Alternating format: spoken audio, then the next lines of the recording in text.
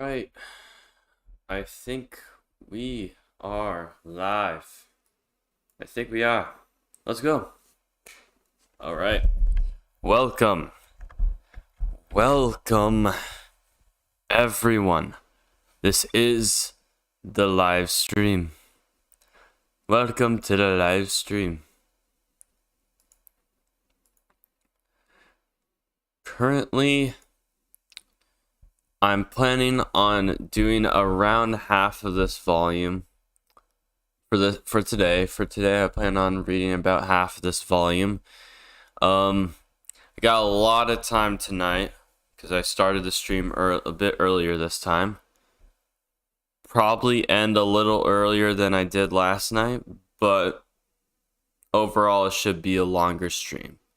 Should be, unless I get really fucking tired. In that case, yeah, I'm not gonna do it. But whatever. It's fine. It's fine. Hope y'all had a great day. My work day today was definitely way better than yesterday. Yesterday was a lot of training exercise. Well, not a lot of training. Yesterday was a lot of reading. This one was actual exercises, and yeah. So that happens when you're a programmer. You gotta learn the material first before you can actually do shit.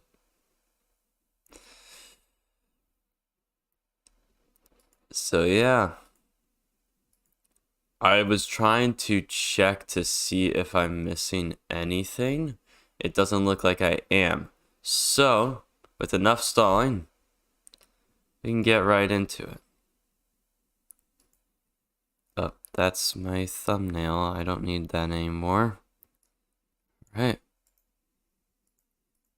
So now, Cliff's return home. Beautiful. Let's read.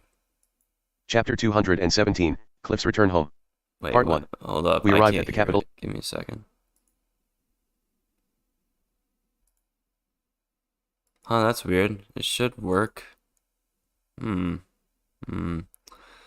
me see. Let me see if it appears in the Holy Kingdom Discord of audio. Millis. Yeah, it does appear in that. I don't know why it's not appearing in... I don't know why I can't hear it. And no, I cannot read it at the same pace as, Come back to the city after such a long time. Fuck, that's loud.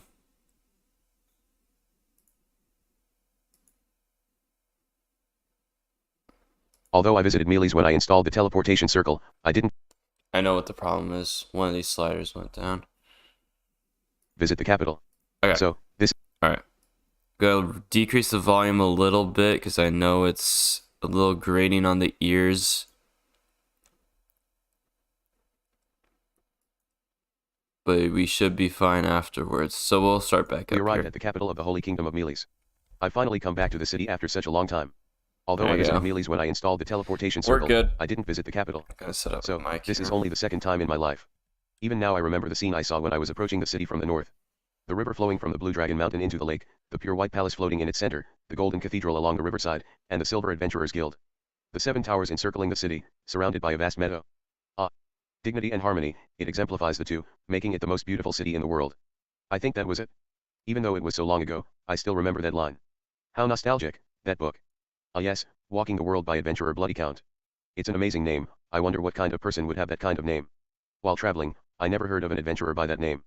He might be from a considerably long time ago. I wonder why Paul had such a book. Well, it's fine. Millis is beautiful from the south as well. You can't see anything unnecessary thanks to the high towers and walls. Only a pure silver-like palace glistening in the light. The beauty of that palace stands out, the walls conceal everything else. Simplicity is best. Yeah, this city is the most beautiful in the world. Cliff said with a sigh. He seems to have overheard. But surely its contents are the dirtiest in the world. In Cliff's eyes, only the white palace had been reflected. Now, that beautiful palace might be intimidating. From now on, this city is a battlefield. Thinking so would only be natural. Actually, I think Azura Kingdom is dirtier. Ariel, and the other nobles, are pretty sleazy. In Azura Kingdom, you could say, the dirty parts were on the outside. I'm not trying to sugarcoat the Holy Kingdom of Millis. In certain aspects, surely Millis is dirty as well. Cliff Senpai. Still, I'm no longer a senpai. Cliff. If something happens, please tell me. This time, I'm in a casual position. Even so, I want to help Cliff. But it's only at the level of going to buy juice at a convenience store, which is alright. Point 1. Well then, for the time being. Let's take a carriage to my family's estate. Asu, by the future Archbishop's command. On this day, Cliff returned to Millishan. After about 10 years. Part 2. There are 4 entrances to Millishan. Last time, we entered from the Adventurers District. That's because when an outsider uses any other entrance it becomes a troublesome thing. Anyway, as we went around the wall, I remembered that lively entrance. It's the same this time. However, because Cliff is here, there's no need to wait at the entrance. The entrance to the Adventurers District on the south side was the closest. Though in truth, it matters little when we're this close. Point 2. Rather than passing through the center of town, it might be faster to avoid the traffic by following a side street. Point 3. Cliff should want to hurry. Point 3. Point 3. However, Cliff spoke. I want to see the town again for the first time after such a long time. AHH. After all, being away for so long, it's his first time back in 10 years. Though he'll likely be here for many years to come, today is a special day. The road home, remembering it from the old days, is soaked in nostalgia. There won't be a lot of opportunities, now's his chance. Alright. So, at Cliff's request, we rode in the front of the carriage. I've missed this. Cliff said that to himself as we passed under the gate, and looked back out at Millis. Cliff was born in the religious district. I've heard that he rarely visited the adventurers district. Yet, looking out from the gate at the adventurers district, he smiled. I wonder what memories he'd have here. When I last came here, I only stayed for around a week. The only memory I have here is Paul. If I remember it too deeply, tears start to come out. It's an unforgettable memory. Oh, so, big looking around, sage. I can't help but think of the future. From here on, I'll be working on opening a mercenary branch office in this town. Around us, adventurers are strolling about. Compared to Azura Kingdom, there are a lot of beast race and elves. Adventurers' ranks vary, but you can guess from their clothes. 15 to 16-year-old boys and girls wearing second-hand equipment are obviously fledglings. Wearing new equipment, beginners are around 18 years old. Adventurers in their 20s wearing a mix of new and worn-out equipment are mid-level. Although their equipment can look worn out at first glance, veterans can be seen wearing various magic items, which are some of the highest grade gear. Though their professions vary, in the capital of Millis' religious community, there are many magicians who specialize in healing but few in offense. In the Magic City Sharia, you'd see veteran warriors and swordsmen, and lots of fledgling magicians. The dream of being an adventurer sprouts for magicians at the Magic University, and veterans come to scout them. There were mostly humans and beast race. Well, regarding the beast race, they may have just followed Rhynia and Persona then ended up staying. In Azura's capital Ars, you would only see fledglings. Because there's so much schooling, there's a bit of a professional bias. Also, there were only humans. Other races, and most experienced or veteran adventurers, don't linger in the capital. There are probably so many different races and skilled adventurers in Millis because the Great Forest is so close. The beast, elf, and hobbit races come from the Great Forest, and dwarves from the south. After piling up experience in central Millis, adventurers head north to fight stronger demons in the Great Forest. But, because there's no adventurers guild in the Great Forest, they use Millishan as a base. Some adventurers familiar with Millis will spend a year traveling between Millishan and Saint Port. As a result, in the city, which headquarters the Adventurers Guild, adventurers are treated without bias. Well, in this situation, I wonder how it would be best to launch the mercenary branch. In Azura Kingdom, I had Ariel's connections, so things advanced easily. There were disenfranchised swordsmen, merchants, and nobles who all welcomed the work in Azura. Swordsmen who were raised in dojos without the dream of becoming an adventurer, or the connections to become a tutor. Merchants' sons, who studied all their lives to be merchants, only to have the family shop taken over by the eldest son and forced into independence. And, although they were all educated, there were also the third and fourth sons of the lower nobility who wouldn't receive any inheritance and couldn't be married off. We attracted talent, and presto, we gained influence in every district, and started taking on the work that the country's soldiers couldn't. Ultimately, Ariel introduced the fifth son of a senior aristocrat to become the branch chief.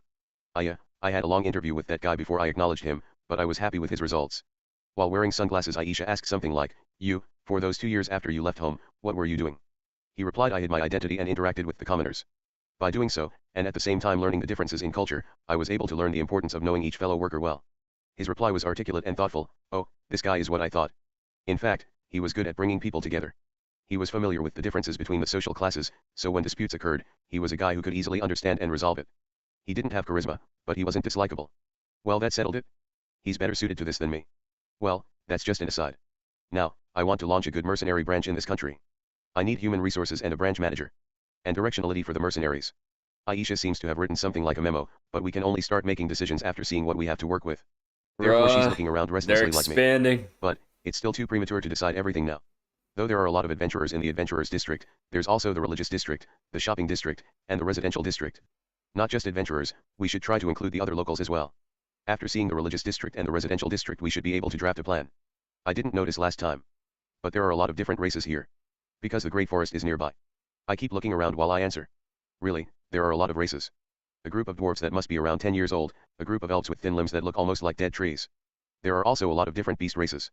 Dog, cat, rabbit, deer, rat, tiger, wolf, sheep, bear. Incidentally, I thought, when looking at livestock like pigs and cattle, do these guys think nothing of it? No, even if I see a monkey kept at a zoo, I don't particularly feel a sense of camaraderie. They're different creatures. Oh.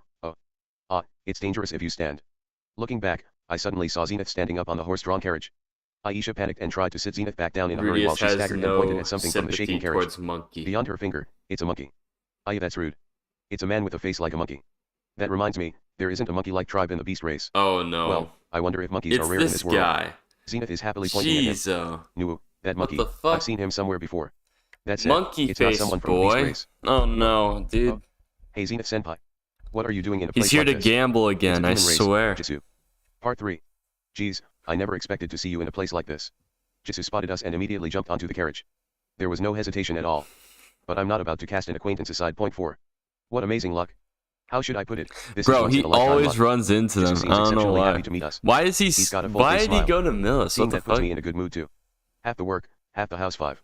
Yeah. By the way, I haven't seen any tears of joy. Jisoo wasn't listening and began telling us about what happened after we parted in Sharia. Jisoo, Talhand, Vera, and Shara arrived on schedule in Azura Kingdom. There, they sold the magic stones for a fortune. Vera and Shara retired from being adventurers with their share.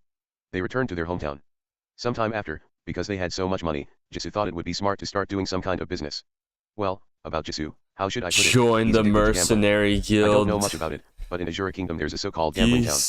Jisoo can normally handle himself gambling, but with join that much money, the mercenary guild. After just a few months, Aisha wants to recruit your ass. Well, everything fell apart. All I had left were the clothes on my person, so I put that life behind me and ended up here. Surely, if you'd kept going like that, you would have ended up at the bottom of the ocean with concrete boots. Talhand prevented that. As he was about to leave on his next adventure, he stopped by to greet Jisoo, and saw him in that state. Although Talhand was disgusted, he sold off a pair of gauntlets he had made to help Jisoo out. Those gauntlets were made with the magic absorbing stone. Apparently Talhand spent his entire fortune on development costs. Thanks to Jisoo, 2 people were broke. Those 2 couldn't afford Azura Kingdom's high prices, so they journeyed south. If it were me, I'd still help a friend in a rough spot, but to that extent and then starting a journey together, I wonder if it's because they've known each other for so long that this kind of thing is just a mutual understanding. Talhand helped Jisoo, so Jisoo helped Talhand. Well, that's friendship. Just like that, those 2 left behind Chiron with its bloody civil war, ignored the kingdom of the Dragon King rumored to be complicit, and returned to Millis. Point 6. They came back to their old home. Afterwards, Talhand returned to his hometown, and Jisoo became a party of one. That bastard, doing something like going back to his hometown, what's with that? Jisoo was complaining, but somehow I understood. After such a long journey, it's normal to start missing your family and want to meet them. He's homesick. It's Natahashi's chronic disease. Jisoo didn't want to go home. Me? That's stupid. There's nothing interesting at all about returning to such a remote place. Is that so? I always miss my home. Just touching Sylphie's chest restores my strength, even Roxy's chest will rise to the occasion, and it feels like hours fly by with Therese. All under one roof. That bastard, even though there were so many unpleasant memories. Well then, maybe he wanted to go fix some of those unpleasant memories. No matter what happened, if time passes, things change. Even if something is unforgivable as a teenager, in the 20s it becomes something understandable, and in the 50s it doesn't even matter anymore. Talhand too, in his heart, might want to reconsider things. Talhand aside, I'm resuming my career as an adventurer here. After Jisoo separated with Talhand, he seems to have resumed adventuring. However, he doesn't seem to be able to find any work. Stop. Well, he's a demon race and has no combat ability. So what is Senpai doing here? With mother in such a... Good. Don't dox me, alright? Don't dox me, I'm in the middle of a stream. Don't bring up anything. Don't bring up anything specific. State, I received a summons from her parents' house. I took the opportunity to travel here with a friend, and make an appearance. Zenith's parents' place. Jisoo saw Zenith's sorry state. Although Zenith normally has... I gotta ask a question. I'll be back.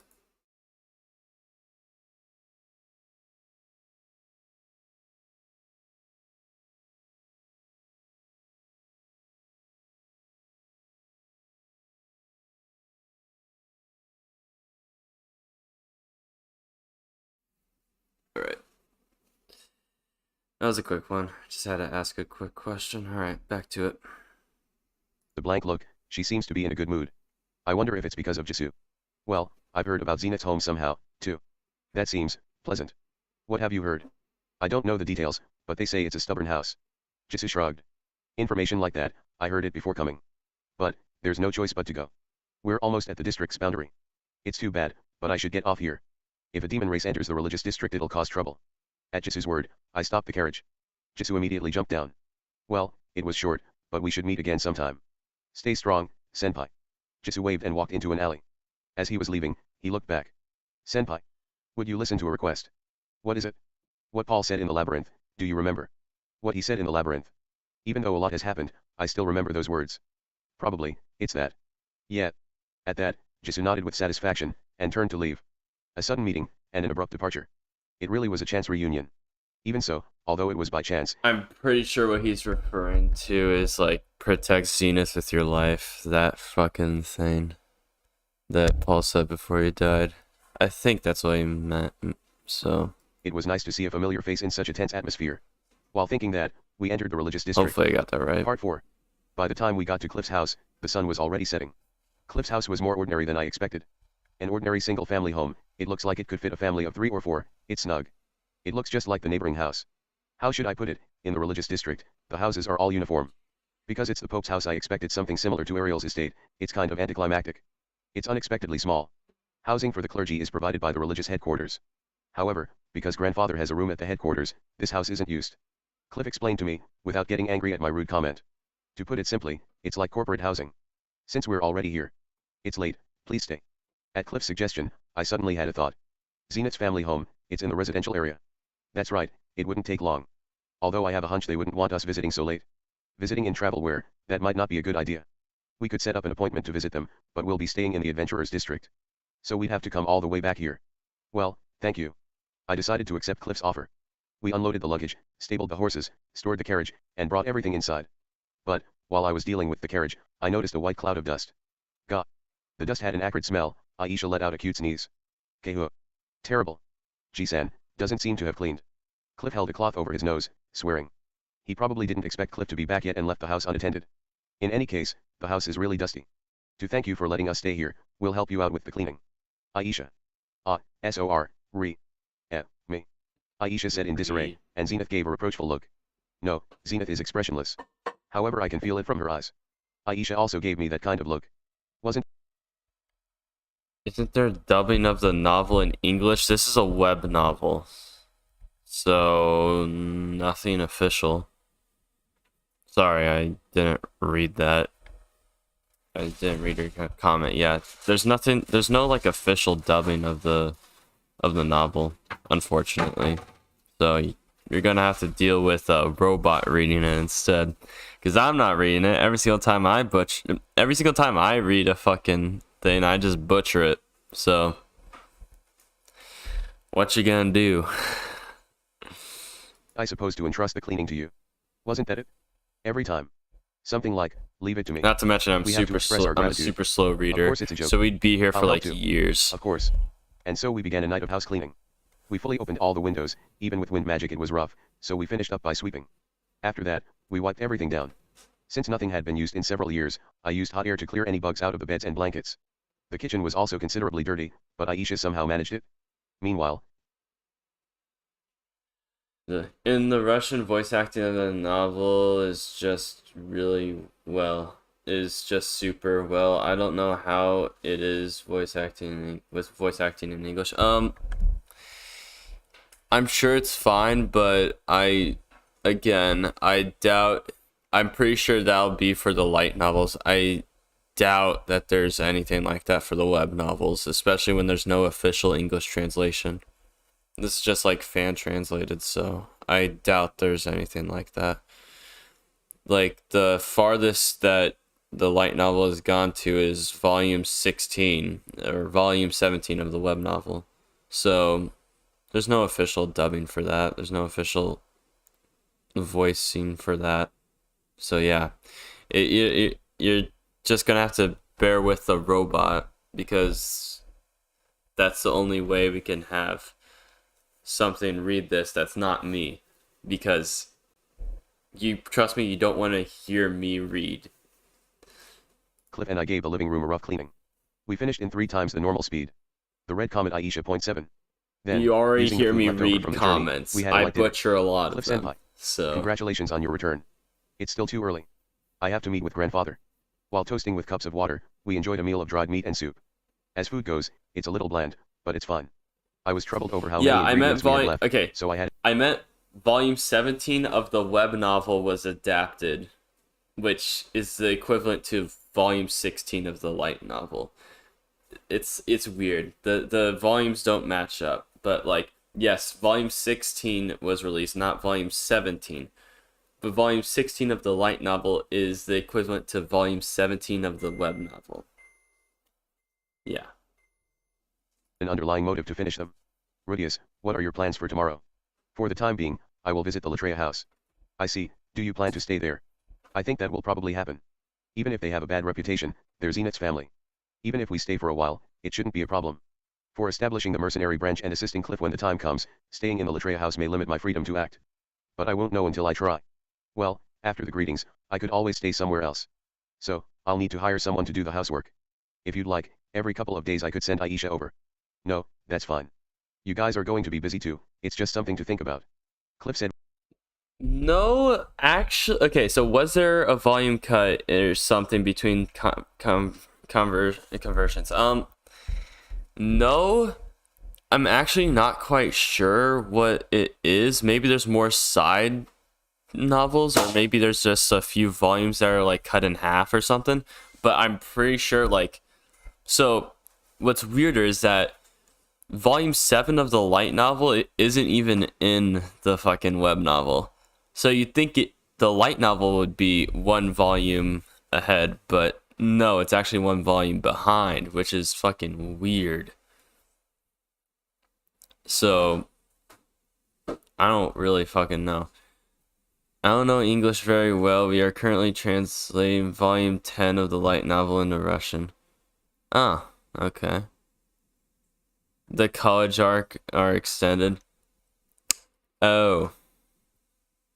Yeah, see, I didn't read that part in the web novel. I read that in the light novel. So, yeah. After Turning Point 4, I continued reading the web novel. The Zenith Rescue is on volume 13 of the web novel. Okay. Yeah. So that's when they started being one volume ahead, and now it's been pretty consistent 1-to-1 sort of deal. Alright. With a shrug. Part 5. We slept in the guest room. 3 people in a small room. The family, sleeping shoulder to shoulder like the character. And, Aisha's body is already that of an adult. The bed is small, it can't fit 3 adults side by side. So we left the bed to Zenith, Aisha, and I slept on the floor. We made a makeshift bed out of blankets and cushions we borrowed from Cliff. Because there's carpet on the floor, it isn't exactly camping out. It's time to go to sleep. Then, I noticed Aisha looking at me. Hehehe, Oniakan, I wonder if Sylviana would be jealous. Well, during this journey, it was fine, right? Yeah, but somehow, hehehe. Aisha laughed and huddled next to me. She has a cute smile. If it were Sylphie, I would already be past my limit. Sylphie, too, would have. But I don't feel that way about Aisha, and she doesn't particularly draw close to me too. I like Aisha, but it's a familial love. But, it's fine without physical contact. It's a strange feeling. She's still cute. I have an abrupt question, about what Lilia said. What do you think now? Okasan has said a lot of things. I'm not the person to ask that. And work for me. Someone in chat's like gonna have to answer that. that. When I asked that, Aisha had a blank look.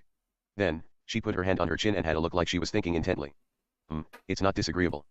But, perhaps, for Sylviana, it's different. Something like this. I wonder if it's selfish. No, I understand. It's different. It was a fuzzy conversation, but something clicked. It felt alright. And Fufu, well, it's a given, that Oniakan is loved. While saying that, Aisha curled next to me and pressed against my body. Warm and soft. A good holding pillow. Someday, when you find someone you love, you can start a family of your own. As I said that while enjoying my new pillow, Aisha suddenly sat up. She seems to have taken my comment seriously. So, have you given it any thought? What kind of person would that be, I wonder? Aisha's lover. It's hard to imagine. An excellent type, or an unreliable type. Aisha can choose who she wants, but I don't like the idea of arranging a match. Aisha normally hangs out with a certain crowd. The mercenaries. There are a lot from the beast race. Would one of those guys fall for Aisha? My little sister isn't a bone for some dog to chase after. If I ask Orsted, he should be able to tell me about the type of guy that Aisha marries. Now, let's just forget about that. If I heard something like she's single for the rest of her life, it would be pitiable. Oh, that's right. I need to confirm something before going to sleep. Aisha, tomorrow, when I bring Zenith to her parents' house. What do you want to do? Aisha inched away from my arm. But returned. I will go. Okasan, because she asked me to earnestly. I see. Yeah. Hearing Aisha's reassuring reply, I was also relieved. Tomorrow we visit Zenith's house. That's the plan, but I don't know how it will go. Going alone to a house with such a high status, I'm a bit uneasy. Afterwards, this part I'll work on installing a mercenary branch. Right. If I can establish a good connection with the Latria house, things should go smoothly. We need to adapt to the environment. Well, I'll be in your care. I understand. Leave it to me. Really, I appreciate it. Cleaning today too, thanks. Well, good night. Don't mention it. Good night. While listening to Aisha's sleepy voice, I fell asleep. Needs better TL. TLC. Okay, no. Alright. Alright, Zenith's house, or Zenith's parents' house, the grandparents' house. Alright. Hold up.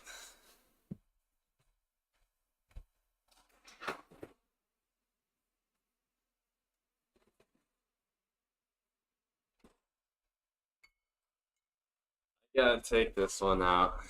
I gotta take this one out, man. I gotta bring up the fuck. I gotta bring out the alcohol for this one. Fucking hell. Hold up. Trash can. Where is it? That'll work. You're streaming again already? I know, huh? This is what happens when you have a consistent schedule and you have nothing to do after work. It's beautiful, isn't it? I know, I'm already streaming. Prepare a tea for this visit. Yeah, this is not tea. This is not tea. This is not fucking tea.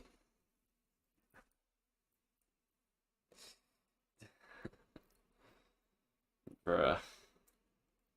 I feel like I need to be a little intoxicated for this one. I have a feeling we're gonna meet Claire in this Claire in this chapter. Ric Flair. Woo. Fucking hell. Woo! Sort of deal. Alright.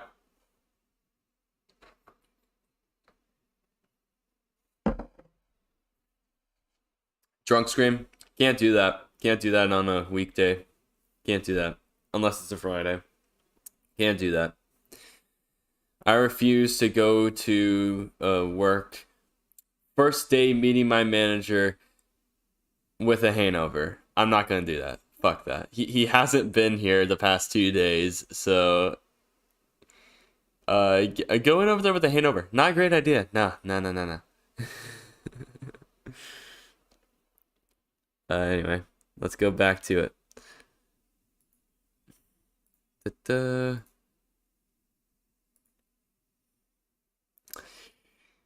Part of me wants to say that that's Bakamitai, but no, it's not. Big Sedge. Chapter 218, Bakatsuki. Part 1. Zenith's parents' house was huge. Just as I had imagined it to be. A large gate, 2 lion statues standing on both sides, a long stone-paved path leading from the gate to the entrance, a fountain in the middle of the path, and a green lawn cut in a strange form. And inside, as if enshrined, a white beautiful mansion was honorably standing. It really feels like an aristocrat's house. If I imagine one, this is exactly what it feels like. Aristocratic district, the location of the residence. Among other things, this location especially is lined up with buildings of high-class noble people. The atmosphere here bears resemblance to that of the Azura's aristocratic district. Nevertheless, it's a huge house.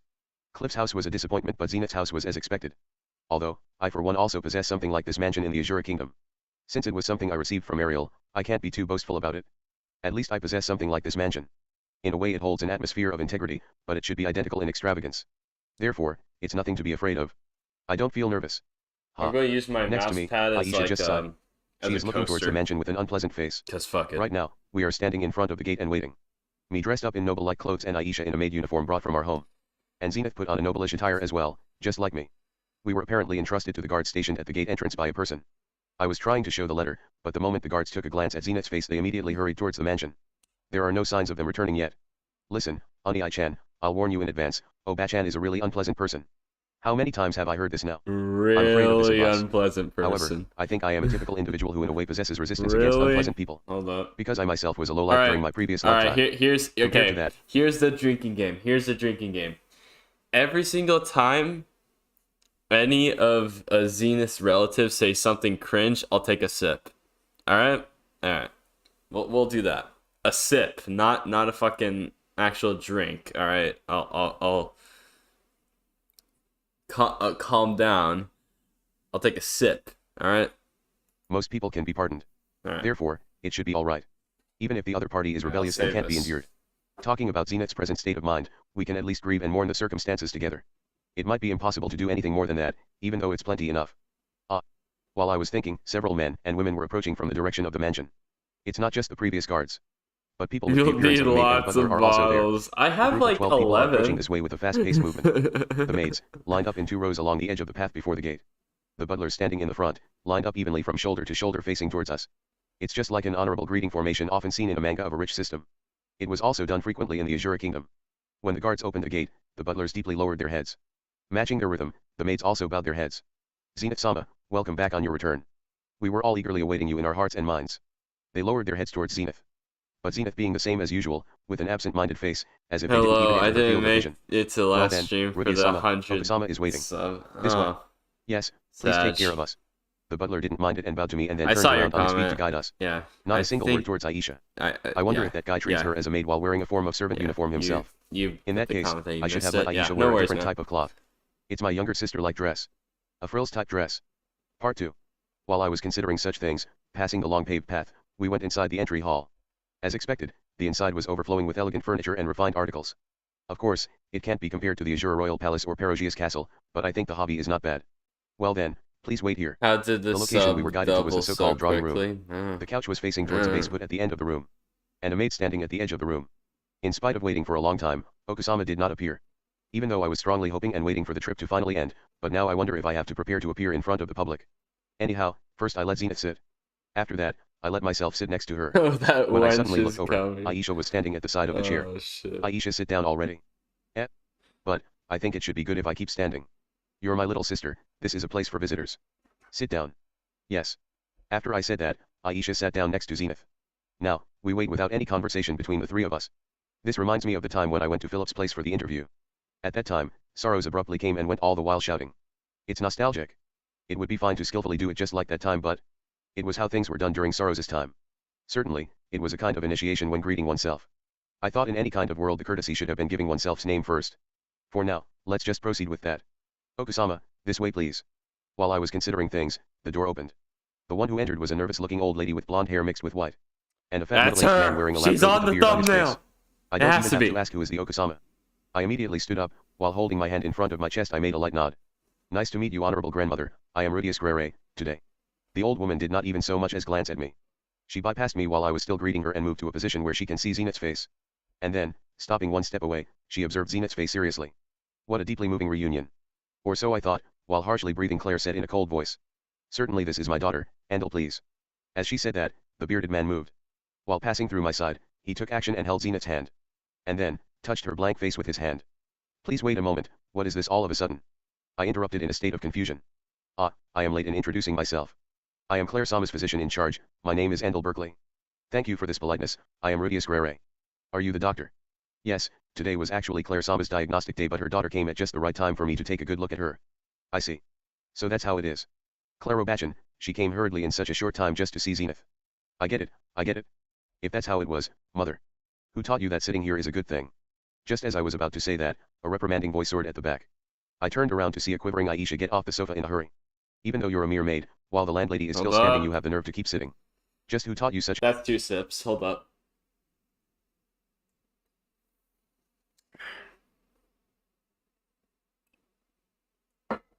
Two sips. Alright.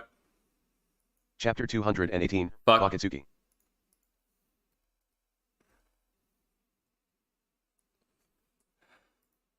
Oh. We're still...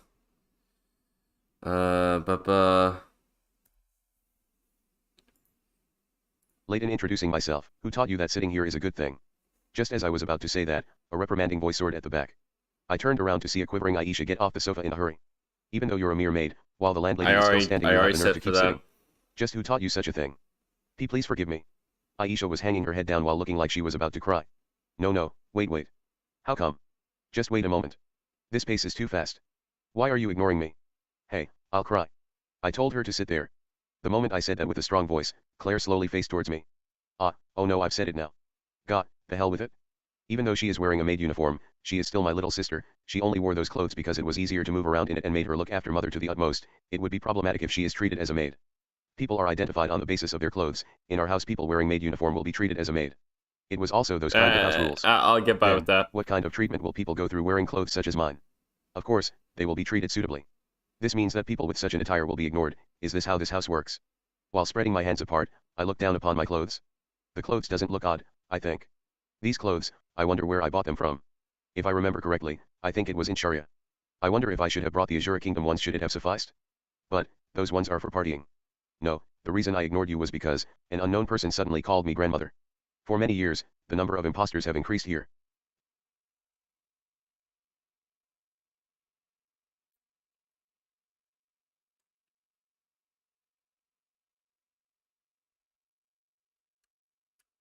Until the authenticity is verified, I judged it would be better to not reply.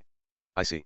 Well, in this big of a house, if it turns out that the only one daughter had eloped with an unknown person, people claiming to be of the same lineage will often come out to gain favor. Although I was greeted, I was not told about anything like proving my identity. Even these clothes are not really enrolled as the crest of the Grey race. If one thinks about it, something like that can be I'm not going to go through that, but hold up. I gotta drink, like, I gotta sip some more than this that. Zenith is the real one. Aisha over there, I remember her too. Do you have any evidence to prove that you are indeed my grandson? Evidence, to call for more proof. I came together with Aisha and Zenith, and even handed over the letter. Is there any more? Is it necessary? What do you mean? I have brought my mother, Zenith and Aisha, I also brought the letter that came from you. Is it really necessary to show any more proof? As I said that, Claire shook with a twitch on her eyebrows. Then, I cannot acknowledge you as a member of the Latria. I don't mind, I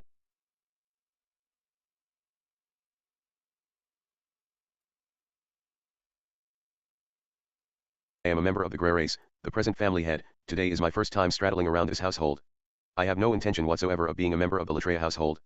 The feeling to curry favor exists. I sit for that because she's not treating Reese as family. That's the reason why I'm saying that, alright? Group. However, if the opposite side is that vigilant of it, there is no need to reveal the front. For now, the purpose of Zenith's homecoming exists.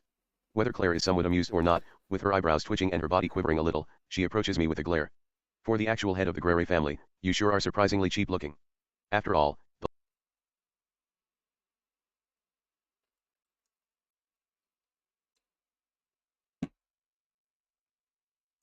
fuck that. Holy shit. The Latria are a distinguished family of earls, while the Grey are only a large part of the 4 feudal lords of Azura. Moreover, rather than the earl himself, to introduce yourself to the Madam Earl herself while lowering your head is. Indeed, I have inherited the kinship of a large part of the 4 feudal lords of Azura, but I'm not the main root of the feudal lords. In the first place, it doesn't mean that I hold a rank of nobility. Even though I am the family head, I am no more than the backbone of my family living among the general population. In addition, even if I had possessed a higher social standing, meeting my grandmother for the first time and bowing to her as a greeting is natural to consider. Right. H.O. It looked like Claire's mood changed and she was gazing towards me with a look of despise. No, it might be my imagination. Anyway, it seems this person is of a high pedigree. This is bothersome. For the time being, I'll keep them in check. Apart from me being a noble, I have a personal fellowship with Her Majesty Ariel, who was crowned just last year. I myself am the subordinate of Dragon God Orsted, who is ranked 2nd of the 7 major world powers. It would be acceptable to not make light of that. It's okay if it's neglected, but Aisha's aforementioned matter also exists. To the bitter end, I made it explicitly clear that this position is as close to it as a matter of fact. Listening to my words, while closing her mouth to form a straight line, Claire rose her chin up. As if evaluating, she observed me with a scrutinizing look. This here is the proof of being a Dragon God subordinate. I showed her the bracelet containing the crest of the Dragon God.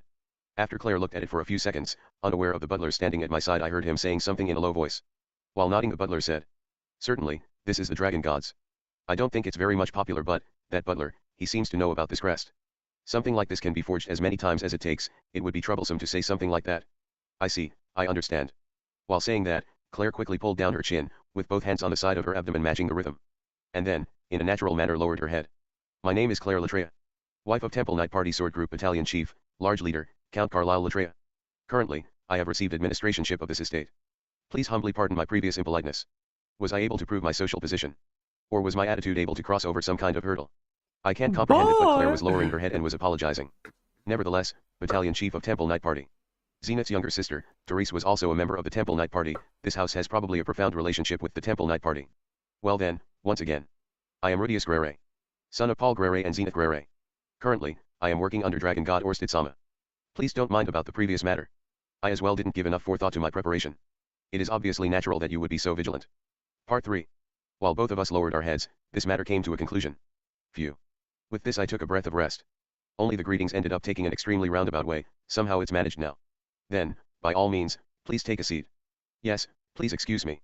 I prompted her to take a seat on the couch. First of all, about your long journey, thank you for your hard work. I thought it may take you several years more, but I give you my gratitude on acting so quickly. Claire made a pop noise while clapping her hands, and the door opened. From the door, a maid pushing a cart entered.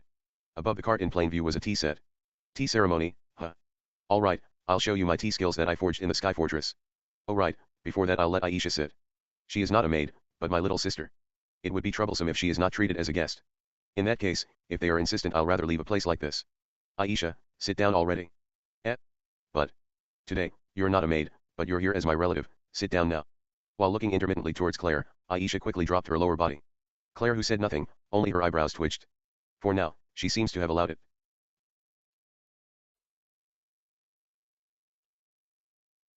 Her eyebrows twitched. She didn't say Taking anything, a glance at Zenith's direction, sip for it. She was still being examined by the doctor.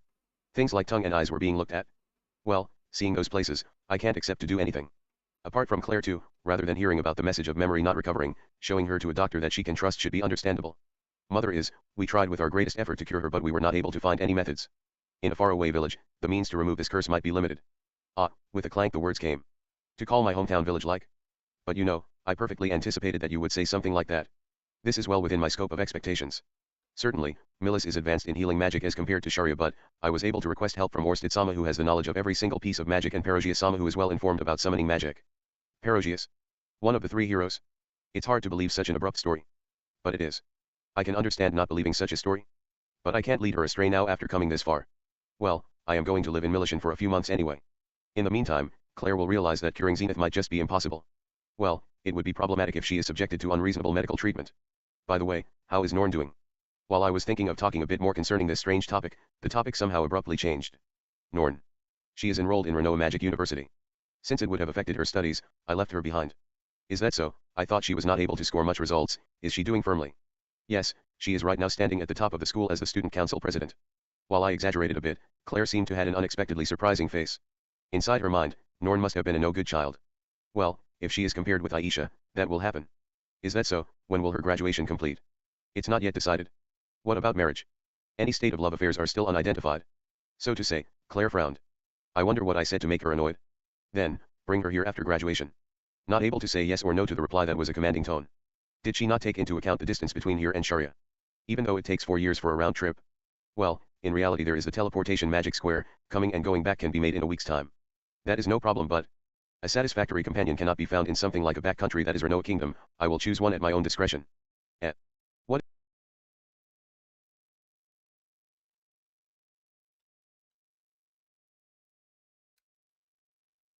is she talking about? Choose one at her own discretion?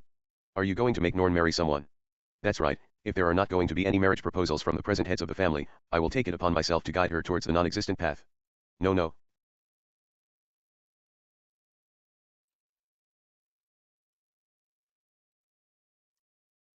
Please wait a moment, isn't that something for Norn to decide? What are you talking about? Marrying a girl of this house is the duty of the head of the family. So what? While thinking that,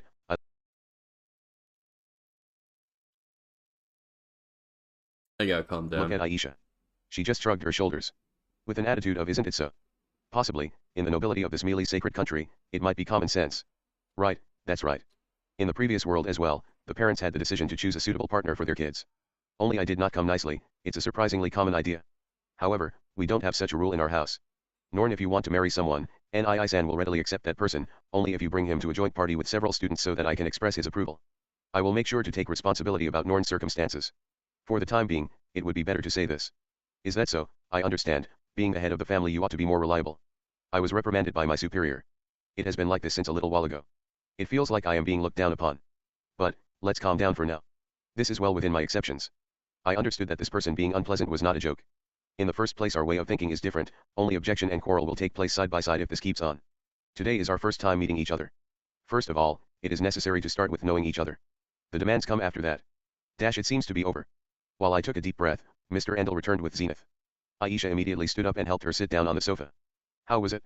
The body itself is healthy, she looks much younger than her actual age. Or so he said. You did it, Zenith. Even though you didn't make yourself look younger they are approving you as a young woman. Or, is it the opposite? Would it be fine to think of it as a bad thing? Whether it is the influence of the curse, or the like. Is it alright if I wanted to ask some questions regarding the family? Of course, you can ask anything. Well then. The contents of the question spanned many divergences. What is her usual diet, in what amount, to which degree she exercises, and whether menstruation was taking place or not. From questions regarding physical health. To what degree she is able to live her everyday life. I did this with vodka every time I wanted to put a gun in my mouth while watching the Video Game Awards 2017. It was wild. Her usual behavior, and whether she has a wound in her heart. 2 questions regarding mental health. I fluently answered all the doctor-like questions. Some things that I didn't know of, Aisha was there to answer them. Lilia might have been able to give a detailed explanation about all this, since she is not here it can't be helped. I see, I understand. After writing down the answers in a small memo, he bowed. And then, went towards Claire and started consultation while muttering. How is it? Let's see. I don't think there are any problems. There is always one maid looking after her in constant attendance. There aren't any illness or injury on her. Even her mind seems to be stable. What about children? Menstruation is taking place, that being the case to give birth. If several people are nursing her in constant attendance it is possible. Alright. What is alright with this? It feels like you have yet to give me the remainder of the story. It feels as if the conversation is going towards mother's second marriage. I said that with the intention of a joke. But, I got a cold-hearted look coming from Claire's direction instead. A mighty terrifying look. Without even saying anything, I can feel her enforcing intention from that glance. In this holy country of Millis, a woman's worth is regarded based upon her ability to give birth. If a child is born, the possibility of being ignored as a human can't exist. I just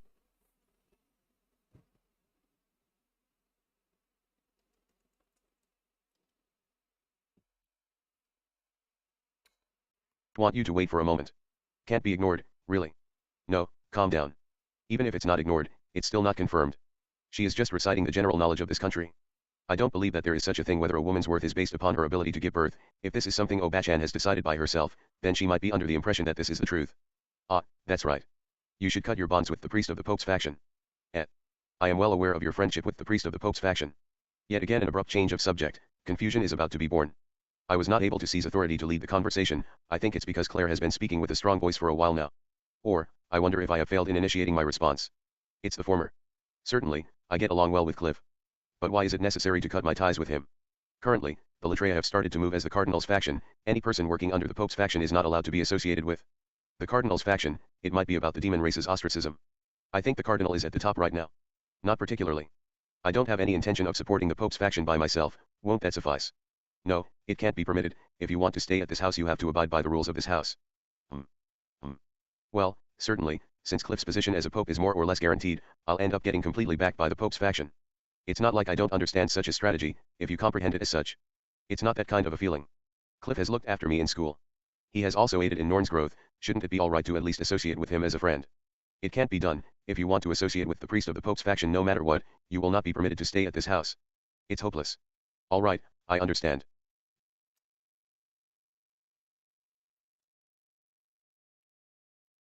Just a little one. Then, it's fine.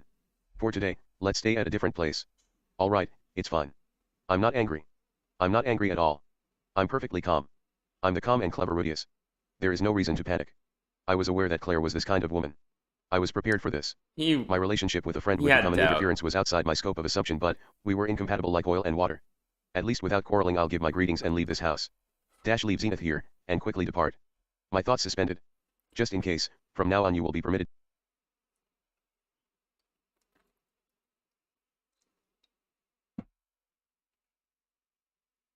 to straddle around the threshold of this house, apart from being a person of another house to the bitter end.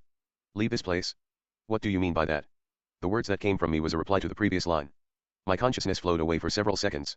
While looking at me and giving me a cold stare she started saying, now that we've come this far, there is no other choice. Even if this thing is able to give birth to a child then the path to marriage is still left. It's dry inside my mouth. My field of vision is getting covered by darkness. It's like being inside a black fog. What is that? Somebody is shouting. It's me. I'm the one who is shouting. No, I just said that only in a sense. No way, I said that seriously. Me. However, the words did not come out. My mouth was just flapping about. This young woman will be married to the nobility of the cardinal faction. No matter how many times she gets divorced, there are no problems. A person who can't even follow their own intention.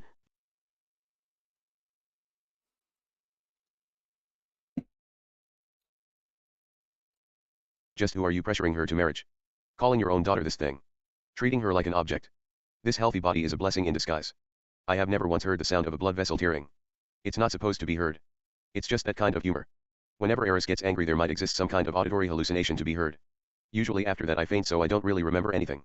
Today was the first time for me to hear my blood vessel get teared. Part 4. Before I realized it, I was walking while pulling along Zenith's arm in the middle of the evening. I don't remember anything I said after that. I just remembered shouting with a loud voice. However, the contents are a little vague. No doubt, the abuse that I ordinarily never use suddenly jumped out from me. I remember Claire widening her eyes. I remember the maid speaking at us with questioning faces. I remember declaring to go back, taking Zenith's hand while she stood up, Claire bluntly saying Zenith is no longer expected to be sane. Those words poured oil onto my heart, losing myself in my rage. I used magic with my fist that was tightly clenched. I remember. There, go for it, Ani-chan. Aisha's voice brought my mind back a little bit.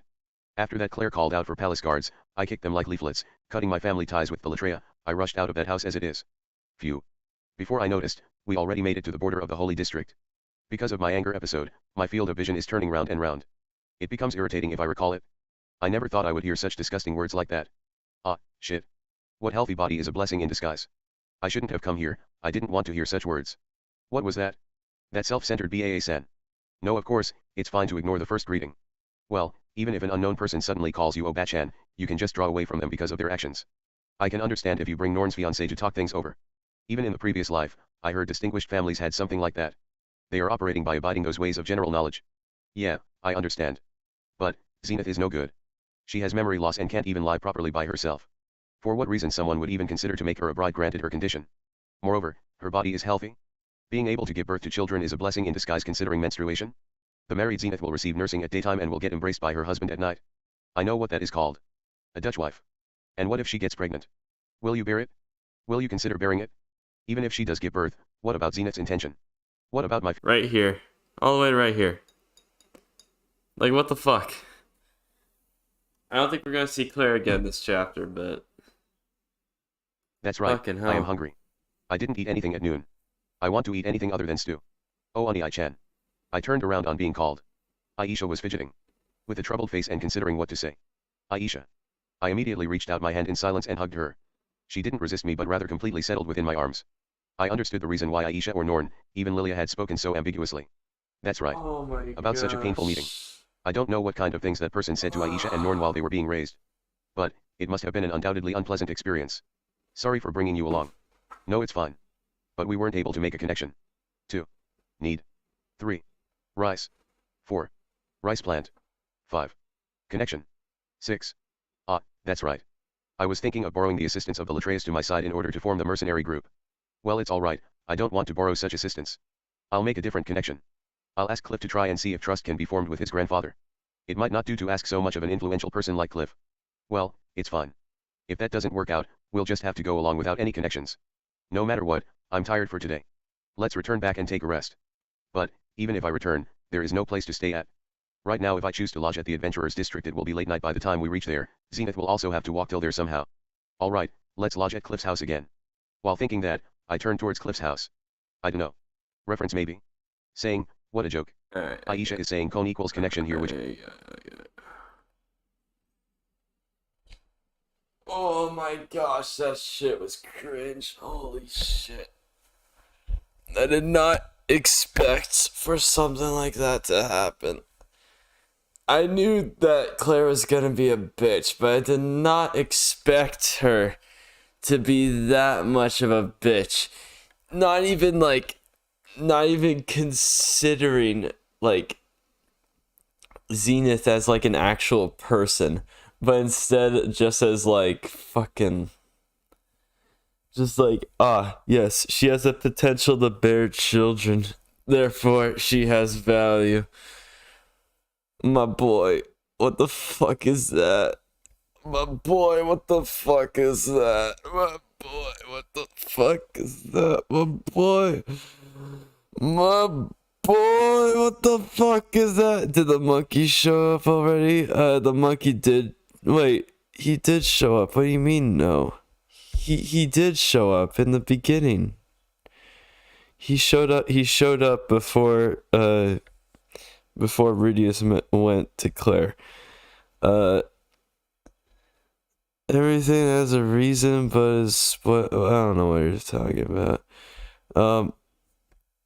Dude, like, holy shit, Zenith just got fucking blasted, and she can't do a single thing about it, bro. She's just like sitting there, just fucking taking those hits, having no way of slapping Claire or anything, you know? You know, I don't often think that men should be able to slap women, but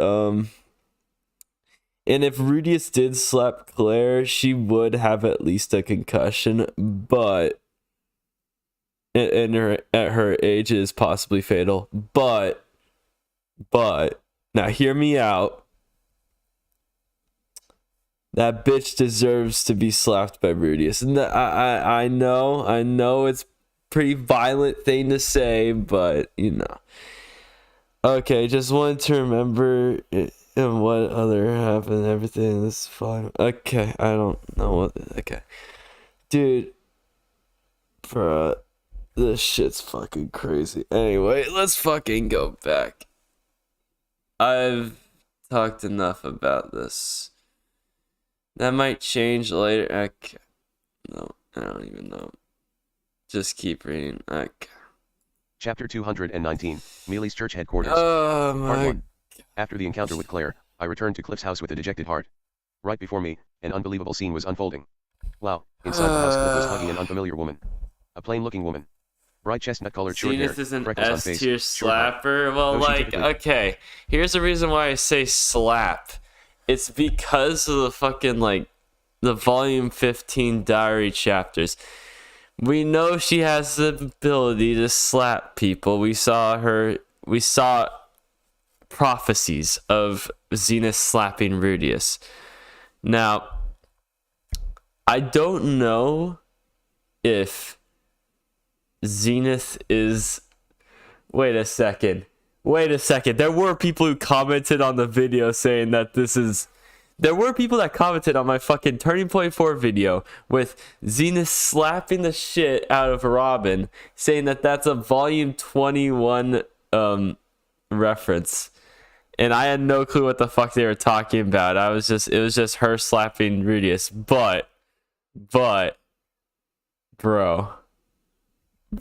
wait a second, bro. Hold, wait.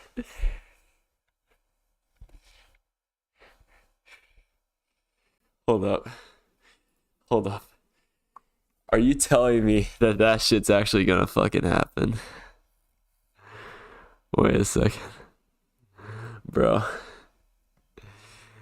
I am beyond excited right now, bro. I need to keep reading. Fuck. Don't think you're gonna spoil yourself. I have already been spoiled. I don't give a shit. Just keep reading. Nah, fuck you. Fuck you. This shit's fun. Looks in overall. She seems to have a trace of who rotundity knows? because of her facial impression. Fuck, that means She it's gonna doesn't resemble happen. Ellen See Elise at ya, all. boys. If Ellen Elise is like a cat in heat, this person is a castrated dog. I'll change it to Certainly, the reading page. There is no resemblance. Fucking hell. It's a lie. Cliff Senpai.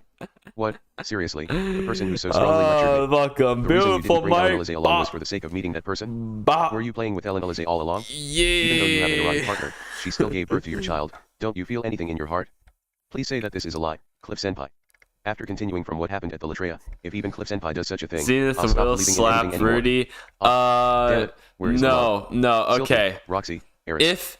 If Zenith slaps Rudy, I am not hyped. If Zenith slaps Claire, now I'm hyped. All right. It's gotta be the other one. It can't be. Rudius cannot be fucking Chris Rock in this situation.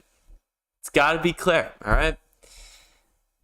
But light novels in the very last chapter of the volume. Fuck! It's gonna happen tomorrow. Fuck. Anyone's fine. Hold me tight and whisper love to me. Then I'll be able to persevere for just a bit longer. Fuck. Rudius, at the right place. Hey, can you get the box on the top of that shelf? With my height, I can't reach it even if I use a stool. Yeah. By the time it took me to notice, Cliff had already separated from the girl.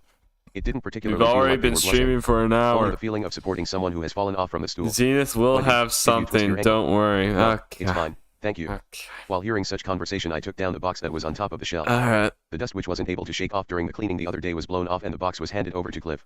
Sorry, I think this is probably it. Okay. Alright. I'm glad, with this I can somehow make it tomorrow. Cliff took out some kind of crest from inside the box. It's a crest of the Millis Church. For the work, I guess. So Rudius, what is it? Weren't you supposed to stay at the Latria house for today? While listening to that I set myself on sale. I really wanted Cliff to listen to today's story. Yeah, about that, listen to me will you? Part 2. While entrusting my anger to him, I explained to Cliff regarding my circumstances. About the thing that took place at the Latria house. About Claire's speech and conduct. About me not being able to stand it and leaving the house in a fit of rage. About how I'm a little calm right now but my anger yet to subside. Recalling it all irritates me. Well. Listening to my story, Cliff frowned. For a saint like Cliff to not keep up his straight face, he might be able to understand listening to the current story. Certainly, in the nobility of Millis there exists a custom where the parents get to decide about marriage. There also exists the saying about woman giving birth, but still I think that letting a person who can't converse with oneself tying the marriage knot is an idea of its own. You don't agree? You ungrateful fellow. You mean it. Even I can't support it that much. I can't believe such a person as her is Zenith's mother. Further, Miss Claire might be a little confused. Her daughter is suddenly like that. Try to think about your own children as an example, understand? Cliff said that to me while persuading me. The feeling of him getting angry together with me exists. However, from Cliff's standpoint he's listening to the story from only my side. He might be calmly considering things from the opposite standpoint as well. I'll give it a little bit of thought as well. My own children. About Lucy, it's difficult to imagine something like that yet. Let's predict about Norn then. Norn goes out on a journey at the same time of her coming-of-age ceremony, finally returns back only to find out that she is now crippled. Even that, coming with an unfamiliar man and a concubine's child at that who is not related to you by blood. Certainly, there would be confusion. You would somehow think that but, granted the confusion, in what way will it conclude to marriage? Unexpectedly, might it not be comprehensible if you think about it? Leaving aside the talk about children, if she gets married into nobility, she'll be able to receive assistance. I didn't think about that. Since the function already left, it felt like a waste that you reused it without discarding it. You're a parent of a person. After taking great pains to come here, it's your own daughter. What is that? Damn it. I remembered Claire's face when I was acting violently in the mansion. While I was kicking and scattering the guards, blasting them with the rock cannon, she had a cold-hearted face. As if saying that she had done absolutely nothing wrong, yet why is this person acting so violently? So to say it was a face like that. But then again, the filter presently inside my eyesight is at stake. It could be that Claire's feet were cowering and her face had a stiff expression. Even if that is the case, the words that came out of her mouth can't change. In any case, I understand such circumstances. Please make use of my house to your heart's content. Thank you very much. This land is under the Pope's ownership, even if the Latria who have been trying to do something, can't interfere here. After listening to that, I suddenly noticed that I did not realize the possibility that a person of Latria could do something. I separated with Claire. We shall never have to meet again. I will believe that, but the other side might not. For the sake of regaining Zenith, there is the possibility of some kind of trick to exist. Then, it should be fine to send Zenith back to Sharia. Even for your mother, after finally returning to her hometown, to be sent back immediately is a bit pitiable. Mills is Zenith's hometown. If you say it like that, certainly even she would want to see and visit several places for a bit longer. I also have the feeling to take her to visit several places after I find some free time. But, you know, while going outside, it's fine to entrust Wendy to look after you. She is a little bit clumsy but a trusting companion. While saying that, Cliff looked toward the unfamiliar woman. Cliff senpai, who is she? Ah, forgive me. I'm late in introducing her. She is Wendy. If I have to say it, that's right, her connection with me is just like you and Sylvie. I understand, I have acknowledged the details. The connection like me and SLYPHY. I understand, so that's how it is. The entire mystery is now solved. For one thing, old Geeser's reputation is the same as always. I'll keep this a secret from Elanalize-san. No wait, just wait a minute, don't just assume things, it isn't like that. A panicked Cliff ended up explaining things. It seems today formalities are to take place in the church headquarters. Simultaneously after this, in order to continue living here some provisions are necessary. For one thing, they seem to have decided to hire a maid. So Cliff visited the orphanage on his own foot where he had lived in his former days. In the orphanage, as a kind of vocational training for children, they have been taught housework and even cooking. Such orphans were recruited for assistance for a cheap price. Wendy is the first senior among them all. Very soon the orphanage will no longer be able to let her live there after she ages.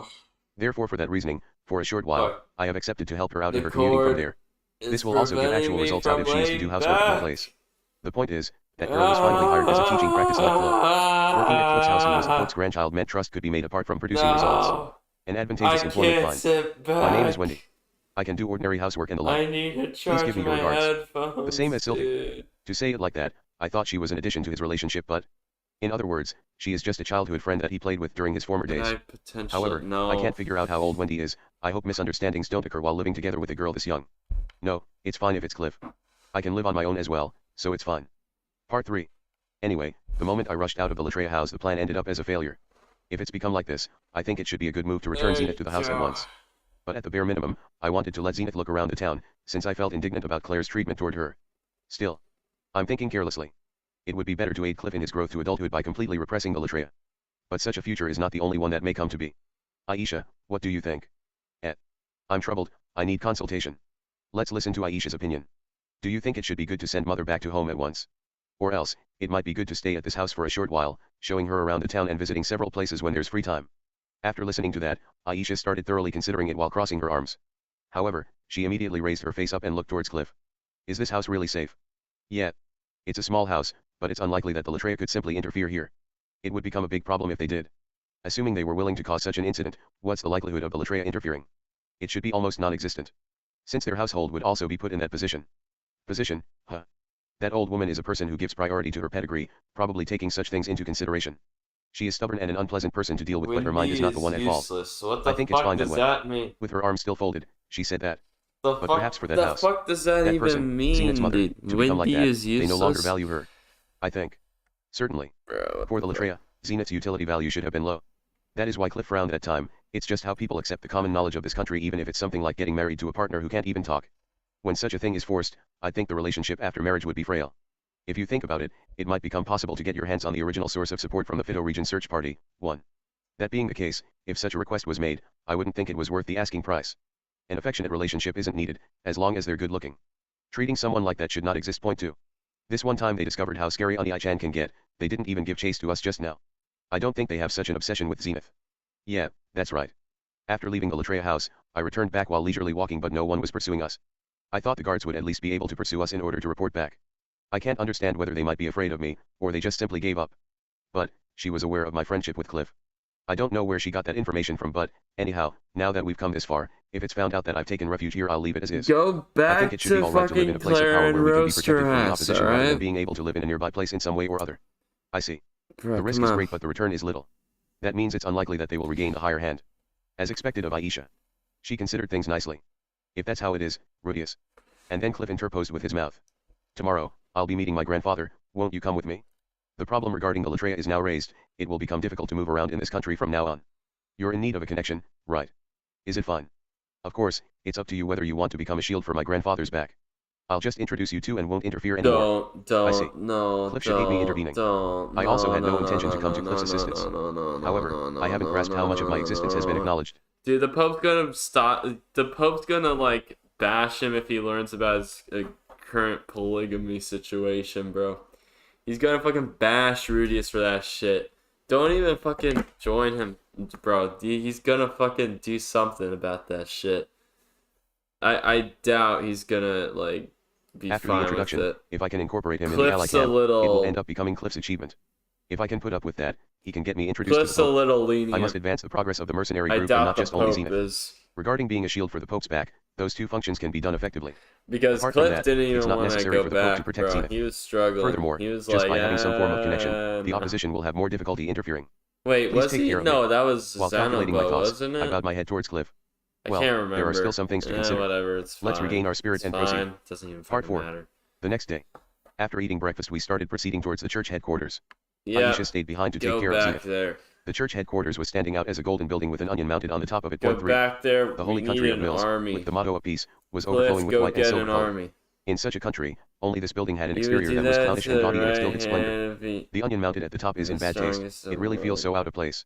The moment you see it from far away, it looks fine. An isolated gold is accented within silver and... Okay. Here's the thing.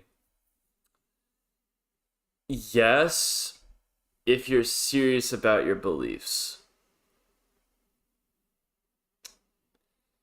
And I think the Pope in this situation, or at least Cliff, is pretty like they're not lenient. I doubt they are. I mean, we already saw that Claire is stupid enough to antagonize Rudius. Like, yeah, I'm gonna take your mother now. Oh, you're against it? I'll still take her, you know. What the fuck, dude? No. What? No. If you look closely, you won't continue in any way. Here's just another world. Don't worry, Millis. However, it's different for the people living inside a house with such bad taste. At any rate, this is the Millis church headquarters. It's a place bustling with upwards compatible types of people like Cliff. It looks like a building with bad taste, but the holy men have decided to inhabit there. You should know that in any anime, the Pope or the clergy, they're fucking sus, dude. You should always know that. Like, if he's a chill dude, he's gotta be hiding something, right? This is a Japanese novel, right? This is Japanese novel. You should know that it's a typical trope in both Japanese games, Japanese novels, Japanese anime, we see that the Pope is one who is weird as fuck. Yes, he is. He ordered the assassin in the Eris OVA. Kind of like there's yep, Pope is Japanese for sus. Yeah. Can understand that. Even in my previous era, the political and religious leaders were estimated to be dirted by gold. It seems to be generally the same for the society as well. It's not necessary for people holding political power to smooth over the outward appearances to a degree. Ultimately, they won't even say beautiful things. Well, it's no problem if I associate with those guys at the surface level too. I'll set my mind to become well known as well. By appealing to my profound relationship with both Orsted and Ariel, I'll make myself big. It was strangely effective in the Latria house. Therefore, it might come to light that Claire took such a thing too lightly. I'm big, a big man. Not your average run-of-the-mill person. For that reason, I wore my robe today. This is my uniform. I'm Dragon God's right-hand man Rudius Guerre. I was enthusiastic about it too, and yet. I'm extremely sorry but people without any license are not allowed to pass here. I was stopped at the entrance of the building. Really? Will it not work with only my license? I thought people with company could enter some time ago. Since the former days, the rules count for only one person. Is that so? Well. In the former days, because there were kids they were overlooked. While looking at the crest that I found yesterday Cliff made a troubled face. It pretty much seems to be a license. By the way, today he is dressed in official clothing as the priest of the Mills Church. It seems he was sewing the priest clothes to attach the crest at the chest area during last night. If Father Cliff has a license, I think a temporary license can be issued from the inside. Although it takes a little time. Ah, that's right. Forgive me Rudius. I'll come back right away with the license so just wait around here. Cliff said that while apologizing to me. I understand. There is no need to rush, please go at your own pace. I obediently saw off Cliff going into the rest of the way inside. Crushed from the outset.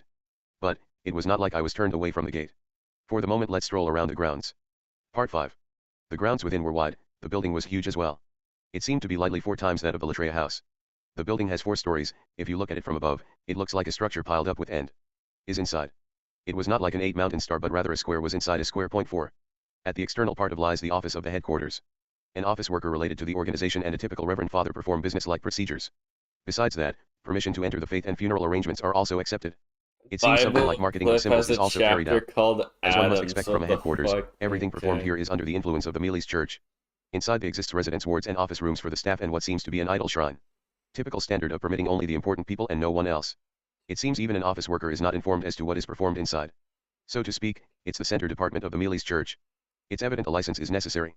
While I was looking around several places the sun ended up rising high. I got hungry. Nevertheless, it might have been a failure. Cliff should not have finished the feedback report yet. He personally took an appointment for the Pope during yesterday, he might be able to effectively adapt to him since the Pope is a member of the family. However, I am a stranger. When the grandchild abruptly comes home, hurriedly reporting that he wants you to meet with a strange guy, it would be natural to be wary. The matter concerning Zenith was a somewhat unpleasant experience but I have not forgotten about Elenali's request as well. I want to avoid pulling Cliff's leg as best as I can. Taking a few more days, I ought to have made my own appointment if that was possible. While walking and considering such things, I arrived at the courtyard. There are 4 courtyards in the headquarters. And that can be piled up at the time, it was the triangular part of the 4 corners. There seemed to be many trees planted to match the rhythm of the 4 seasons respectively. Spring is the present season, I reached the spring garden by coincidence as well. In the garden of spring, multicolored flowers were blooming in profusion. Particularly, yellow to white, bright shades of pink flowers are numerous. While observing that I proceeded to walk at ease. In the former days I used to check up the names of the flowers with the plant dictionary on one hand but I still can't figure out this strange plant at all. No wait, I recognize this pink flowering tree. Since it was a sakura-like name it remains in my memory. I heard about it from someone the other day too, what was it? Look, the Saraku are in full bloom. 5. Right. It's Saraku. In the northern part of the Azura Kingdom, inhabiting the trees on the mountainside. During the beginning of spring this plant makes pink-colored flowers bloom, it's known as the spring summoning tree in the Azura Kingdom. It's also popular among nobles because of the unique aroma coming from its wood. But because it is a tree that inhabits the mountainside, it's expensive. Currently the Azura royal family has managed the cultivation of Saraku forest and have also exported to foreign countries. And I was taught all this by Ariel the other day, in the Azura Kingdom. Yes, it looks really beautiful. The Saraku really suits Miko-sama. Do you know? These Saraku were dispatched from the Azura Kingdom during the current Pope's enthronement. Oh, ha. Miko-sama is always so simple-minded. I heard the voice with a bad feeling. While thinking what was going on I tried to look in the direction of the voice.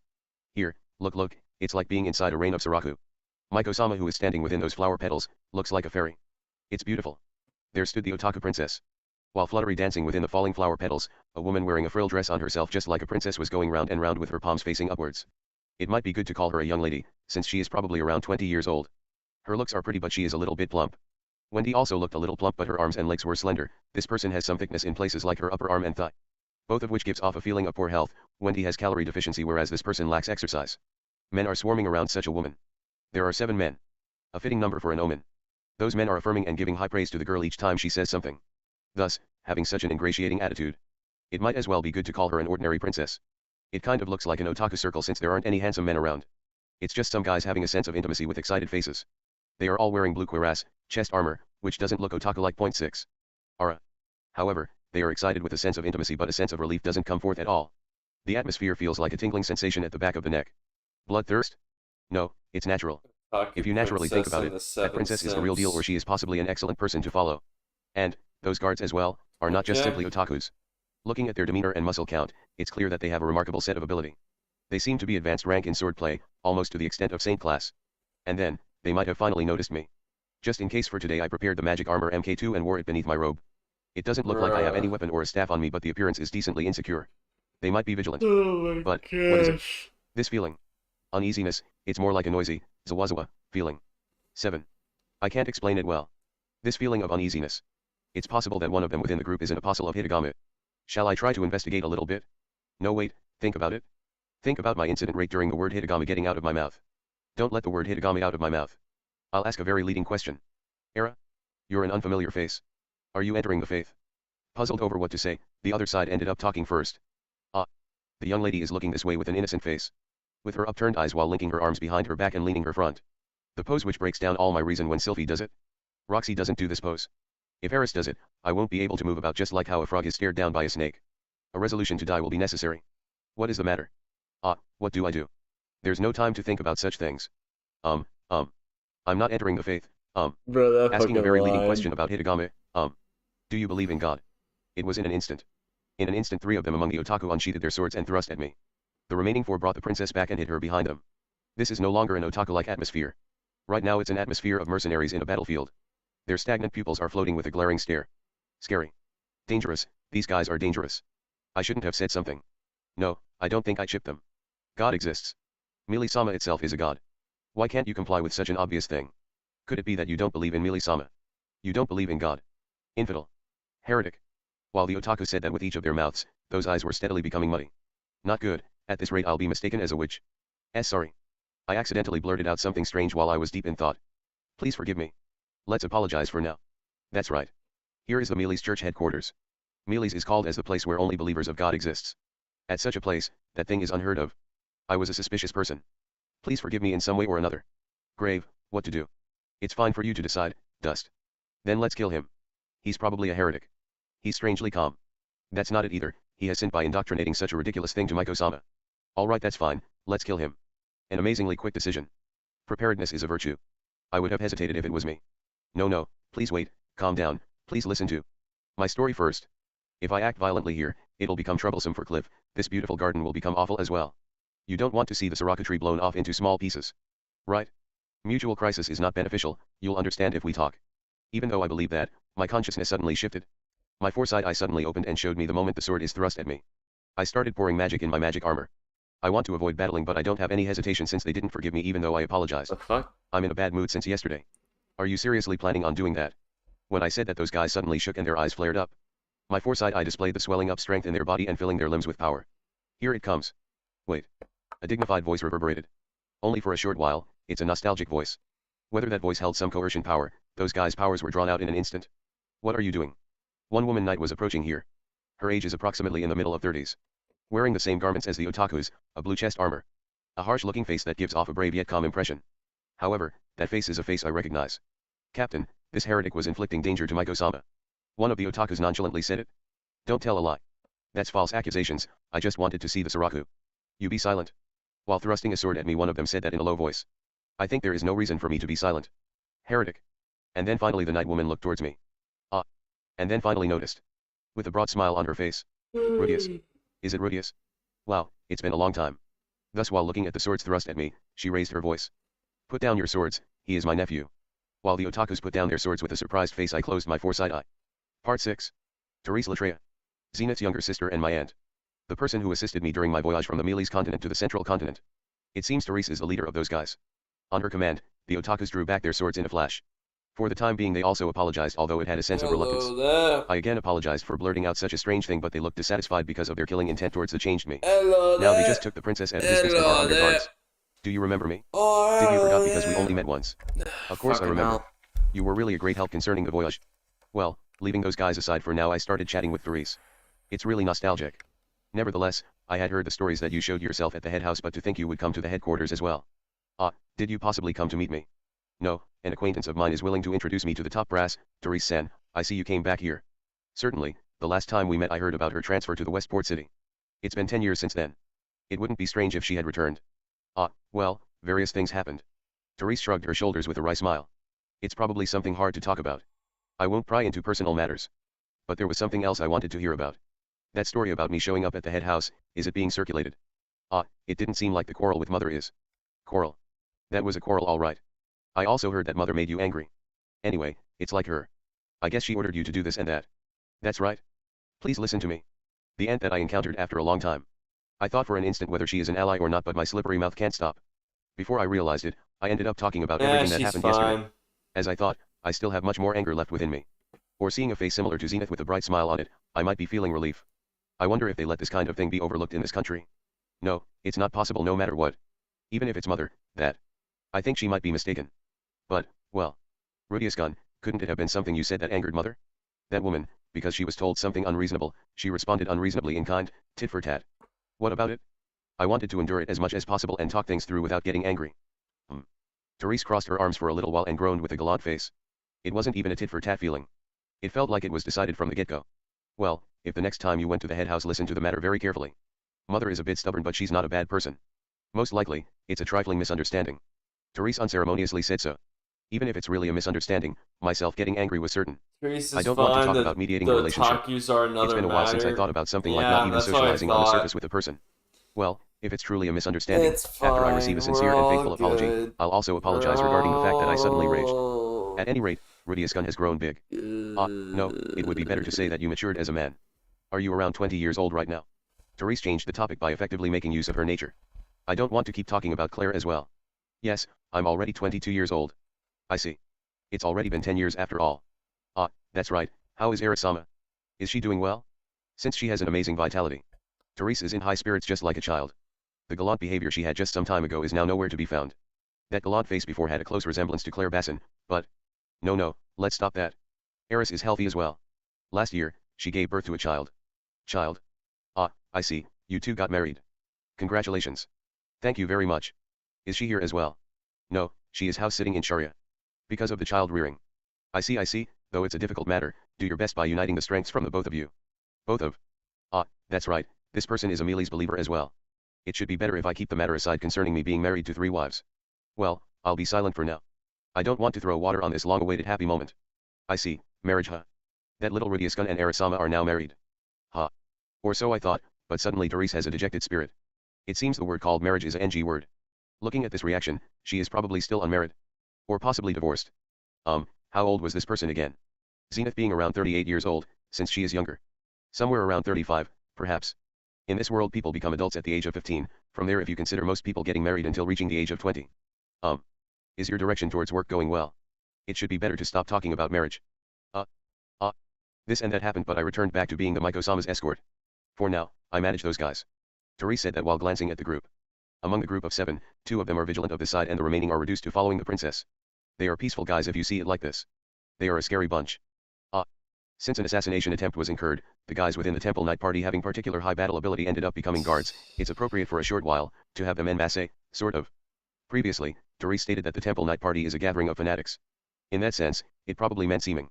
From my faux pas to let's kill him was an instant change. It was formerly Orsted's way of doing things. Well, they just have a little insistence on their doctrine, they aren't such bad guys. Since everyone likes Miko-sama very much. That's scary. I get the concern for their belief in God, but don't end up not looking around the surroundings because of that. Even the God of you all guys will be generous. Say, Therese. Can I also join in the conversation? That time, an abrupt voice came from the back. The Otaku princess was speaking in this direction. It looked like the entourage behind her would unsheath their swords anytime. Just now, I heard the name called Eris. Are you perhaps an acquaintance of that red-haired Arasama? That swordswoman. She is the Miko, huh? They just call her Miko, but I wonder what her real name is. Is it Nurse Point 8? Let's try to ask. No, I'll give my name. I was called cheap when I gave my name to Claire before, but saying your name like that is the courtesy of a warrior. I'm late in my introduction. My name is Rudius Grere. I have taken on the task of serving the Dragon God Orsted, the Sword King Eris Grere is my wife. Dragon God and Sword King. Hearing those two words increased the insecurity of the entourage. Reacting to the matter regarding Dragon God, as I thought an apostle is mixed within them. No, but it's 7 all in all, it might not be relevant. Wow. Is that how it was? Eris-sama is the benefactor who saved my life 10 years ago. If it's 10 years ago, then that means during the time I came to Millis. Certainly, I also remember that story. The story of how Eris set out for goblin extermination but ended up exterminating an assassination. Can Eris-sama be seen here? Unfortunately no, because she has to look after the child she is house-sitting. That's regrettable. When the princess displayed a sad expression, the entirety of the circle's eyes hang down. It's a little charming. These guys really do like her. But wait, even though I gave my name, no name is coming back. I wonder if I can just call her Miko-sama. But, in that case it will become something like, I was saved by Dragon God Orsted-sama. What? That is not related. Me and Eris as well. He's flexing so hard. Yeah, I know. However, I know right now I'm a subordinate of Orsted. He really Eris is. accepts that and assists me. It can be said that Eris is Orsted subordinate as well. What can you do though? Just saying facts, bro. You're just stating the facts. You're just laying them out. Can be easily exposed. You no, gotta at that time me and Eris as well were not acquainted with Orsted Sama. However, if Miko-sama were to bestow her sense of obligation, then in the future, when Orsted Sama will be able to hold back his hostility, he will gratefully receive it. A person I haven't even met holds hostility. Forcing it. It's because Orsted Sama is cursed as such.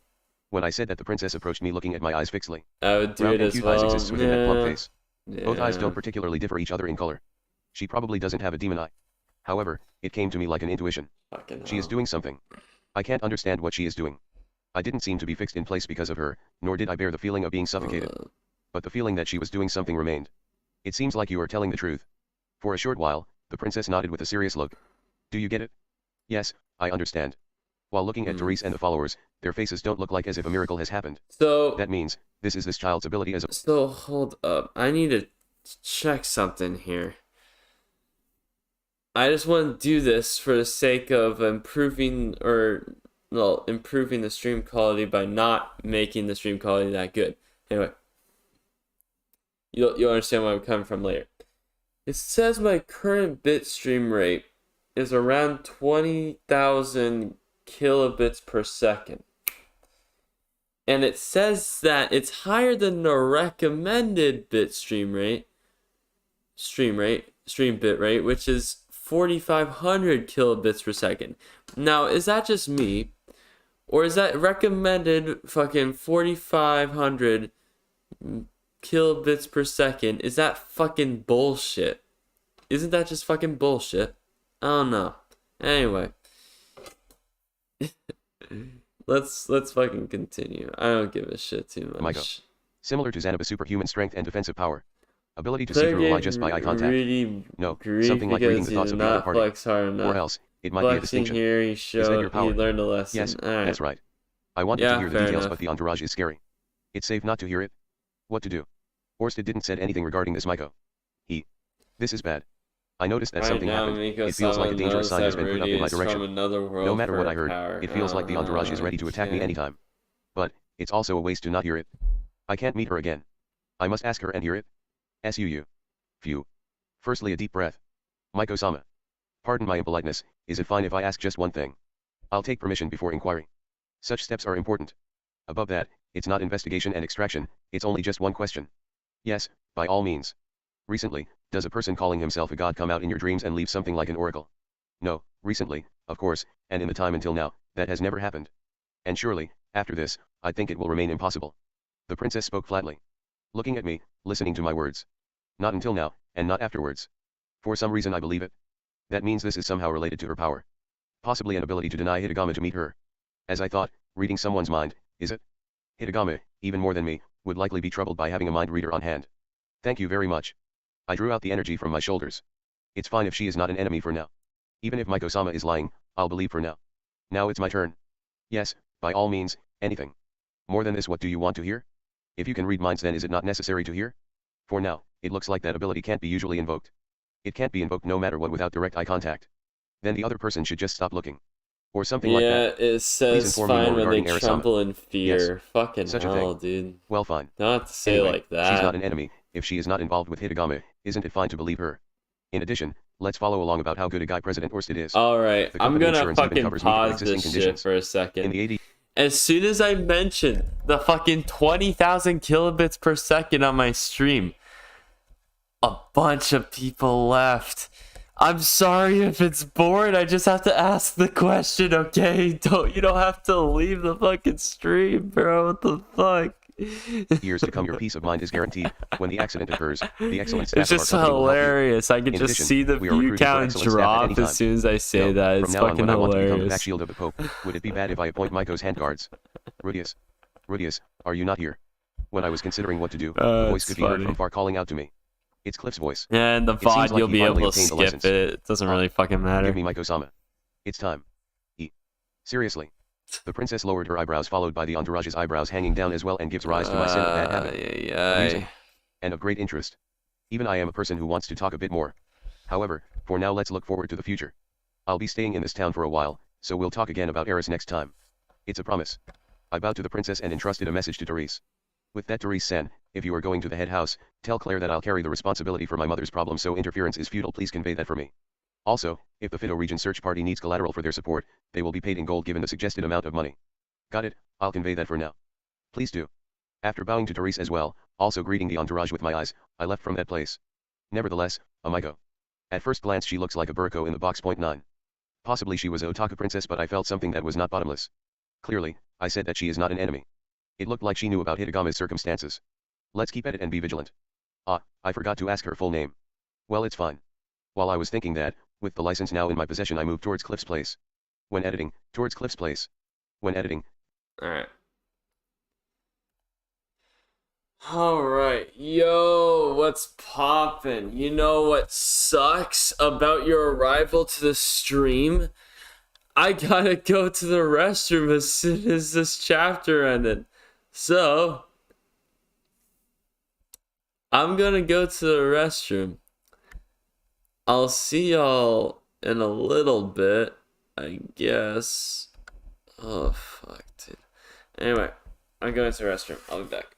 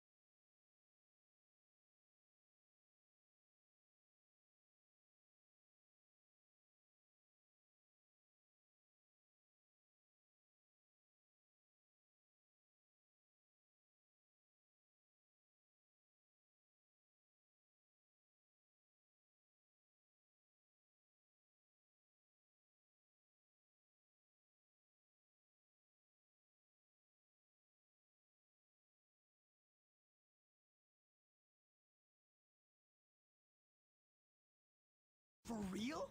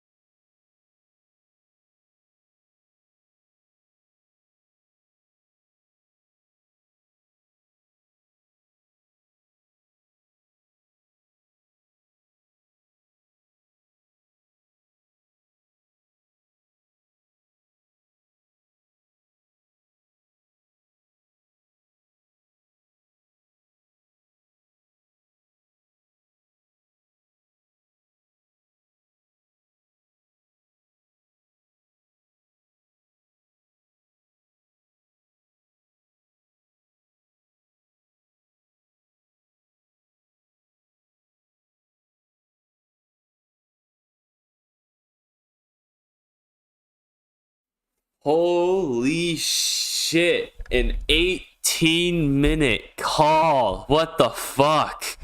Dude. My boy, what the fuck was that? My boy, what the fuck was that? Anyway, back to this shit. Bruh. Alright. Meeting with the Pope and ... question mark? Exclamation mark? More ellipses? Whatever the fuck. I don't care. Chapter 220, Meeting with the Pope, and Part 1. I will store your luggage. Before entering, we were searched. Yeah, store my I guess luggage. They were looking for weapons to confiscate. From my favorite knife, to my scrolls, I had to leave everything behind. However, my armor itself wasn't considered a weapon, so I didn't have to undress. Cliff didn't say anything, probably because he trusts me. In good faith, I also deposited my left gauntlet with the mana-absorbing stone and my right gauntlet equipped with the shotgun. The center of the building was like a labyrinth. There weren't any straight passageways, every passage was curved. Moreover, because the passages are all painted white, it's hard to discern what's ahead. Naturally, this is the heart of the Millis religious community. Just like a fortress, it was probably designed to withstand enemy attacks. Following Cliff's swift pace, we quickly arrived at the Pope's office. The office was guarded by 2 knights and protected by a barrier. I'll tell you now, you won't be able to use magic past this barrier. Yes. The barrier must be at least Saint or King ranked. I wonder if these knights can match Saint or King ranked skills. I'm not sure, they might just be here to buy time in the event of a battle. Your Eminence, greetings. Cliff's grandfather Harry Grimoire, on the other side of the transparent barrier. He looked like the good-natured old man I imagined from the letter. He had a long white beard, and wore bishop-like robes with gold embroidery. Yes, thank you. His voice was powerful like Sorrow's, but not sharp like Riada. He had the aura of an exceptional person. But, he seemed to be conscientious of his own power. I see, so this is the Pope, I understand, something. It wasn't his aura, it was his hat. Point 12. Just kidding. Allow me to introduce Rudius Grere. We studied together at the Vanilla Magic University, he was my Calderhe. His talent for magic surpasses my own, he is an extremely skilled person. Because of our long-standing association, I wanted to take this opportunity to introduce him to your Eminence. As Cliff made my introductions, the Pope slowly nodded with a gentle expression. I should probably handle any further explanations. Cliff introduced me as a friend, the rest is up to me. We discussed this last night. I see, so. Rudius Dano, for what reason have you come to me? Permissions for your mercenary company? Or, is it for permission to sell your supered race dolls? Or perhaps for counsel on behalf of Dragon God Orsted? It's different. Cliff, well, it's already too late. My purpose, the reason I came to this country. It's fine, it would have come up sooner or later.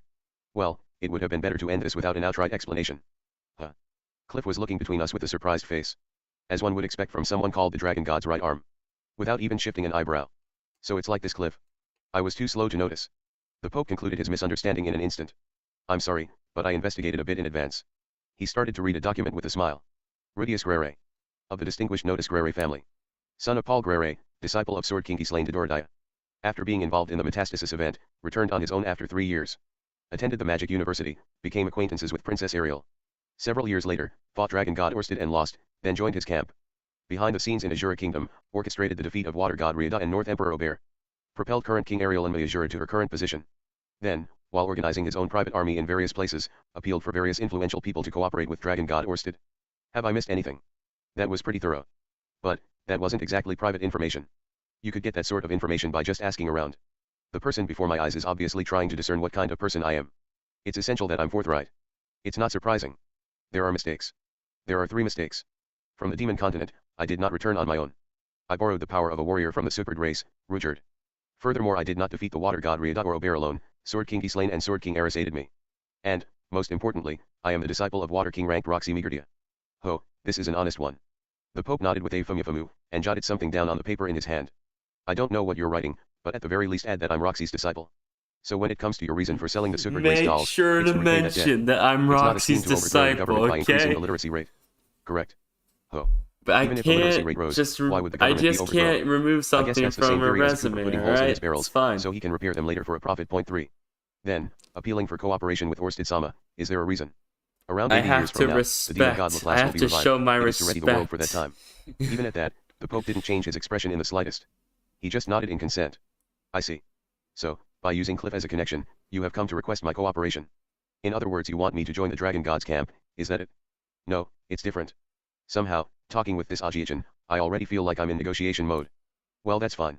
Negotiations are necessary. I guess I'll start. I am here to support my ally, Cliff. Ho. Supporting Cliff from behind, is that it? No. Certainly that was my intent at first, but Cliff said I want to see how far I can climb with my own power. At least, until he is known as Cliff Dono here, I will not be participating. The Pope's lips curled into a smile as I said that. He had the face of a grandpa whose grandchild scored 100 on a test. Is that so? Cliff said such a thing. Yes. So, today, Rudius is here as a subordinate of the Dragon God. He said it honestly. The other side seems to be studying us. We may have glazed over some information, but our responses were generally correct. Well, he might think differently, I don't know yet. We haven't told any lies. An honest person may be a fool, but people don't hate honesty. I have 2 requests, your backing for my mercenary company, and permission to sell the super dolls. As for the matter of the Latria house, I'll leave that aside for the time being. That's a personal matter, I'll show restraint, it should be possible to form a connection. The Pope watched me with a soft smile. I guess that's his poker face. Even if he's laughing, his expression won't change. I don't think the relationships between people are something easily broken. The Pope said that as if stating a fact. Perhaps that's a warning. I don't plan to abandon Cliff. I don't think Cliff would abandon me either. So, in deference to your ties with Cliff, I will support your mercenary company. He said that readily. I expected some kind of quid pro quo, but I guess not. This is probably out of consideration for my friendship with Cliff. At any rate, if Cliff plays his part, it will bring great benefits to the Pope's faction. For the Pope, this might be a down payment. However, permission for the super dolls is difficult. Why? I am in the pro-demon race faction, and the Pope. However, recently the anti-demon race faction has grown powerful within the church. In the present situation, I do not have enough clout to permit the sale of the super dolls as an arbitrary decision. The next Pope, surely, will be selected from the anti-demon.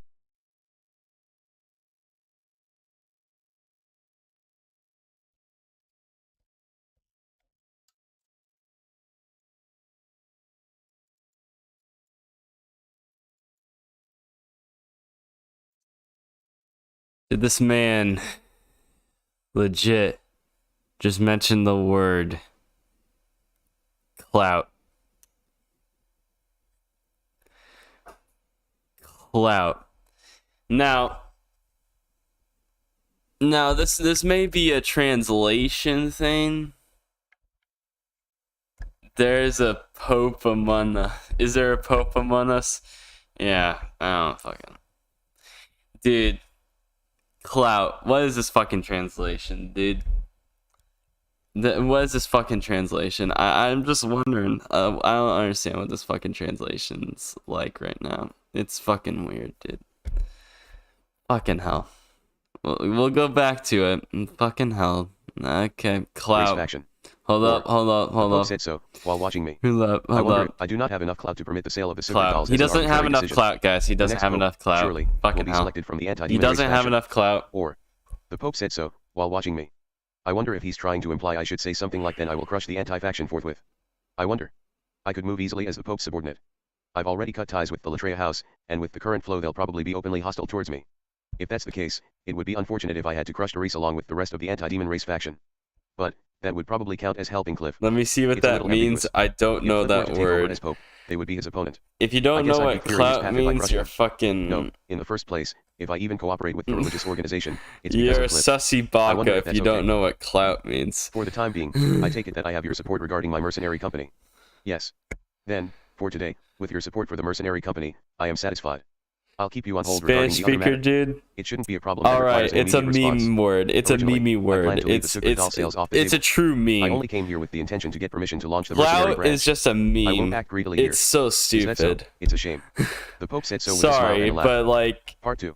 Cliff still had things to do, so I left the headquarters alone. I'm sorry, but it's just so funny to me. It's just so funny to me that he used the word clout. It's just so funny to me that he used the word clout. That's just constantly used in like rap music and like fucking weird ass shit. Just random ass memes. Constantly used in the podcast trash taste. Constantly used among like many of my peers. And it's just strange to see the Pope use the word clout. Not reputation, but clout. I don't even know anymore, dude. I don't care if you already looked it up. I'm still reflecting on this shit. This shit is fucking stupid. Even good-natured people like Therese. I would have expected them all to be fanatics. This translation is fucking weird. Needless to say, it's the pro-faction. This translation's fucking weird, dude, I swear. Even though I hate the Latria house, I'm not ungrateful towards her. Apart from her followers, the Shrine Maiden herself doesn't seem detestable. So, being reserved isn't wrong. I think. As I originally there planned, really if is possible, a Pope I want to maintain a neutral us. position. A lofty ideal. Anyway, I should probably plan for more contact with that Shrine Maiden. I'm curious about her ability. Whether or not she's one of Hitagami's apostles. That possibility still exists. It's difficult as always to discern apostles. At least, I didn't run into Hitagami's interference setting up the mercenary branch in Azura Kingdom. Are my actions harmful to Hitagami or not? At the present, I don't know. It's useless to think about. So, for the time being, I'll be grateful that I haven't run into any obstacles and act as I always have. The moment there's a disturbance, when you feel something out of place, is the moment to look for an apostle. I have to keep my eyes open for suspicious people. Fuck? The Shrine Maiden. Is clout a normal fucking word? Is it a normal cloud in the English dictionary? And they just fucking and it would be nice to get in touch with pop by installing a communication lithograph. Abused the shit out of it and turned it into a fucking weird ass fucking word. So I should get started. First, to purchase a suitable building for the mercenary branch. Shit. Then set up a communication lithograph and a magic teleportation circle in case of emergency. He ain't got the clout. Okay. The first step is to select a building. The next step has been decided. I haven't even been paying attention to what's actually happening. Whether we set up in the adventurer district or the commercial district, she'll know what's best. Aisha should have a good understanding of the area by now. Having a trusted business partner, it's really reliable. The problem is Zenith. With Aisha out, we won't have anyone to look after her. Perhaps Wendy could be taught to care for her. You did that on purpose, didn't you? What the fuck do you mean? What the fuck do you mean? Did I mention the... Did I bring up the fucking Pope saying the word clout just so I can have a beer? Is that what you're saying? No, I was gonna have a beer anyway. But bro, what the fuck? The thing can't be helped. Let's have a discussion about it back at home. Gosh. Part 3. I left through town on the carriage and returned to Cliff's house in the religious district. It's dusk. My stomach is empty. I'm looking forward to dinner. I hope there are fresh eggs around here. Boiled eggs, fried eggs, omelette. There's bread too, so fried pork cutlets are also possible. With just an egg, a whole new realm of foods open up, to increase my enjoyment. Our cook, Aisha, is really skilled. Here I am. With an empty stomach. Not coming back until now, what's with that? The second I returned, I heard Aisha shout. I hurried inside the house. There, was the figure of my sister next to Wendy. Why did you go out, for? I mean, isn't it okay? Why is the person who went out to be believed? Yesterday, you heard it too, right? Why didn't you explain the circumstances? Yet you went out the next day like nothing happened. Why are you so obsessed with clout? It's just such a fucking meme word. It's just such a fucking meme word. I'm sorry. It's just such a fucking meme. It's just a meme. It's so fucking meme. It's such a fucking meme. It's such a fucking meme. Even so, then, after what happened yesterday, didn't understand it well, but it's alright. I just said it. It's not alright. You should have taken us with you. Aisha went to throw a punch, but Wendy held her back. Meme, dude. Aisha is enraged. Such a fucking this meme. Is rare. There is a Pope among us, I caught Aisha's next punch. Aisha, calm down a little. Fine. She shook me off. But, Aisha seems to have become a bit more aware of herself. Oniakan. I'm sorry. She clasped her hands and looked down. What happened? For the time being I'll ask that. If I raise my voice now, then I'm just as at fault. Thank Philip for that comment. Aisha looks down with a blue face, and doesn't answer. She's normally a child who answers quickly. Well. As if she couldn't stand it any longer, Wendy answered. During the day, Jisoo appeared. Jisoo. He came to see Zenith-san, and said it was unfortunate she was cooped up even after her long-awaited return home. Aisha answered this time. Didn't he come back?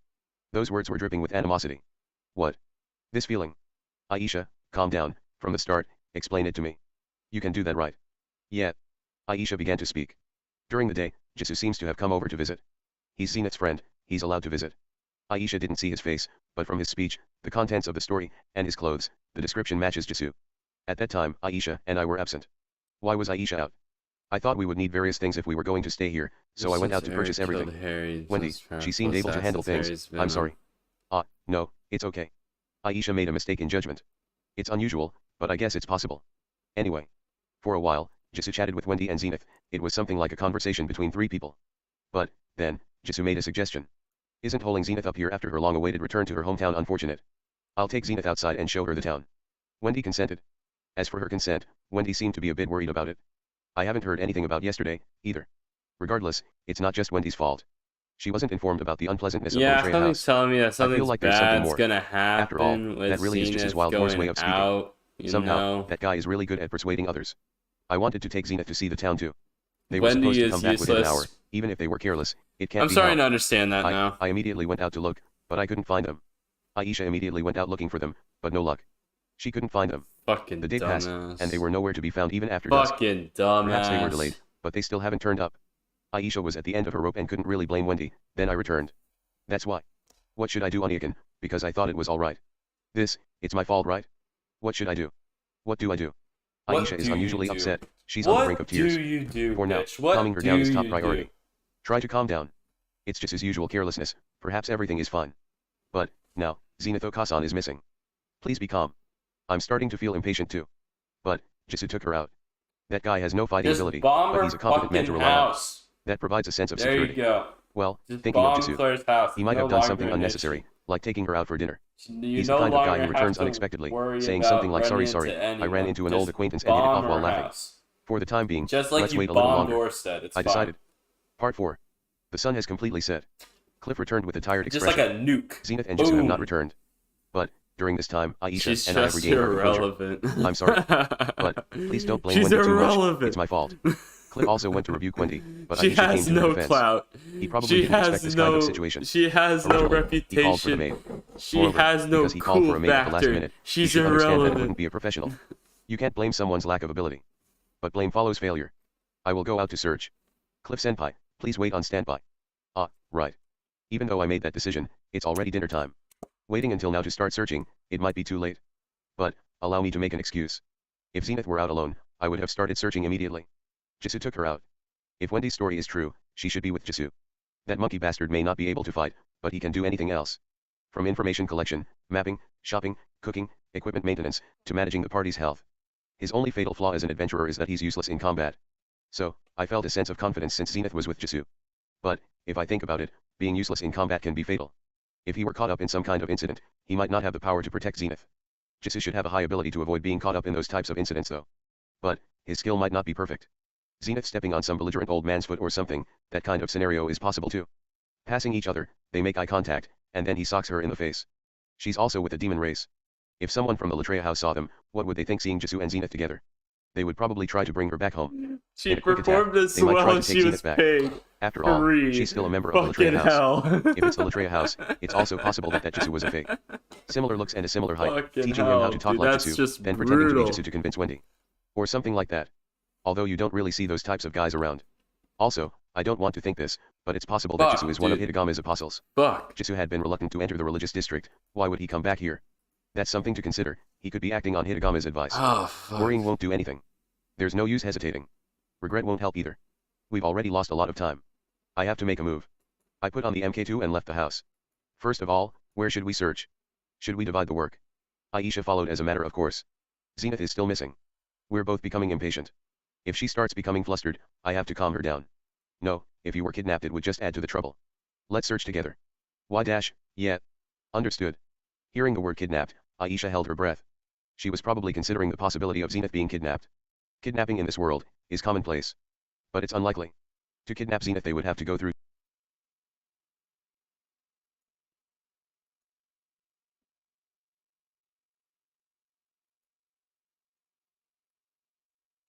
definitive Dawn tier list.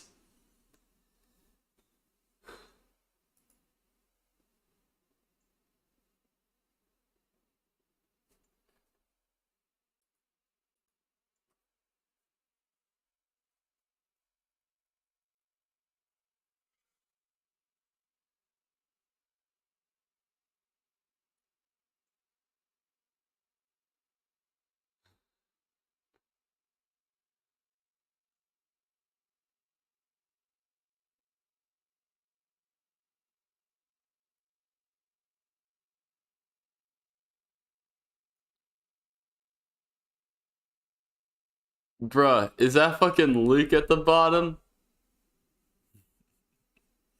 I guess. I guess. That's fucking stupid as shit. The definitive Dawn tier list, everybody. Gargantuan. Orsted, Bodyguardy, fucking Eris, and is that the Sword God? I can't really tell. Massive. Fucking Rudy, Zanova. Rudy's a no-go. I doubt. Nah. He should be down a little bit. Zanova. Oh, depends on what happens this volume.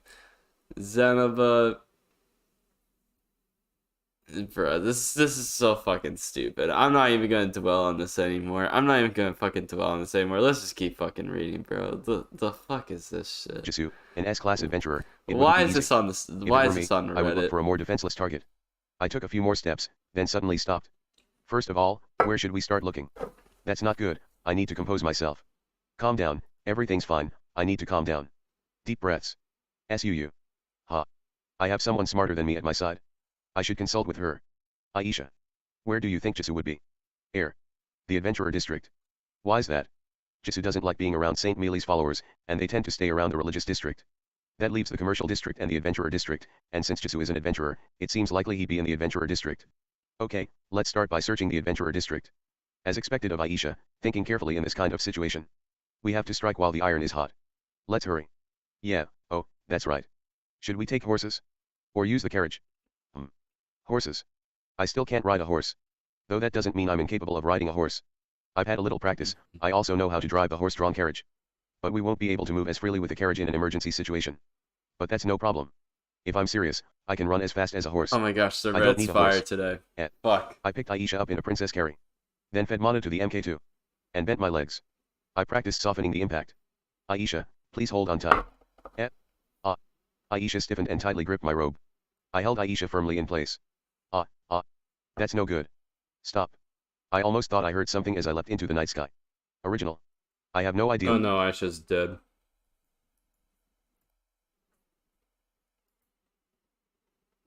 Chapter 221, Playing Dumb. Part 1. We arrived at the Adventurer District, after a mere 10 minutes. Aisha's body was trembling, and she sank down to the ground. Her legs seemed to have given out.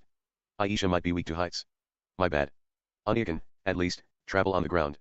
A lot of my family and acquaintances seem to be bad with heights. Sylphie's also afraid of heights, and I'm not so good with them either.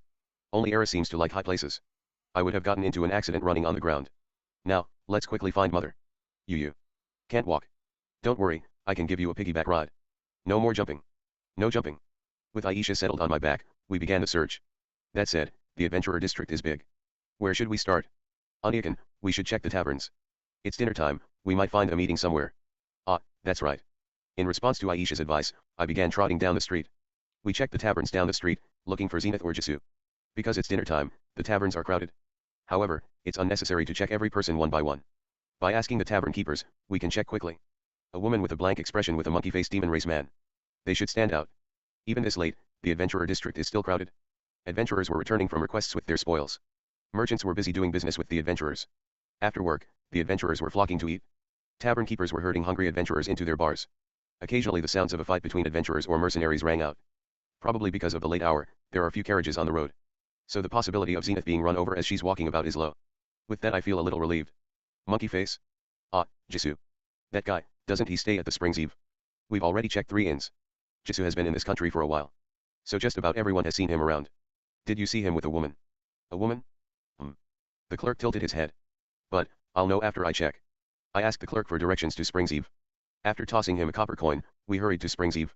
I have a bad feeling. Part 2. The Springs Eve Inn was on Skid Row. Prostitutes lined the streets, while men with vulgar expressions passed by. The red light district is probably nearby. This is Millis, there shouldn't be such a thing. Even so, men were watching us with curiosity. A serene silence follows us, I wonder if we're floating. Haha. What kind of play is that? Oniakan, it's embarrassing, put me down. Nope. They were staring at me piggybacking Aisha. I let Aisha down, and the stairs stopped. Springs Eve. It has a normal front, but there's a lot of tough-looking guys coming and going. Well, after coming to this world, I've become pretty tough as well. I can enter this kind of place without being afraid. Frankly, those guys at the Rudo mercenary office in Sharia are more intimidating. The idea that Zenith might be in such a place makes me anxious though. Jisoo, what are you thinking? If that guy playfully says something like he sold Zenith to a brothel, I won't forgive him. I'll have 2 fists waiting for him. Aisha. As we came through the entrance, we heard the hustle and bustle of the bartenders along with energetic voices. He probably it's not a particularly bad atmosphere. To like some it looks bad from or the outside, shit. but there's a bright atmosphere inside. As for the class of visitors, there aren't some only place bad-looking that's guys, like there are also a lot of ordinary adventurers. Immediately provides after some confirming the room, memories, I went you to pull know. aside the nearest clerk. But I was too clever for that, so I said these 3 magic circles might be traps. What if there's another passage? There. Towards the back of the bar, a monkey-faced man, bragging proudly to a group of young adventurers. It felt like a familiar scene. There was one boy with spiked hair. The other boy had a nose piercing. And an honest-looking girl. 3 people. Zenith isn't with them. I don't see Zenith anywhere around here. Then, just as I suspected, we searched the floor, and there it was, the hidden passage to the boss room. Jisoo noticed me as I approached the table. He had an off face. Jisoo. Why dash? I'll look for it.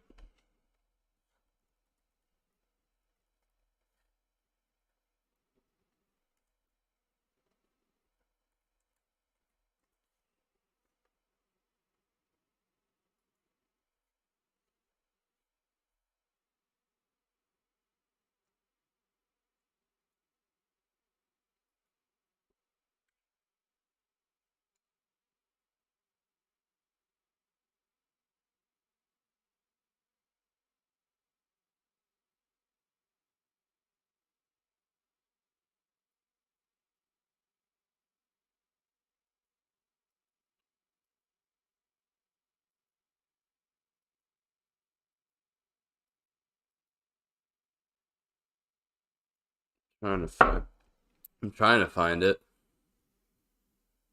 The fuck is it here?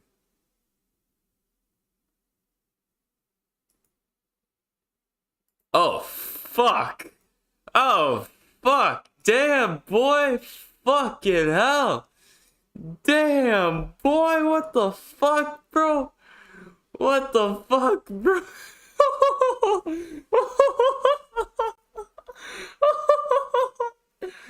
Oh shit, Geese, what the fuck, Geese? Yo, he's about to fucking die, dude. Yo, wait a sec, bro, what the fuck? Oh, fuck. Clerk. But I was too clever for that, fuck, no. So I said these 3 magic Yo, senpai. I was just talking about you. You guys, this is Quagmire. 3 people with frightened faces. Like girls, they cowered in their seats. What? What kind of reaction is that? Forget it. That kind of thing, there are more important things to hear. What first? Alright, first, I should determine if Hitagami is involved. Jisoo. That's bad luck. To become my enemy. Huh? What? You've heard it, haven't you? A revelation, from that guy. Now that it's come to this, what to do? Whoa, dream. What? I pointed my finger at Jisu's laughing monkey face and started pouring in mana. Stone cannon, high-speed rotation. I kept increasing the speed until a high-pitched kiwon sound could be heard, like a drill. The startled young adventurers started to get up. Don't move. They instantly froze. Then, I met Jisu's eyes, and asked again. What were you told? Tell me everything. Tell me and I'll spare your life. Oi, oh dash, oi sari dash, seriously, st dash, stop it. That's no good. I dash, I don't know, I was bad, stop, don't bring it any closer. I inched the tip of my finger towards Jisu's head. Then Jisu leapt up from his chair and prostrated himself on the spot. And, without an ounce of shame, began apologizing. I did something wrong. And for that I'm sorry. I have angered Rudius. But I don't know what I did. Please tell me. I did something bad, I'm sorry. I am truly sorry. What's this? This isn't what I expected. It left me dumbfounded. I guess he's not Hitagama's apostle? I don't know. However, after all this, I feel like I'm the one who should apologize. Look at his fucking ass, with a puzzled look. He was red-faced and drunk, staring with a blank look of confusion. If this is an act, it's amazing. My mother. Zenith. No, after showing her around town, she was taken home. She didn't come back, that's why I'm here. I crossed my arms, and one of the boys let out a laugh. I looked over, and Aisha was in the same pose nodding. This isn't the time for jokes, it happened by chance. I gave the kid a scowl, and he stiffened up with a hot. But, I definitely said no. Rudius. We were near the edge of the adventurer district. Then, we met up with that guy from your house, and I entrusted Zenith to him. What? I sent someone? My house? Cliff and I were at the religious headquarters. Aisha was out shopping, Wendy was at the house. No, that's not it. It's not my house. Was it, someone from the Latria house? Yeah, I checked their coat of arms. Without a doubt, they were from the Latria house. My heart's starting to race. The Latria house, Zenith, was taken. Calm down, focus. First, Jisu took out Zenith. But why? In the first place, why did you take Mother out? Even if you ask why, I haven't seen Zenith and Senpai in such a long time, I just wanted to try talking for a bit. He did it on a whim. Okay. That seems like the normal Jisu. No wait, that's strange. Why did you know where to find Cliff's house? I asked by the Latria house first. Well, I didn't really want to go, but I thought it would be okay because of Senpai. Then, I heard you and Zenith were staying somewhere else, so I asked for directions. I thought you hated entering the religious district. Yeah, I don't like to go without a reason, but that doesn't mean I'd never go. Jisu's excuse was a little airy. Vague. Well, he's been drinking, it's no wonder the story is confusing. I get it. I understand what happened. In other words, the story was something like this. Yesterday, I left the Latria house in a rage. But, we returned to Cliff's house on foot, so we could have been tailed. Careless, I never noticed, they must have found out where we were staying. The Latria and Grimoire houses are in opposing factions. They probably wanted to save Zenith, it's not hard to imagine. That said, it would be difficult for them to attack the Grimoire house. Their faction may have the upper hand, but a scandal like that could take them down. So, the Latria house used Jisu. A man from a demon race who nonchalantly introduced himself as my friend. Normally, they would turn someone like that away. But, despite being part of the anti-demon race faction, they must have come up with a plan to use him. They used him to get Zenith outside the house. Jisu didn't immediately bring Zenith out, and they had to take into account any other escorts. However, there were no other escorts. I was out, and Aisha had left with bad timing. Those Latria guys lucked out, and were able to smoothly secure Zenith. After all that, they'll probably just play dumb. As for Jisu, they'll probably pretend not to recognize him. They'll say something like there's no way we would associate with a filthy demon race. Zenith has been kidnapped, they must be holding her somewhere. She must have a caretaker or someone I can follow. Oh dash, oi, senpai, what's wrong? Oi, never senpai. Mind that. What's when you went to the Latria house, hell? What did they say? Something like Zenith would miss seeing her hometown since she just came back and that I should take her out. It's not Jisu's fault then. He didn't know anything. He went to the Latria house because I was the one who said I'd be staying there. He thought that was my house, and they answered his questions, so he had no reason to doubt them. In such a situation, it can't be helped that he became a puppet. It was my own carelessness. I should have checked on Zenith today. Because of that single mistake things had become like this. After all this, I wish I had stealthily taken Zenith out to see the town. Regrets are useless. I need to rescue Zenith. Jisu. Actually. After hearing the story from Jisu, I decided to ask for his cooperation. In this kind of situation, I'd like to have Jisu's support. Even so, this guy is also responsible. I don't think he's one of Hitagama's apostles. Seriously. When I finished my explanation, Jisu had a bitter face. I see, yeah, I thought it was a little weird. Senpai wasn't staying at the Latria house. I thought Senpai was just taking her out, something like that. A discrepancy in information. A weakness was shown, and the opponent exploited it. But anyone could have made that mistake. It's time to save Zenith. I understand. I want to cooperate. Yeah. With Jisu, we decided to immediately go confront the Latria house. Even though it might be useless. Part 3. By the time we arrived at the Latria house, the town had already fallen silent. Dinner has passed, it's evening, people are probably preparing to go to sleep. I intended to rush over here, But I had 2 passengers. There's no helping that it slowed me down. Aisha was half in tears muttering something like Oniakins a fibber. 1. We're here. Now then, the Latria house still had their lights on. But there was nobody at the gate. There's no doorbell either. I need to call someone over to let us in. Should I yell? If I were a normal visitor, what would I do? No, if I were a normal visitor, I would probably turn around and leave. What do I care? It's Rudius. Get out here. I let out a shout while I banged on the gate. I don't care about disturbing the neighbors. They may not think it's a great cause, but the justification is there. They abducted Zenith, they're in the wrong. But if the person who claimed to be from the Latria house and took Zenith from Jisoo was a fake, then Zenith really was kidnapped. Even though I intended to cut my ties with the Latria house, this is their problem too. There's no answer. I continued banging on the gate and shouting. The metal gate started to warp from being hit by the MK2. I want to have a chat about a matter concerning my mother. Still no answer. Better yet, I'll just break the gate. This gate is going to break if you don't send someone out. Nothing, they seem to have declined my offer, so I started packing mana into my right hand.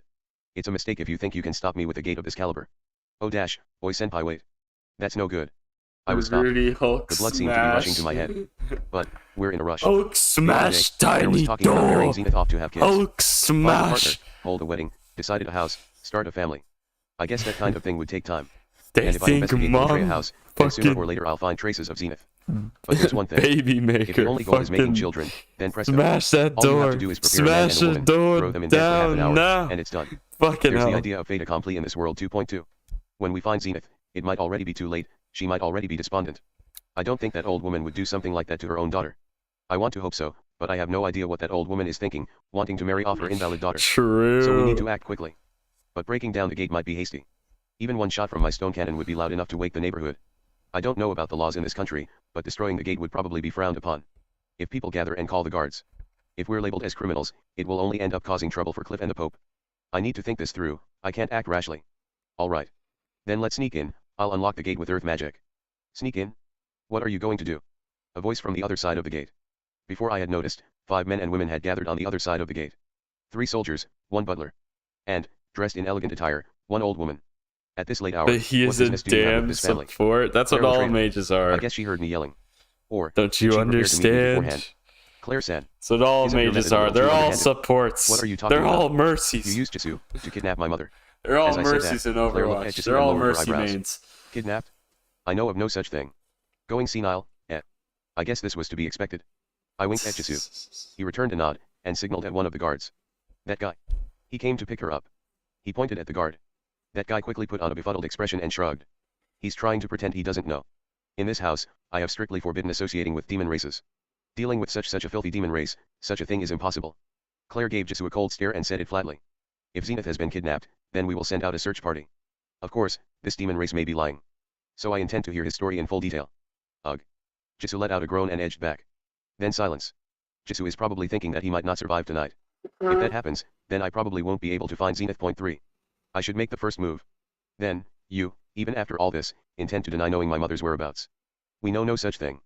Even if there was, we would have no obligation to share such information with someone who has cut ties with this house. Yeah, true. Saying one disagreeable thing after another. If Zenith, Aisha, and Cliff were in it, he probably What's the point of provoking me? Perhaps, this fellow he probably would have wiped this whole fucking place I can't read Hidegama's intent. I used Emperor Possibly, magic she by really mistake. might not know. If it comes down to that, has Jisoo been telling lies? Why would Jisoo lie? Well, he is a liar, but he doesn't tell the kind of lies that get people hurt. Officer, I can explain. Rudius said. If you still believe I am lying, would you like to search my estate? I Claire let out a snort and sent me a cold look. She's certainly confident. She might have already moved to another location. When you search and don't find anything, please leave it at that. After all, you don't have any relation to the Latria house, now do you? I probably have a bitter expression. Even though this suspicious person is in front of me, I have no way to tell if she's speaking the truth. I need to keep talking, but words aren't coming out. I'm worried about Zenith. But, judging from this old woman's eyes, I don't feel like I can get Zenith's location. Rather, I could abduct Claire and force the location out of her. No, that's no good, let's not. I have no evidence. Only Jisoo's word. But, if it's true she was abducted by the Latria house. Wait, calm down. First of all, I need to focus on this conversation. I knew she would play dumb from the start. Mother. What relationship does she have with the Latria house? That child is my daughter. As her mother, I have a duty to take care of my daughter who has strayed from the path. That. By marrying her off without considering her own will. I am Zenith's son. My father told me to protect my mother even if it cost my life. I have a duty. Until I die, it is my responsibility to look after her. So please, return mother, for. Claire did not answer. But she averted her gaze like she was unable to bear looking at me. Why are you making such a face? What is she thinking, 5. She's losing her composure. 6. Even Therese didn't say she was a bad person. She's just difficult. 7. That's right. Yeah. I have to endure it, I have to keep her talking, and figure out her intention. The palace guards have arrived. It was different. Claire didn't avert her eyes. Rudius, she was looking behind us, out into the street. Do it! There, fucking guards, do it! with lamps in hand, were running towards us. That is enough, piling up accusations in such a place, will I have to report you? I glared at Claire. I gave a cold glare to this stubborn old woman who wouldn't listen to a word I said. In my head, a vision of holding this old woman hostage and demanding she return Zenith flashed. This gate is virtually nothing to me. I could burst through the gate, hoist the old hag by the neck, and shout bring Zenith, now. To those guys. It wouldn't even take 2 seconds. Only an instant. But, would that bring Zenith back? Looking at this old woman's cold-hearted face. The other day, I went on a rampage. From what I heard later, I blew away 6 or 7 guards. Now there are twice as many guards surrounding me, and probably more on their way. But, the only thing separating us is the gate. Even if I have to take you hostage, I will find Zenith. Then do it. If you think that will bring Zenith back. Arrogant. Where does she get the courage to say that? She should understand, I won't hesitate to act violently. Don't you care about what happens to you? Why do such a thing? Shit, I can't read her intent. Do you want me to go on a rampage? In front of the palace guards? Claire-san, could it be, you have been receiving divine revelations in your dreams? Huh? Asking that so suddenly? Divine revelation. Claire, for a moment, broke her cold expression. She had a blank face. Completely, without any idea. Jisoo had a similar face earlier. No. She's not one of Hitagama's apostles. However, that expression only lasted for a moment. She averted her gaze, and focused on the approaching palace guards. Temple Knights bowed a vision of the city guard. We heard reports of a loud noise. What has happened? These people. I understand. We will withdraw for today. Saying that took my last ounce of reason. Part 4. It's time to return. While feeling depressed, I walked down the street of the residential area. My thoughts are running in circles. I understand that I am not calm. It's hopeless, anger and frustration are consuming my thoughts. Calm. I have no idea where Zenith is. Yeah, of course you're not fucking calm. In the face of that silent response, I am convinced. Claire took advantage of Jisoo to kidnap Zenith. I have no doubt. Though I was also at fault. But without even coming to talk, to abduct her one-sidedly, feign a ghost, and then send me away. Damn. That went badly. I'm no good in those types of situations. No, Jisoo. You're not bad. You were thinking of Mother, and even went to the religious district for her, didn't you? Jisoo isn't a bad guy. He was just used. Although I think the timing was too good. Jisoo. Mother, can you find her? It's possible, but it might not go well. I guess. Jisoo is a demon race. Just walking through the residential area, he attracts the eyes of passing soldiers. Searching the religious district would be next to impossible. I need to search for Zenith. But, even indirectly, he can be useful. I don't care about the methods as long as we can find the place. I also have an idea. Rudius Grere is the enemy of the anti-demon race faction starting today. Claire Bassin, you caused this. I'll do it. Aisha, Jisoo. This may be a little dangerous, but please help me. Of course. Oniakan. What do we need to do? Aisha asked in an uneasy voice. I calmly looked down at Aisha and said. Kidnap the Shrine Maiden. Jisoo lurched up. Huh? What kind of crazy stuff are you saying without warning? Then came up to me and grabbed me by the shoulders. What the hell? The Latria house has deep ties with the Temple Knights. The Temple Knights are part of the Cardinal faction. The Cardinal faction is led by the Shrine Maiden, shouldn't she have the most influence here? So she'll be the most effective hostage. With her, we can definitely get Mother back. I mean, using the Shrine Maiden in a hostage exchange is just an idea. If our opponents have resorted to kidnapping, then it would be suitable as revenge. Yet it might be effective, but think about the consequences. Even if Zenith is returned safely, the entire country of Millis could become your enemy. Millis doesn't matter. If it comes down to it, I have Orsted's power and Ariel's authority. I can give up my activities in this country. Zenith is more important. Fighting against Hitagami is also important, but I won't let that stop me from protecting my family. Senpai might be able to manage somehow, but I'm a demon race. I'll be killed just for knowing you. Jisoo sounds pitiful. Hearing the word killed cooled my head a bit. I need to calm down. The Latria house, as well as the Temple Knights, would certainly become my enemy, but everyone around me would also be put in danger. The Army Corps meeting at noon today was massive. I don't know what to do. The Pope won't take much heat, but Cliff would be targeted. Thinking back, Aisha and Zanaba were killed by knights from Millis in the future diary. In other words, if Millis becomes my enemy, I won't be safe even if I return to Sharia. Moreover, it would definitely turn into an obstacle later on. There are Millis followers all over the central continent. The mercenary company's activities may be hindered. Originally, I came here to become an ally of Millis. If they're still hostile when Laplace revives, that would definitely benefit Hitagami. No, Hitagami couldn't predict that I would kidnap the Shrine Maiden. This is just paranoia. In any case, kidnapping the Shrine Maiden, it's a bad move. No. Wait. Kidnapping the Shrine Maiden, didn't the Pope imply something like that? If it goes well, then I might be able to rescue Zenith while crushing the Latria house and the Cardinal faction. I wouldn't mind siding with the Pope. Geese Anyway, MVP if I want to sell the Rudyard dolls, it's unavoidable. Cliff should be able to understand. Fucking hell. It's regrettable about Therese. Therese is the captain of the Shrine Maiden's escorts. I'll be repaying the kindness of the woman who helped me twice, 10 years ago and yesterday, with enmity. Shit. Aisha, what do you think? I should ask for Aisha's opinion. She was looking down with a serious and troubled face, but looked up at my words. Kidnapping the Shrine Maiden, I think that's going too far. I see. This isn't like my Unyakin who's calm and composed all the time. I think. Your Unyakin definitely isn't calm. But, well, I see what she means, just now, that definitely wasn't calm. If I don't calm down, it will be too easy to make errors in judgment. Yeah.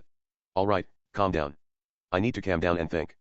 First of all, I need to blaming everything on Hinagami right now might be think. overthinking it. Thinking that guy is involved just leads to paranoia. This is a problem between me and the Latria house. For now, that is. Although I think the possibility is low from her reaction, but it's possible Claire is trying to bait me into a conflict with the Cardinal faction. Anyway, I'm a man of the Pope's faction. Doing that kind of thing to a man from the Pope's faction would be effective. Claire's actions have had the opposite effect. In the present situation, even if I suspect Hitagami's involvement, my only option is to annihilate any potential apostles. This time, I can't just go around killing people. And, like I learned in Chiron, the suspicious guys probably won't appear before me. There's no use worrying over it. So, for the time being, I'll act without assuming Hitagami's involvement. Alright. Kidnapping the Shrine Maiden is overkill. I'll stop. It's not necessary to take a hard line yet. I already have the Pope's backing. Even Therese was friendly today. If I speak with those two, I may be able to mediate a solution. Before resorting to force, there are other things to try. I went to the religious headquarters today for this kind of reason. Even if that stubborn old woman has some plan, and arranged some strange man for Zenith, there wasn't a feeling of fait accompli. Whatever the circumstances may be, kidnapping is just a means to an end. I need to put all of my actions to good use. If that's the case, I will not hesitate to reduce the Latria house to a vacant lot. No, calm down. Use of force is a last resort. Do it. I need to discuss this with various people. First of all, let's ask around. Someone should know about the Latria house's movements. As I said that, Jisoo and Aisha had a look of relief. With that answer, I seem to have been able to calm down. But, just in case, Jisoo, I want you to search for Mother's whereabouts. Searching may be difficult. If you'd like, you can employ someone to help. I have money. Okay. What about me? What should I do? Aisha gripped her fist tightly and asked that while I was speaking to Jisoo. She might feel responsible too. Well, Aisha, please keep looking for a suitable location for the mercenary branch. What about Zenith Okasan? Installing the communication lithograph and setting up a teleportation circle is an urgent priority. I need to consult with Orsted-sama about Hitagami's involvement. Oh, I see. That's right. And then? Please assist Jisoo in locating Mother. Okay. Aisha nodded vigorously. It may be difficult for Jisoo as a lone demon race, but with Aisha they should form a strong team. I have confidence in them. But, if Mother is in a dangerous situation, I will move regardless of the consequences. So both of you, be prepared to leave at a moment's notice. Understood. They both gave a powerful nod. Tomorrow I'll visit the religious headquarters again. He was probably playing Superman. You gotta do that. You gotta do that, dude. Chess problem. Indeed, it is a game of chess. 'Tis a game of chess. Fucking burn that shit to the ground. No need to play chess. Fucking do it. Fucking do it, bitch. Fucking do it. Do it. Do it. Do it. Fucking hell. How I know you're not an apostle, Jonas. Oh, fucking hell. Are you an apostle? Are you an apostle, Nicholas? I want to see that shit. Philip? Jonas? Any of you? Are any of you apostles? There's an imposter among us, dude. There's an imposter among us. Pope, Cardinal, Latria, fucking.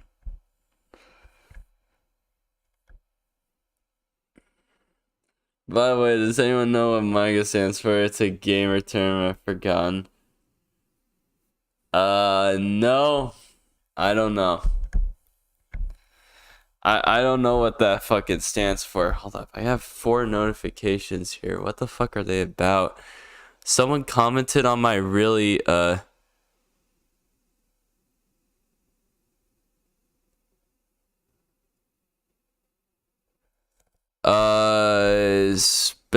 Ola Spangler commented on my Turning Point 4 live reaction. Why are you skipping chapters? Why did you skip the bonus chapter?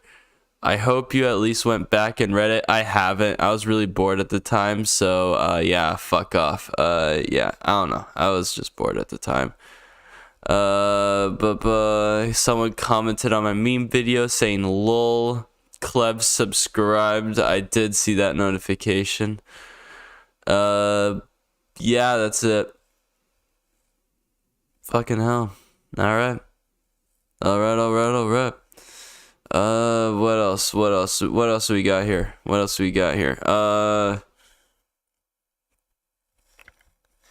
Is great. The sus can stop. It can be up to 3, like in Among Us. Opie Apostle. Okay, dude. Okay, fine. Yeah. Okay. All right. Opie Apostle. Okay. All right. I see it. Yeah. Mm-hmm. All right. Which are all of you Opie Apostles? Yeah, I'm pretty sure all of you are Opie Apostles, 100%, you know. What if it's Wendy? She's too dumb for fucking... What?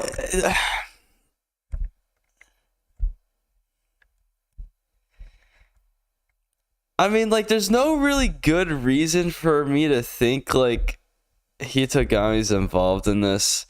Like, I gotta be honest, like, Rudius went into some, like, rash fucking...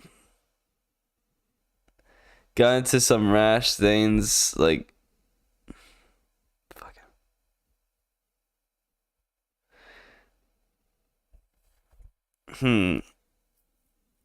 If I had to gamble on someone who's, like, the apostle... Probably Claire. She was kind of like a fucking like a no say. She didn't really say like she denied it, but she didn't really like. She kind of like just didn't respond to fucking anything. It's just she didn't really like. She was just like the ... sort of deal. That stuff was kind of like sus. Not gonna lie. So. Having her being an apostle is a possibility.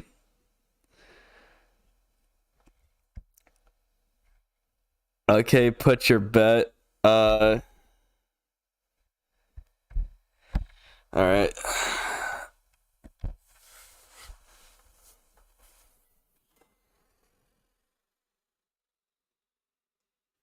I mean, I don't know what to bet. What do you want me to bet?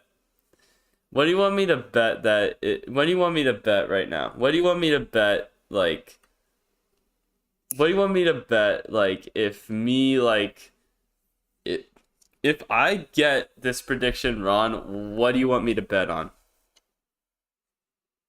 I bet in the Butler he wasn't on screen for too long.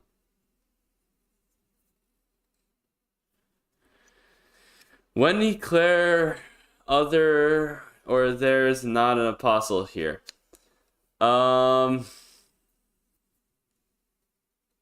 Butler did it.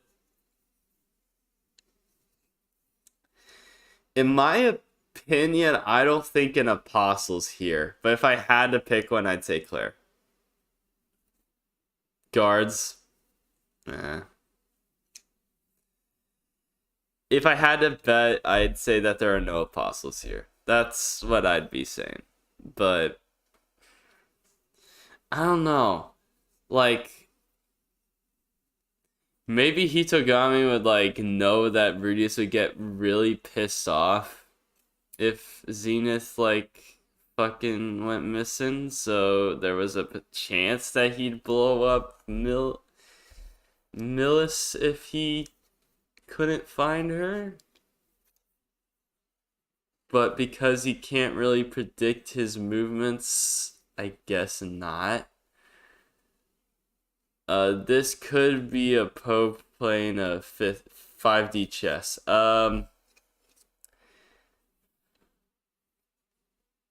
Could be. I don't know. I don't think there's any here. I don't think there's any apostles here. Pope is very sus. He is pretty sus, but I don't think he is. I think there's like some... I think this is some misleading shit. I don't think any of them are apostles. I don't know. I don't think any of them are apostles, but if I had to gamble, I'd say Claire. Your bet is Claire / no apostle, carry on. Yeah. That's my bet here. But what do you want me to bet on? Like what if I get that prediction wrong? Like what do you want me to bet?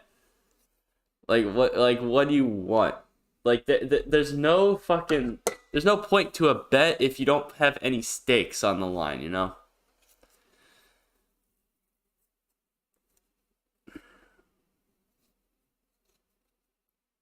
There's no point. Like, okay, chat, come up with something. Chat, come up with something. Get upside down and drink a beer. No, I can't go upside down. Say Sylphia second to Orsted. I already said that in a comment. I said in my heart, Sylphie. In my mind, Orsted. That's what I said. I said that in a comment on one of Chibi Reviews' videos. Yeah, but yeah, that's not a good bet. I kind of already did that, kind of, sort of, not really, but yeah. And that's just like a fucking meme. I could meme all I want.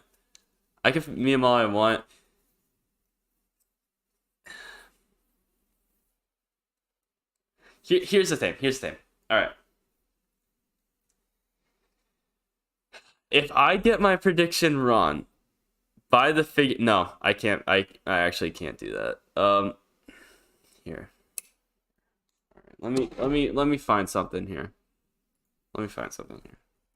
Amazon. What's like a Mushoku Tensei figure?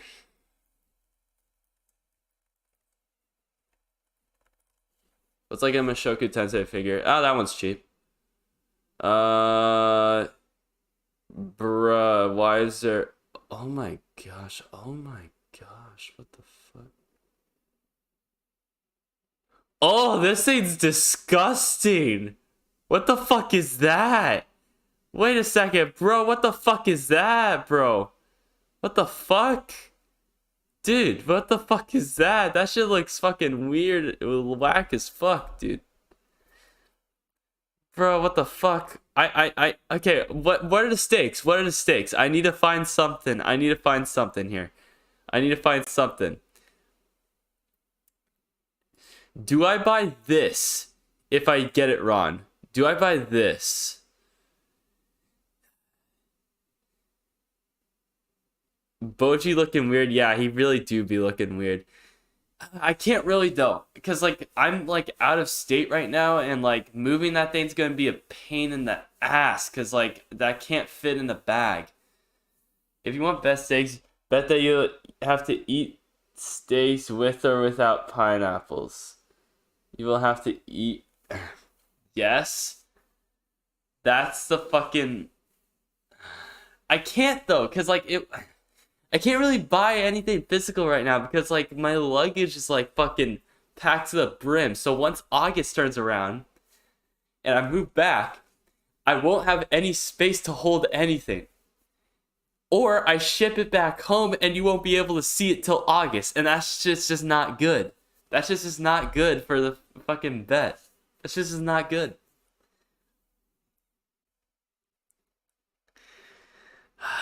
Here. Here's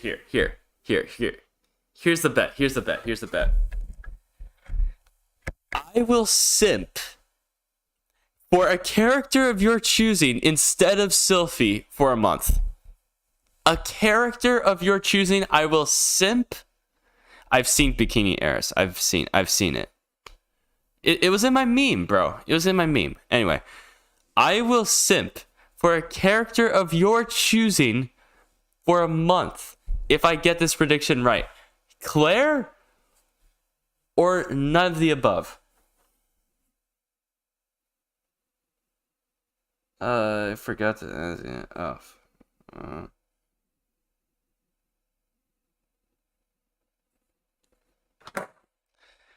Deal. All right, what's the character?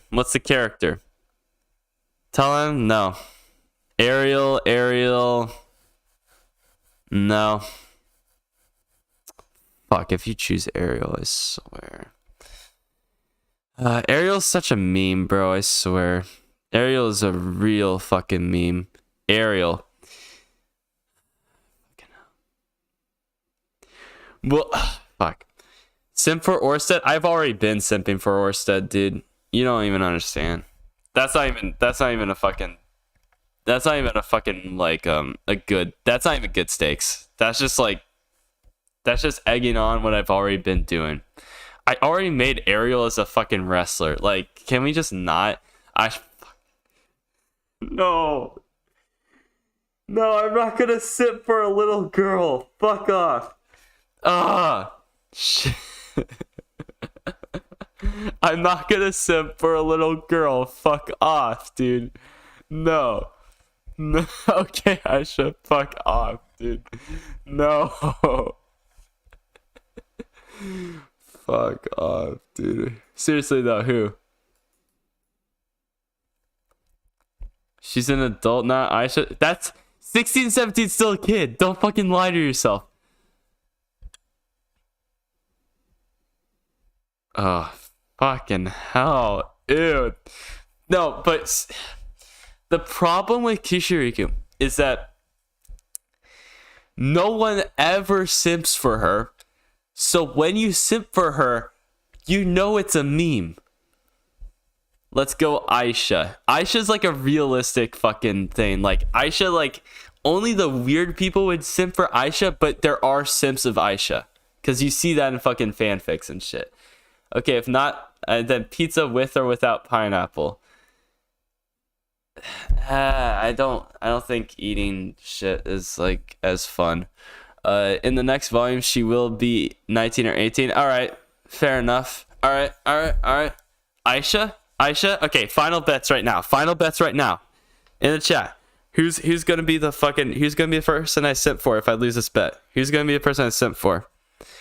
It sounds like I'm probably going to be wrong because some of you are novel fucking readers. Some of you are novel readers and know who's the apostle or if there is any, but like Aisha. I don't know. It looks like Aisha. It looks like it's going to be Aisha. Fucking. All right. If I lose this bet, then I'm simping for Aisha. Alright? If I lose this bet, then I'm simping for Aisha.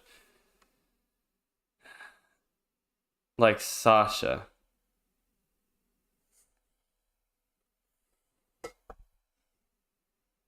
Wait, who the fuck is Sasha? No, it has to be like a somewhat major character in order for me to like... It has to be somewhat of a major character in order for like it to be realistic. So like Aisha's the perfect pick in this situation. I know if there's an apostle, this started for Rudy, volume 7.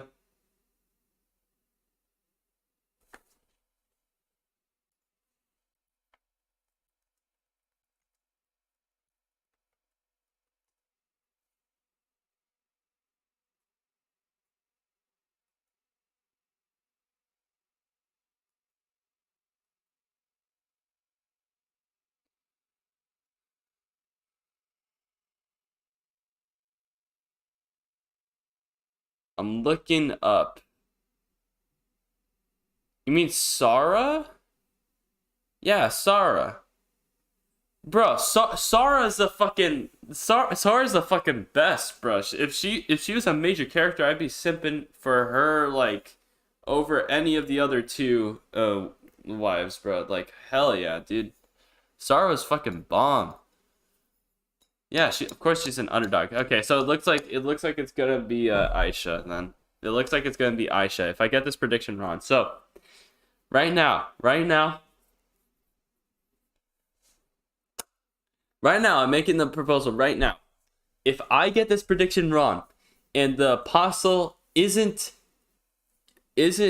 one of these two, if it isn't Claire or none of the above, and none of them are there, no apostles are there, then we're good. then we're good. We're not simping for Aisha. If it's Claire or no one's there, then if none of the apostles are there, then we're good. But if I lose the bet, then I'm simping for Aisha for a month, from whatever point that we figure out, like, if there's an apostle or not. Simp for Sarah and Sylphie. I guess we know your type now. Yeah. You know, girls that have fucking their names start with an S. Fucking hell. Yeah. Simp for Sarah. Sorry. Sarah's like Eris, man.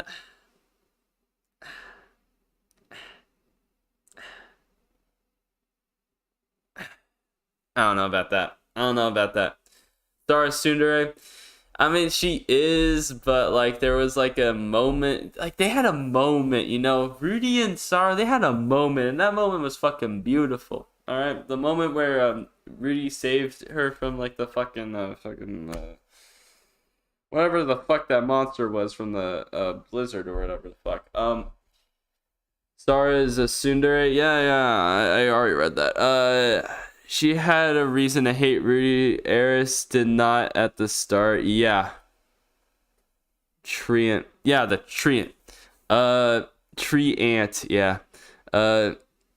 Sarah is tsundere. Eris is.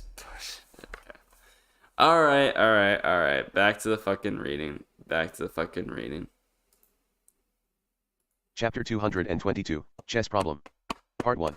The next day, I went into the room protected with the barrier once again, and met with the Pope. Alright, I gotta ask a chat real quick. Are we gonna figure out who the apostle is by the end of today? Because there's probably only gonna be one or two more chapters read for the rest of the day. And then I'll probably end the stream. So, yeah, it doesn't sound like it. So, yeah, no, we're not gonna figure it out. Alright, so you know Nicholas? Okay, what do you...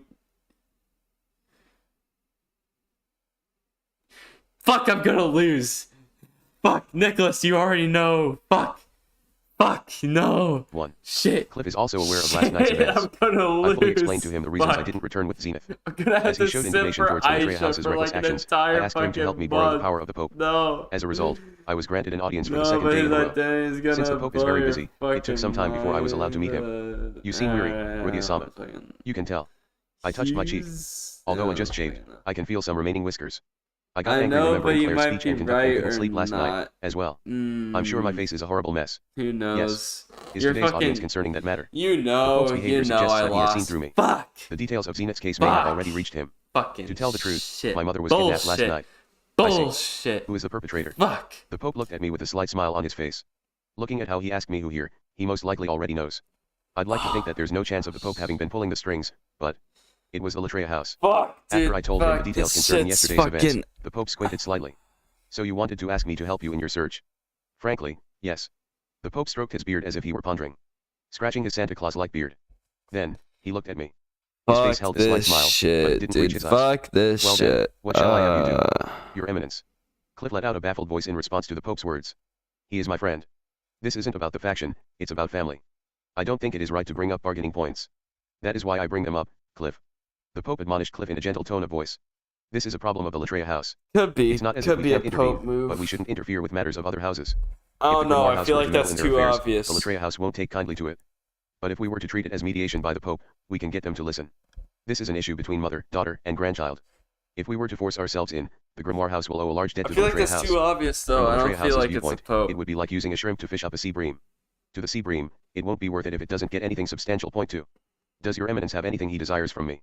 Let's see, it would be quite simple to put it into words, but... It sounds like too good of a story for me. Obvious, for the right hand of the dragon god to come to me while troubled and ask for assistance. In the first place, why would the Latria house purposefully make an enemy of you, who is called the right hand of the dragon god? I don't know. Maybe they aren't aware of that fact. Thinking back, Claire seemed to have been looking down on me from the very beginning. Even though she acknowledged Aisha, she ignored my initial greeting. After all, despite appearances, Count Latria excels at gathering information. I'm certain he wouldn't miss information on someone as powerful as you, and I don't think he would make light of it. By Count, he's not referring to Claire. He's talking about Claire's husband, Carlisle. I've never met the Count, who's the head of the family. It could be the uninformed Countess acting on her own. Even if Claire heard the information, people have their own senses of values. I'm not a noble, nor do I hold an important office in any country.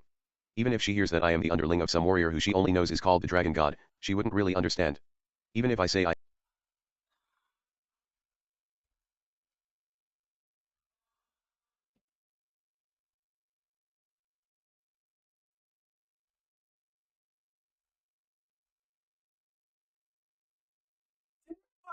Boil me! Fucking hell! Ah! I'm not gonna say who it fucking is. Fuck!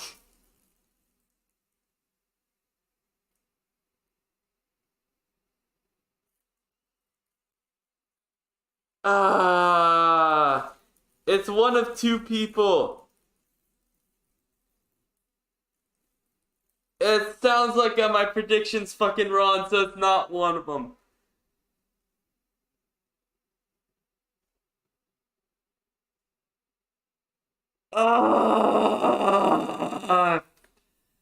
Fuck. Okay, we'll keep going. I have connections with Ariel. She wouldn't know how close a relationship we hold. She may think I'm simply a powerless person borrowing someone else's authority. From the view of Claire's common sense, I may not have any merit. The Latria house's Claire Dano certainly sometimes stresses pedigree too much. Thinking of it that way, it may be possible. The Pope thought while stroking his beard, and nodded. Well, I suppose it's fine. There is a saying, nothing ventured, nothing gained, after all. Fucking hell! Then, Rudius Dano. What can you do, specifically? What can I do? Nah? In other words, he probably means how far are you willing to go? Maybe. Basically, nah, how strong my sincerity is. Let's see. Fucking what came to mind is what I suddenly thought of yesterday. The plan I suddenly thought of that was naturally shot down. Geese, I fucking However, it's a possibility. I could do something like kidnapping the Miko-san. But if it's Claire, I'm fucking right, which is Pog. What the hell are you saying, Rudius? I fucking hope it's I'm saying Claire. I can strike at the vitals of the anti-demon race faction. That's not it? If you go through with this, you may completely destroy the Latria house. You're saying that you intend to destroy your own house. I slowly turned to face Cliff. I have nothing to do with that house. The only two that stand out to me is turned my gaze away from the speechless Cliff. Claire, I don't know. The Pope had a smile on his face. Of course, that's only in terms of what I'm willing to do for your eminence. Because okay, if I wanted to, I could here's my reasoning. Because fucking, because all right. So here's the thing, we see right here, fucking hell. So here. So there was this entire fucking panel. It's such a memorable moment to me. And oh fuck, it makes sense now. Fuck. It makes so much sense. He's so sus now. Wait, what the fuck? Bro, look at his fucking eyes, dude. Bro, this guy's sus as fuck.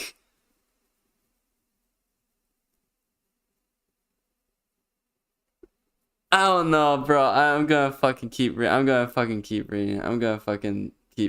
Bro, this guy's sus as fuck, or make a forest into a vacant lot. Fucking hell. I lay out all my cards. However, the Pope stroked his beard again. It may seem like too good of a story for him. He may think that it's someone's trap. I made the same face. No. There's a difference, though. There was a fucking picture about it, though. That's the difference here. She made the same face. But there's a fucking picture about it. That's the difference here. Fuck. It would make so much sense too. I'm not gonna dwell into it, but actually, you know what? Fuck, I will dwell into it. Cause he shows up at the most fucking convenient fucking times. Holy shit, how is he in Millis in the fucking first place? He's a fucking demon. He travels the entire fucking world. And out of all the places, he's in Millis? And he just knows where the fucking hideout is, even though Claire just said no, we don't work with demons. Who the fuck told him about that shit? Just following Rudius? I doubt it. Just keep going. You're being worse than... fuck. I don't know.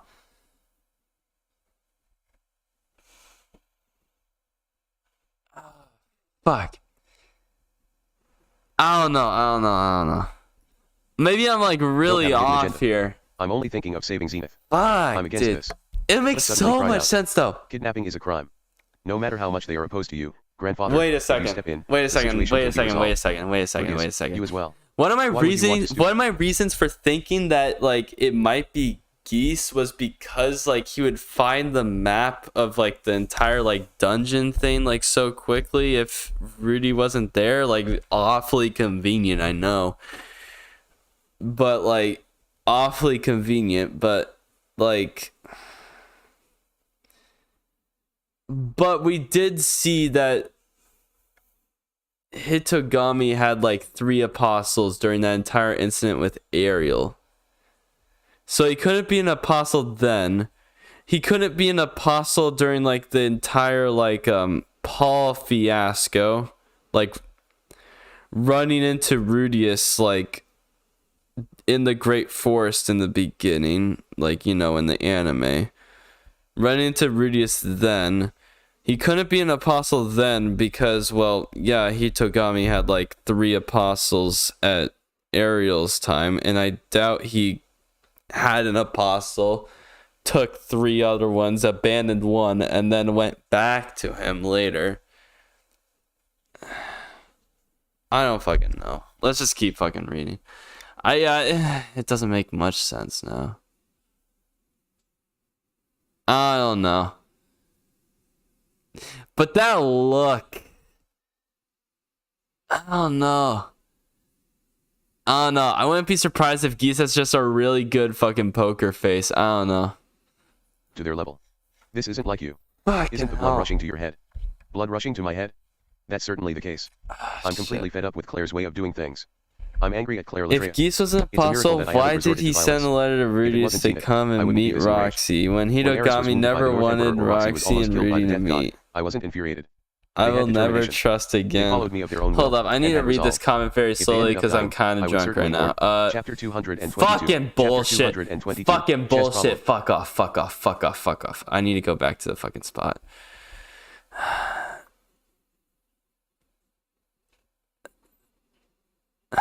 We'll just go here.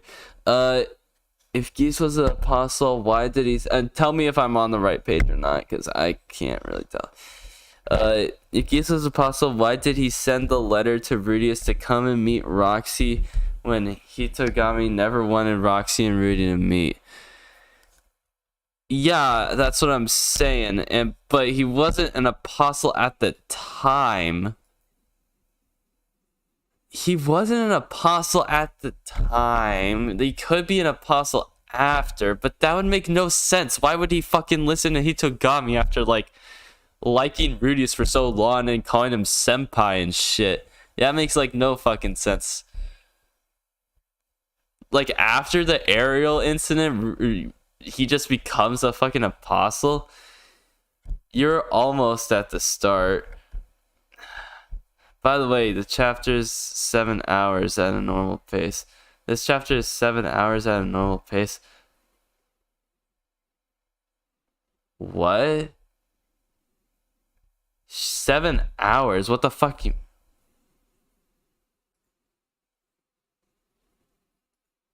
When is this fucking page end? So...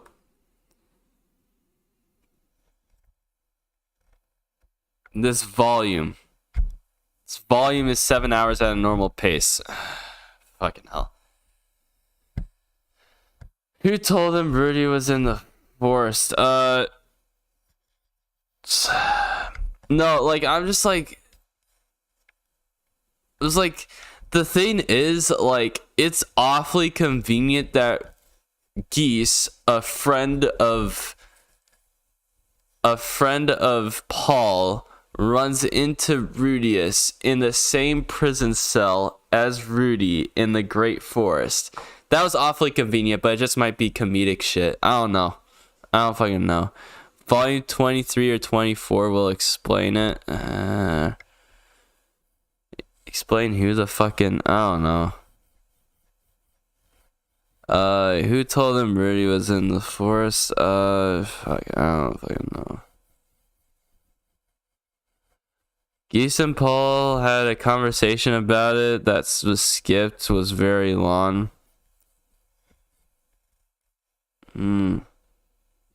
Hey. Hey. Yeah, I don't know. So yeah, if I lose a bet, I simp for Aisha for an entire fucking month. That's how this shit's gonna fucking go. If it's not Claire, if it's none of the above, if it's not Claire, if it's someone else, if it's someone else other than Claire, then I'm simping for Aisha for a month. But if it's I can't think straight. If it's none of the above, if it's no one else, or it's Claire, if there's no apostles, or an apostle's Claire, one of the apostles is Claire, then I will not simp for Aisha. There you go. Drink more, I can't. I limit myself to 2 beers max. Claire won't show today anymore. Nah, big sag.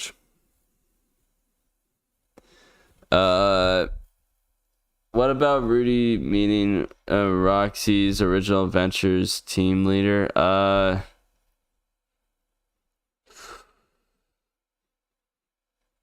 don't fucking know. Okay, I'm gonna go back to here. Fucking hell. For the following 30 years, the Acceptance faction had complete control. I'm just gonna assume we're here and just keep going. The Archbishop that was part of the Expulsion faction rose to Cardinal, and the Expulsion faction is currently rising back up. That about sums it up. Lastly, about Hitagama's involvement. From what Orsted said, there don't seem to be any people of importance currently in Millis. No matter how much the kingdom of Millis falls, they won't side with the demon race when Laplace starts a war. To both Hitagami and Orsted, which faction wins out doesn't matter at all. But then, the most ideal situation for me is if Cliff becomes Pope. There is a possibility of Hitagami acting to prevent that. However, even considering that the recent development is strange, I can't see the meaning in kidnapping Zenith. Honestly, it seems fine to consider Hitagama's involvement to be minimal. If you're not sure about someone, kill them. It may thwart Hitagama's predictions. Yeah, that's... is what Orsted always says. This time, I'm starting to get the feeling that I should really do that. It might not be Geese. So far, that's all we have. Yeah, might fucking might, yeah.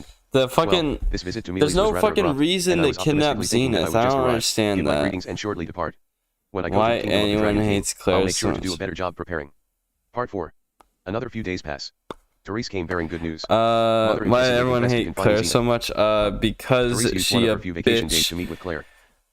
Because she wants to impregnate a fucking potato. Thus, she is definitely confining Zenith somewhere. Fucking however, as I views her child as nothing but ways of getting another fucking grandchild. But I see.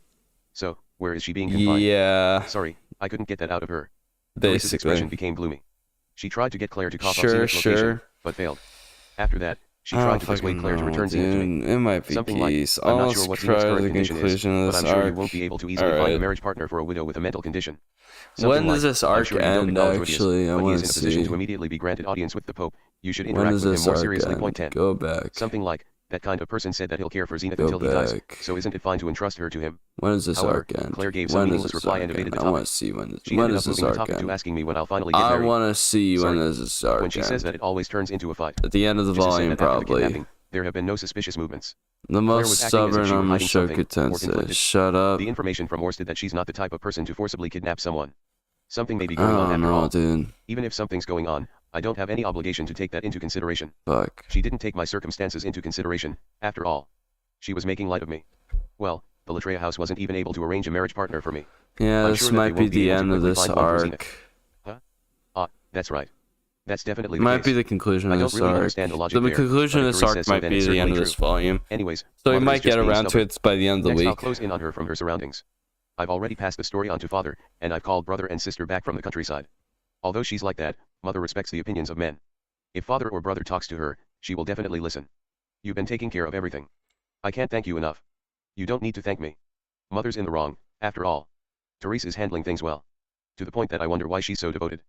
Even though we've only met once or twice. Therese is the conversation boss. When the conversation came to a pause, the Miko came over.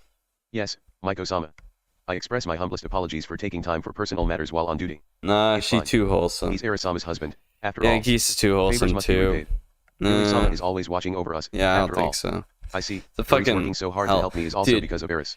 I get the feeling that this is the fucking apostle, dude. Eris had done. All right, once the Therese is MVP. Nah, Therese is the fucking apostle, dude. It is almost time. Let us return to your room. Rudius Dano. No matter how, she's just acting like Hitogami did, just giving Rudy good things and then just like completely cucking his ass in the end, you know? They still remain vigilant, but since I'm more or less neutral in regards to the power struggle, they have been thinking of me as a safe person to associate with. No, I've been giving it my best as well. I never showed any intention to harm the Miko. I haven't been strangely humbling myself in front of the Miko 11, and I've always been trying to entertain the Miko with humorous stories. Whenever she's with me, the Miko is always in a good mood. After she returns to her room, she seems to look forward to my next visit.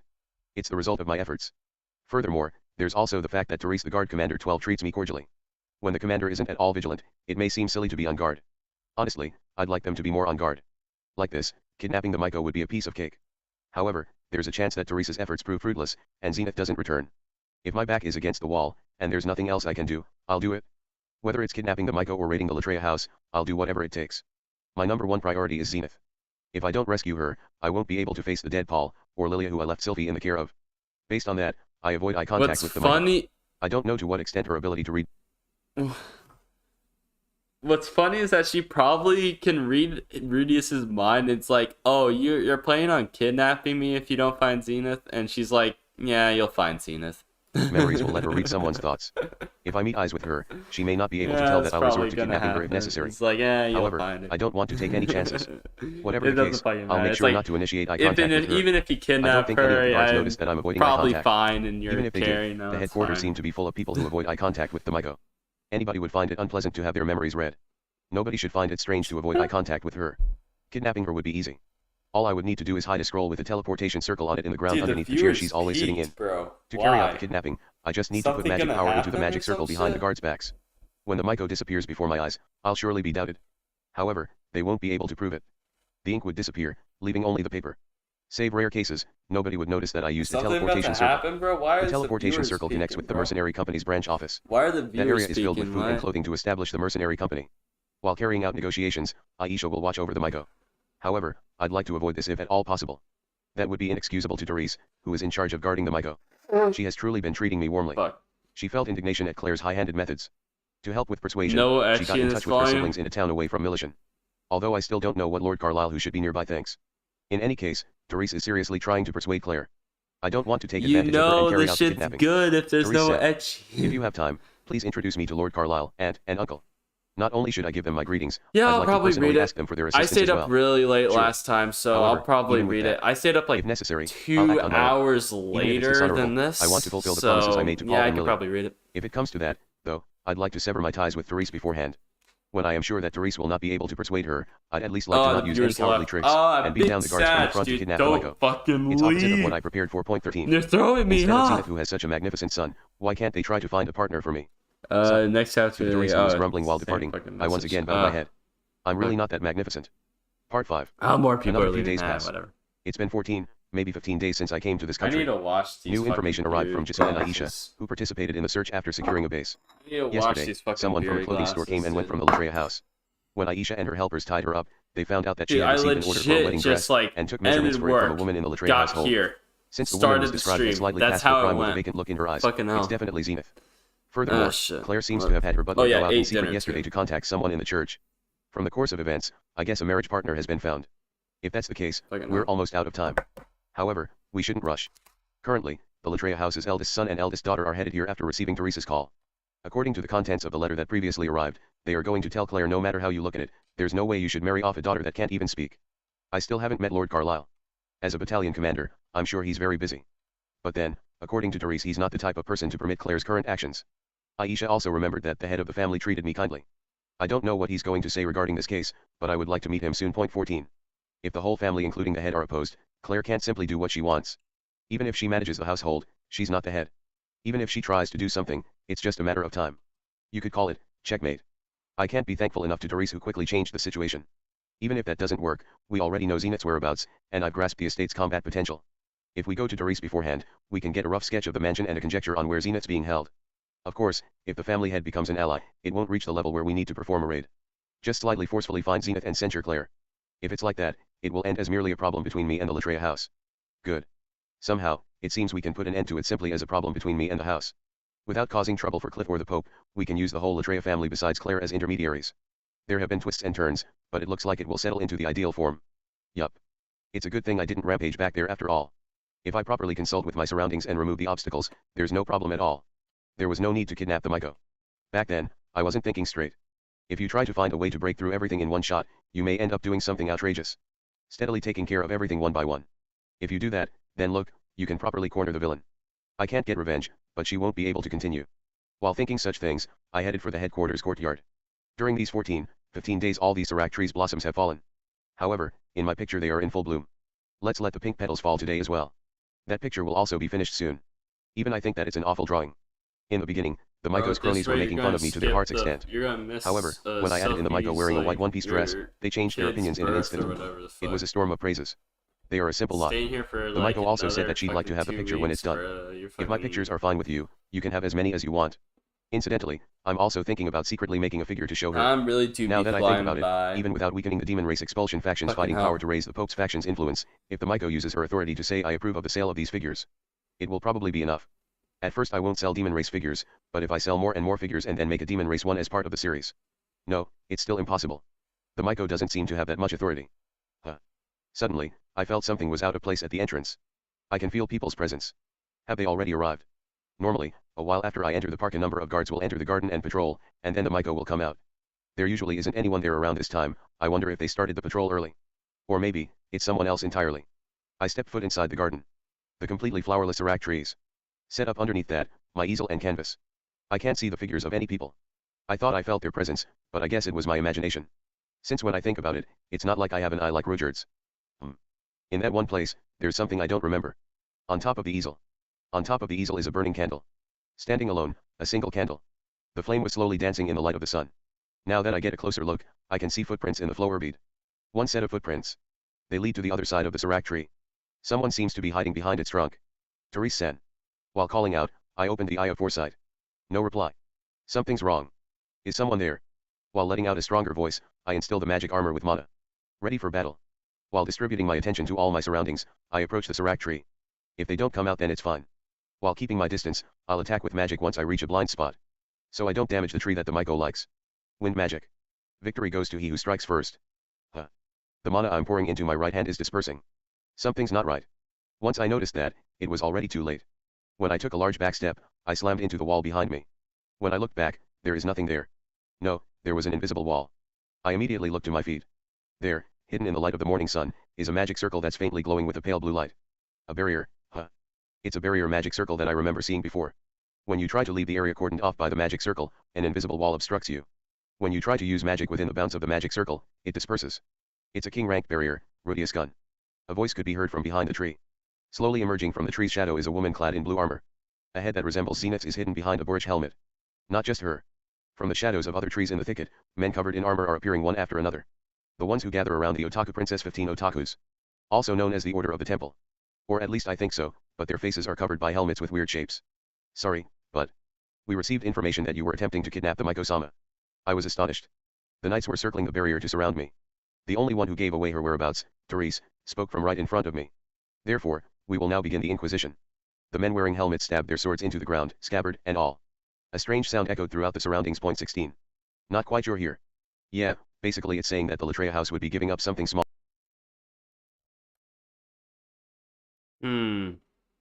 Chapter 223, Turning Over and Picking Up the King Piece.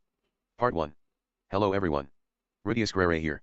Presently, I'm surrounded by those guys. You know, those guys in polished blue armor. 8 knights were closing in around me. Fucking Ferris Bueller's Day Off fucking intro with this. Dude, he's doing it again, bro. What the fuck? He's pulling a Deadpool. He's doing a fucking first person, not the first person. He's breaking the fourth wall here. Just like, hello guys. How did I get in this fucking? You might be wondering, how did I get in this situation? Well, that's a great story. But that dates all the way back to a long time ago. I think I'll take a moment to introduce them one by one. Night number 1. There's Therese, two directly POVs in this volume. Ooh, Therese Latria. Yep. My aunt, one of Latria's lot. Out of all the temple knights in the expulsion faction, she has a slightly different nature. She was sympathetic to me despite my ties to the demon race. Rather, demons and humans, we're really not all that different, are we? You'd normally show me a kind-hearted face, but what kind of expression are you wearing now? Your face is hidden by a helmet, so I can't tell. Let's proceed clockwise, to the right. And, on Therese's right. A man wearing a skull-like helmet. The side of his breastplate is cracked. That injury looks familiar. I don't know his name, but he looks like a knight with a name like Skull Ash. He's a skullhead, no doubt. I'm gonna get a Next snack, to him, a man wearing a garbage can-like helmet you'd see on the street corners of Millis. So... Out of the 7 other people here, only you chose to wear a red cloak. The Miko really likes that cloak, she would always wipe her dirty hands on it. I think his name was Dustbox. And to his right. A man wearing a smooth helmet with the word sleep peacefully engraved in it.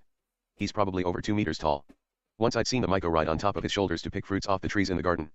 His name was something like Gravekeeper. Number 4. He's wearing a helmet like a bamboo broom on his head. Point 1. His armor is featureless. Well. Broom. Cleaning. Perhaps this guy was called Trash Sweeper. 3 remaining. Honestly, I can barely tell them apart, I won't be able to remember them. If I'm not mistaken, they should have names like Death or Grave. Whenever the Miko would call out to them, they would proudly puff out their chests. They were code names that made my back itch. Oh, that's right. Black Coffin. Burial Garment. Cortege Head. Point 2. It was something like that. The team name. What was it? It is time to commence the Inquisition. Inquisition Chief of the Defense of the Holy Sepulchre, Anastasia Keep, Therese Latria initiating. Ha. The 7 knights surrounding me stabbed their swords into the ground. That's right, they were called the Defense of the Holy Sepulchre, Anastasia Keep. I think Therese told me that once. Then I shall begin questioning the accused. Are there any objections? No objection. No objection. Objection. Movement for immediate execution. No objection. No objection. No objection. No objection. Objections dismissed. Dust-San looks depressed. That's right, finding out the facts incidentally, after passing judgment with a smirk and no investigation, that's no good. It's my turn. Rudius Guerrere stands as the accused. Please wait a moment. I can't swallow this situation. Somebody, give me a hint. Here's what happened. In order to rescue Zenith, I met with Therese, the captain of the Miko's guard, at the religious headquarters, to lay the groundwork for negotiations, and was captured in a king-class barrier. According to their story, I'm apparently suspected of being a heretic plotting to kidnap the Miko. That's right, thank you, inner monologue. Okay. Yeah, I might have considered kidnapping the Miko once or twice. However, I gave up on that. I came here to ask Therese to help negotiate for Zenith's release. In other words, this situation is some kind of mistake. Has somebody been spreading false rumors? I haven't told my kidnapping idea to that many people. Food ready. Aisha, actually, no. Jisoo, No, Cliff, and the Pope. I still have the Pope is the most likely suspect. Or, maybe Jisoo was caught, and spilled everything after being tortured. Is Aisha safe? The trial has begun. Defendant Rudius, you are required to answer all questions honestly. Yes. I don't understand the situation. For the time being I should settle down and listen. If I start acting violently here it will only send me back to square one. Defendant Rudius Guerrere. Have you or have you not been distributing books claiming that demon races are not evil, in order to seduce the hearts of believers? They seem to have been investigating me. Well, the Pope also knew. I wonder if they have a database somewhere. No. Please answer honestly. Are you claiming that our investigation was misinformed? I'm not freely distributing the books, I'm properly making money. That can't be possible, selling them at such a cheap price. Well, I guess it is cheap. I'm more focused on volume than profit margins. Therese, you should also understand, the defendant is not permitted to speak outside of directly answering questions. I just want you to listen for a moment. I have a reason, to help Rudyard. Even you should know that, Therese. We've spoken about this in the past. Defendant Rudius Guerrere. Do you worship the demon race and revere them as God? There's no use answering these kinds of questions. No, I do not believe in God. Unbelievable. The accused has lied. It's a lie. Liar. He must be lying. It is my judgment that the defendant is lying. That's a lie. According to the majority vote, it is concluded to be a lie. It was concluded. A majority vote, how democratic. That's right. I guess an inquisition is this kind of thing. This is the last question. Defendant Rudius Guerrere. Breakfast sandwich. Have you planned to kidnap the Miko, the symbol of the Millis religion? No, I may have said as much as a joke, right but it never reached the level of creating a plan. Well, when I said it, it certainly wasn't a joke. But that doesn't mean I'd made preparations. Fuck! Take it with a grain of salt. It was a joke. Lie. The accused... You're right! He does worship a demon god. Wait a second. Oh shit. Oh shit. That came to play, didn't it? Has lied. It's a lie. He's lying. It's a lie. It is my judgment that the defendant is lying. That is a lie. Right. You lied. Well, this is an interesting turn. You lied. I absolutely can't start laughing at my own inquisition. That's no way to determine if someone is lying, but laughing at this farce won't help. Point 3. However, that was the last question. According to the majority, it is concluded to be a lie. At Therese's solemn words, the 7 knights struck their swords. Wow, that's intimidating. If I hadn't been observing their substance this past month, it might have gotten to me. As a result of the trial, the defendant Rudius Guerre is hereby recognized as a heretic. No objection. No objection. No objection. I object, such a judgment is unnecessary. I recommend sending the defendant home to tend to his rice harvest. No objection. No objection. No objection. No objection. When I butted in with my objection, they glared at me for a moment. I'm sorry, it was Trash Sand's turn. The Inquisition has been concluded. For the crime of attempted kidnapping, the judgment is capital punishment. What, is that like the death penalty? I don't really expect an answer, but I decided to ask anyway. No. Your life will not be taken. Your hands will be cut off to prevent the use of magic, then your arms will be sealed within a barrier and encased in earth. I got my answer. Well, this isn't a situation to mess around in, what should I do? Their goal is to confine me. I'll have plenty of opportunities to attack later. However, they plan to seal me. They plan to cut off my hands, and me in a barrier. Furthermore, they plan to encase my arms in earth. If that's the case, I won't be capable of magic or swordsmanship. I guess that's the meaning behind being sealed. If you do that, I won't be able to touch my wife's breasts. I'd have to go back to using artificial arms. Zarif's prosthetic hand doesn't have a bad sense of touch, but it doesn't feel very good for the person being massaged. After all, a human hand should be warm and soft, and there's no warmth in a prosthetic hand. Therese-san, do you like to cripple people as a hobby? Isn't it a good hobby not to kill people? I feel like I've gotten a glance at her true nature. I wonder if she really thinks that way. The hands are used to kill people if they're allowed freedom. Even though it's the opposite. I need these hands for love, not war. But if I embrace my wife without any hands, won't I look stupid? Huh? What? For example, embracing my wife. Pleasurably, you know. Che. After being told such an embarrassing thing twice, she finally got it and clicked her tongue at me. What for? Met. Even if you catch me being arrow, it's not like I need your approval. Well, in that case, I guess you guys aren't just going to let me escape. That's right. That trial was a joke, are you serious? That's right. If you called over Miko-sama, I could prove my innocence. Certainly Miko-sama should be at such a trial. A gathering of 7 temple knights has more than enough authority to convict a simple heretic. In other words, you do not plan to call Miko-sama over. That is correct. I can't see Therese's expression under her helmet. But her voice was trembling, just a little. You've been kind to me up until now, was that all an act leading to this moment? No, even Miko-sama had accepted you. This is your betrayal, Rudius-gun. This is not my betrayal, I trusted you, Therese, and came to get along with Miko-sama, who is important to you. No answer. She should have heard me. Ha. It's a pity. It's really a shame. This time, I really intended to get along with both sides. I tried to restrain myself, I denied my rage, I was going to try to rescue Zenith peacefully. Therese, what will become of my mother? I will take responsibility in persuading Claire. But at this time, that is irrelevant. Famu. Judging from her answer, it doesn't seem that Therese is the main culprit. I am certainly not a Millis believer, though I do have a connection with the Pope. But you understood that from the beginning, didn't you? So why? Haven't you asked enough questions? My question was cut off by a cold voice. No sign of an answer. Though I suppose this wasn't a give and take in the first place. Then allow me to ask a final question, was this information given to you as a divine revelation in a dream? No, this information is from a credible source. We would not trust the words of an incredible person. Even if the god in the dream calls himself Millis. The moment I said that, the knights around me began shouting protests. Millis is not an oracle. That is why Millis is God. Even if there was a divine revelation, such a thing would not be given to lowly knights such as ourselves. Only Miko-sama could be worthy of receiving such a revelation. That's right. Millis-sama doesn't even call out to the Miko. Millis is God. Those who doubt God are the devil.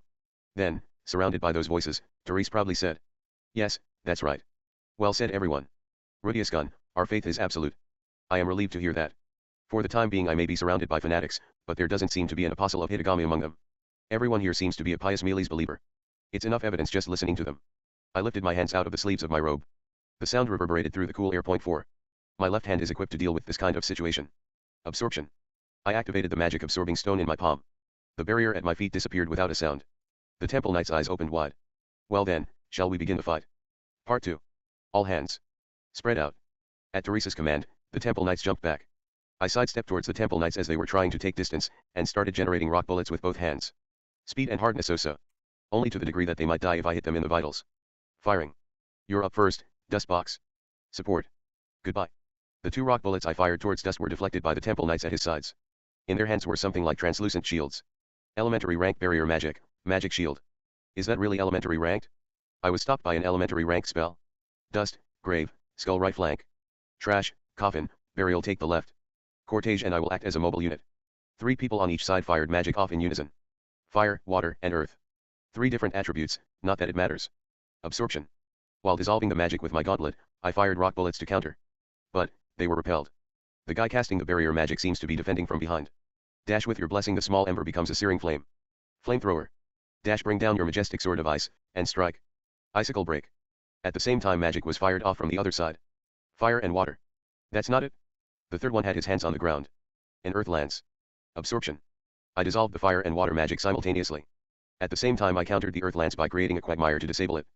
Oops, I was too slow. I can't fire a counter. But my legs still work. I instantly backstep to avoid the magic flying at me from the other side. Only one spell. Only a fire spell. It looked like a normal fireball. Only one? There are 3 enemies on that side, why not 3? I don't have time to think about that. I aimed my hands at both their left and right flanks. Stone cannon. Because I had gained some distance stepping back, I saw it well. The Temple Knights formation had 3 people on each side. Among them, 2 people had translucent shields, and jumped to defend from my rock bullets. Well played. Though I'd increased the speed and mass of the rock bullets from earlier, they easily deflected them. That style looks familiar.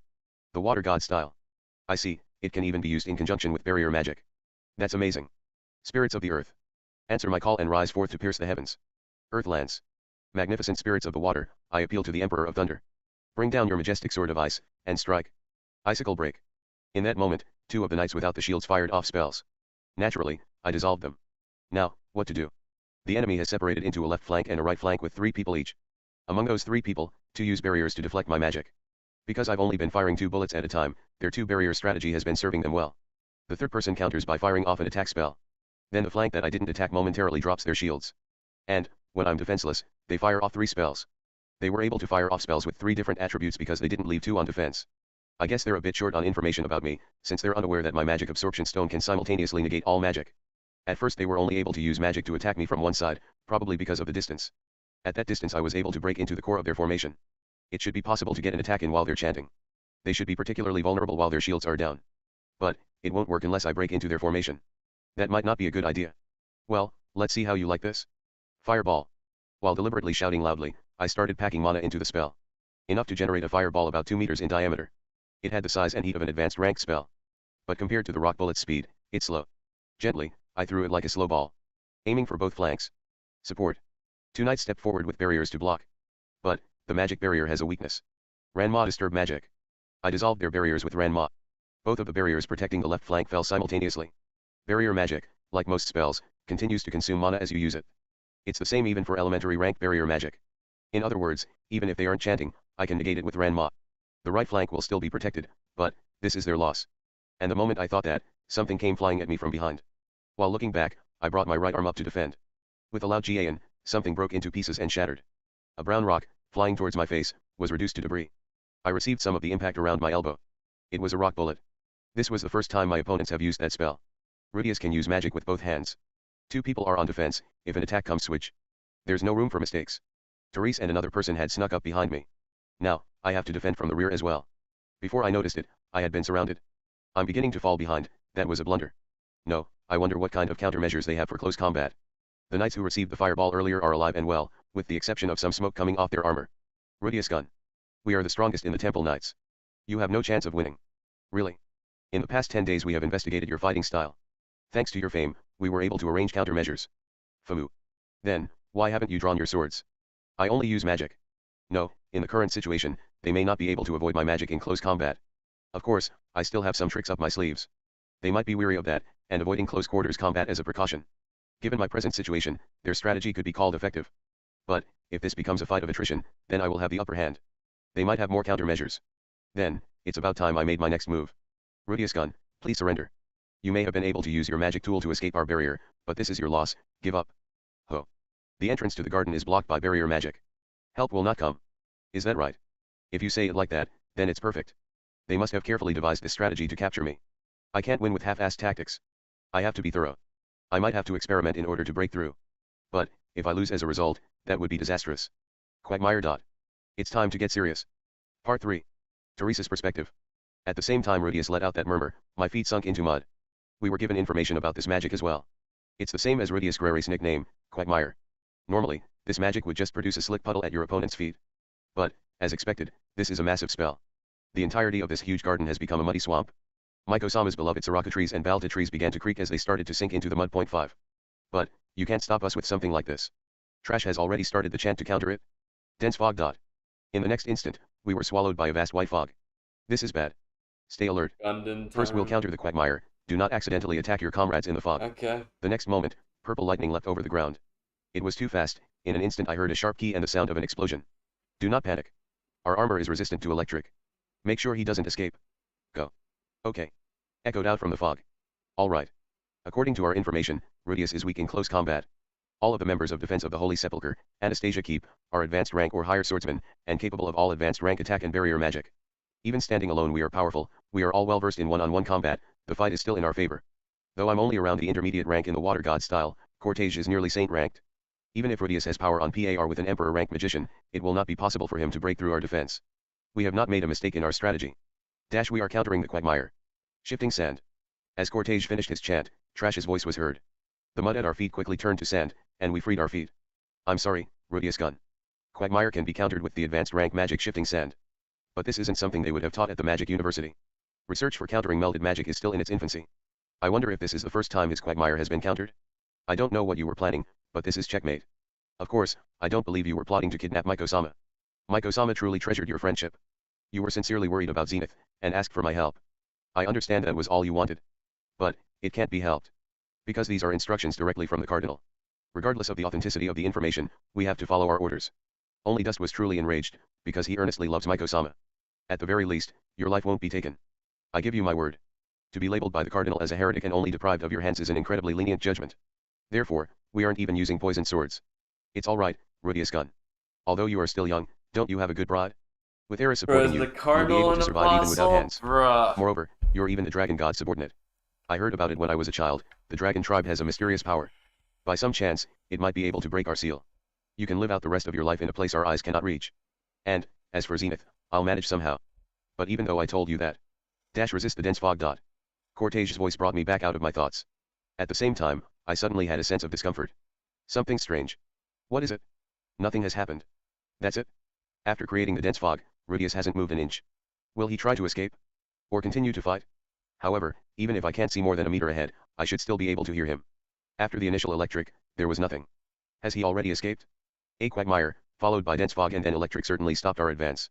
Using so many different magics, but it's already two. Wind blast. The wind magic cleared the fog in an instant. I can hardly believe my eyes. After the fog lifted, Rudius was gone. All that was left was a torn, crumpled scroll. And a huge rock. A statue. Armor. Summoning magic. I muttered those words to myself. Then, in the next moment, the huge armor began to move. This is beyond imagination, huge. It was moving at a tremendous speed. Part 3. Rudius perspective. I may have been at a disadvantage, but it's time to take the kid gloves off. The fog is rapidly clearing. Those guys are dumbfounded, they weren't prepared for this. While opening my foresight eye I confirmed the positions of the guys with the barriers, 1 shot, 2 shots, 3 shots. I easily penetrated their defenses. Then smashed them with the MKIS shield. Of course, I went easy on them. I only knocked them out. They probably aren't dead. At the same time I took another 3 down with the Gatling gun. I swung my left arm in a wide arc. There was a sound like a loud hum as my Gatling gun spat out a stream of rock bullets. The 3 folded like twigs as my rock bullets crushed their shins. I took care not to blow their legs off. I also avoided their vitals, they shouldn't be dead, just stunned. But, just in case, I nailed each of them in the head with another rock bullet to make sure they were out cold. 2 left. I took a step back before turning around, like Orsted taught me to. If an enemy attacks from behind, you have to use quick footwork to avoid them. I didn't feel an attack coming, but it was just to make sure. When I turned around, Therese was in front of me. Her eyes were wide, and her mouth was hanging open, watching me. The one next to her started to unsheath his sword to defend her. But, too late. You're too slow. If it had been Eris, she would have cut him down 10 times before he had drawn his sword. With the MKI I can easily deal with this level of speed. These guys can't compare to my training. Before he could unsheath his sword, I swatted him away with my fist. He was blown away before he could make a sound, and crashed into the wall of the headquarters, stunned. Therese was still standing there with a frozen look of amazement. Gosh. She had a face as if she had no idea what had happened. What? To her, I gave my minimum considerations, and knocked her out with a rock bullet rather than my fist. I made sure I didn't rip their fucking legs off, yeah. I was able to finish off my opponents before they had a single opportunity to attack, and unceremoniously broke through all of their defenses. I wonder if I'm being immature? Therese, and the other temple knights, were scattered on the ground around me. Nobody died. Unless I find one of Hitagama's apostles, I'd like to avoid killing as much as possible. That's my rule. I was able to afford it this time. Ha. I feel refreshed. Recently, perhaps because I've had so much frustration accumulating, that was awfully refreshing. After all, it's no good if you don't go on a rampage once in a while. At least according to Therese. No, that's too violent. However, what should I do now? After all this, the Temple Knights will undoubtedly turn into my enemy. To begin with, who was I betrayed by? The only ones who knew about the kidnapping idea were me, Aisha, Jisoo. Also Cliff and the Pope. What about that girl in Cliff's house? First of all, it absolutely wasn't Aisha. If she wanted to betray me, she wouldn't need to do such a thing. It would be something like Oniakan, give me a piggyback ride. And then, while I was enjoying the feeling of her breasts on my back, she'd slit my throat. Or she could just mix some poison into my drink. Cliff and Jisoo are also unlikely. They're in similar positions. They wouldn't need to use such a roundabout way to get rid of me when my back is exposed. Then, is it the Pope? Would the Pope try to kill me off with this timing? What would he gain? No, maybe it's the opposite. Perhaps he simply wanted me to remove a few Temple Knights from the board. From the Pope's perspective, even though I gave him my support, I never actually did anything to support him. Perhaps this was his plan to put me to use. And then, while I stall her escorts, the Pope has the perfect opportunity to kidnap the Miko. Wait. Therese said that the information came from a credible source. For her, would the Pope be a trustworthy source? The Pope is her enemy. Disgusting. Above anyone else, wouldn't he be an untrustworthy source? In the first place, there's also the possibility that accusing me of plotting to kidnap the Miko is just a coincidence. Although there's a grain of truth, someone could have just made it up. Wait. Rather than thinking this is an accident, I should consider Hitagama's involvement. Was too obvious. Once again, it's possible that one of Hitagama's apostles is lurking behind the scenes. Yeah, compared to a betrayal, it seems likely that guy was involved. What is Hitagama's intent? I can't see the future, I have no idea. Everything bad happens because of that guy. I have no idea who the culprit is.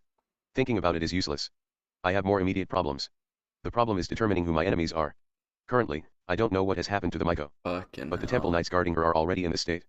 From this, I can assume the Cardinal's faction will start moving against me. First of all, they tried to arrest me for attempting to kidnap the Miko. No matter what I say from this, after this month, the Pope. Era. I guess that means this wasn't the Pope's plan. Sylvia's best girl, and she will always come up be with that potential way. Culprits. What should I do? What can I do? I could gather everyone and escape from the capital? No, what about Zenith? I can't leave without Zenith. I need to go to the Latria house and rescue Zenith. But, what if she isn't there? If they're carrying out this kind of strategy, wouldn't they move Zenith to another location? Still, do I just keep fighting with these knights until Millis is destroyed? That seems like something Hitagami would want. Met. Still. I could do it. For the time being, I'll evacuate Aisha, Cliff, and Jisoo. Then I'll go to the Latria house to rescue Zenith. If that doesn't work, I can always go up to the palace and capture one of the royal family to use in a hostage exchange. That could also work. It's all good. Get the fucking Miko and just like suddenly, interview everyone. Someone just like, hey, are you an apostle? No. In front of a door in the headquarters that could only be unlocked with a special key. A lone girl stood. Okay. Standing there, key in hand. Alone. It felt like she was looking into my eyes. I tried to look away, but it was too late. She had a look like she saw through me, and smiled. Then opened her arms towards me. I recognized that gesture. It may have been intuition. It was a split-second decision. I kidnapped the Miko. Best picture I could find, it's the back of some Lego-like doll's head http://blog-imgs-53. He did it! Oh shit, he did it! My goodness.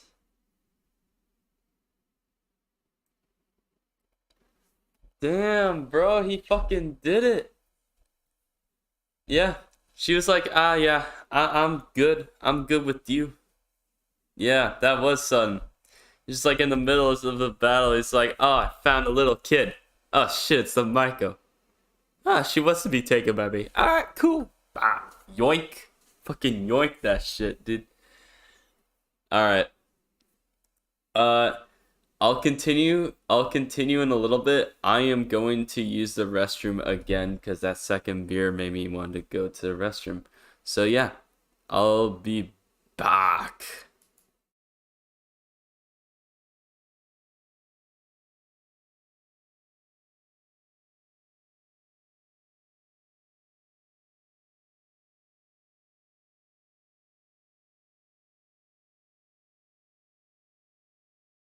Actually, hold up. I'm gonna try to find some music before I leave. Music.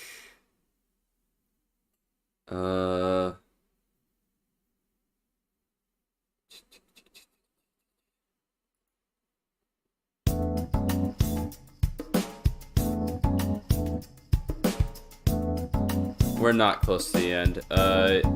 We're 54% through the fucking volume. hold on. I need to add the thon noise to the AFK part.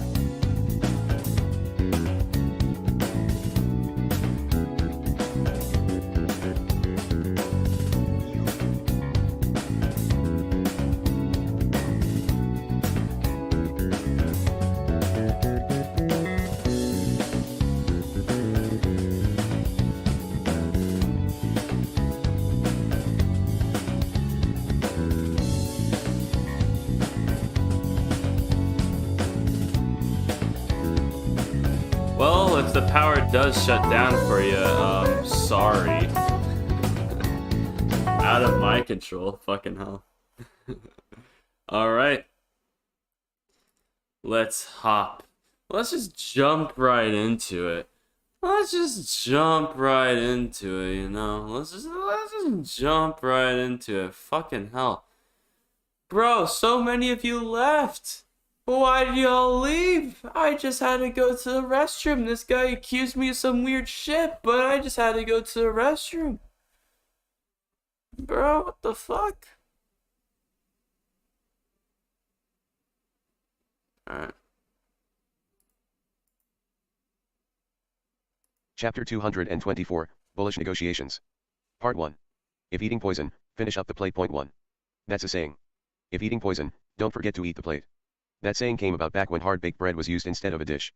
The hard bread would absorb flavor from the main dish, like meat, and then you could tear off pieces and dip it into soup to soften it up before eating. So eating the plate means eating everything. Swallowing everything despite the fear of poison. It's the spirit of a feast.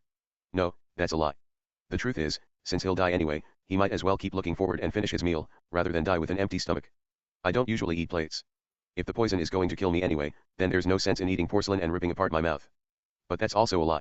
Well, I'm currently sitting in the property that Aisha prepared for the new mercenary branch office.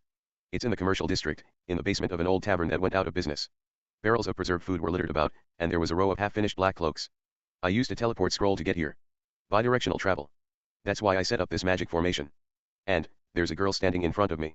A usually cutesy girl with childish gestures. But her actual age is over 20. Truly, this is a quaint office.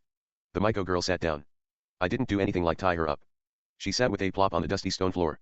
In the end, that's what happened, I took the Miko with me. What is your intention? Coming out with such timing, you didn't even try to run away. Thinking about it, the Miko came out with perfect timing. Her timing was so perfect, it was almost as if she was waiting to make her appearance. And then she was obediently caught. I came out by chance. I didn't know there would be a fight. I was surprised because the garden was suddenly covered by a fog. That's an unexpectedly hasty decision. Are you lying? Yes, it's a lie. I read the memories of my caretakers, and found out that Therese was going to do something to you, so I came out. Ho-oh. So you came to help me? Yes. So, I went out, and once I saw your eyes, I realized it. The moment she met with my eyes, she read my memories. She was able to see right through the MKI. The abilities of Mikos really are mysterious things. I don't even really understand the principle behind Zanaba's superhuman strength. We are friends. I want to help. I silently turned my fingertip towards the Miko. That's the poison dish. I've already kidnapped you, there's no going back. There's no backup plan. I have to make a move. I have 2 cards here. Myself, and this person. That's it, I have to assume the worst case scenario. The Pope, the Cardinal, Therese, and Claire are my enemies. Cliff, Aisha, and Jisoo are already in Hitagama's clutches. Although only an hour has passed, the Temple Knights must have mobilized. Even though I didn't think anyone saw me teleport, I have to assume that I was seen and that the Temple Knights will arrive here at any moment. Since there's no time to reset the MKIS summoning setup, I already used a bog to hide it underground. That would be the worst case scenario. Just thinking about it makes me feel helpless. All I have on hand is my own power, and the Miko. With these 2 cards, I have to overcome this situation.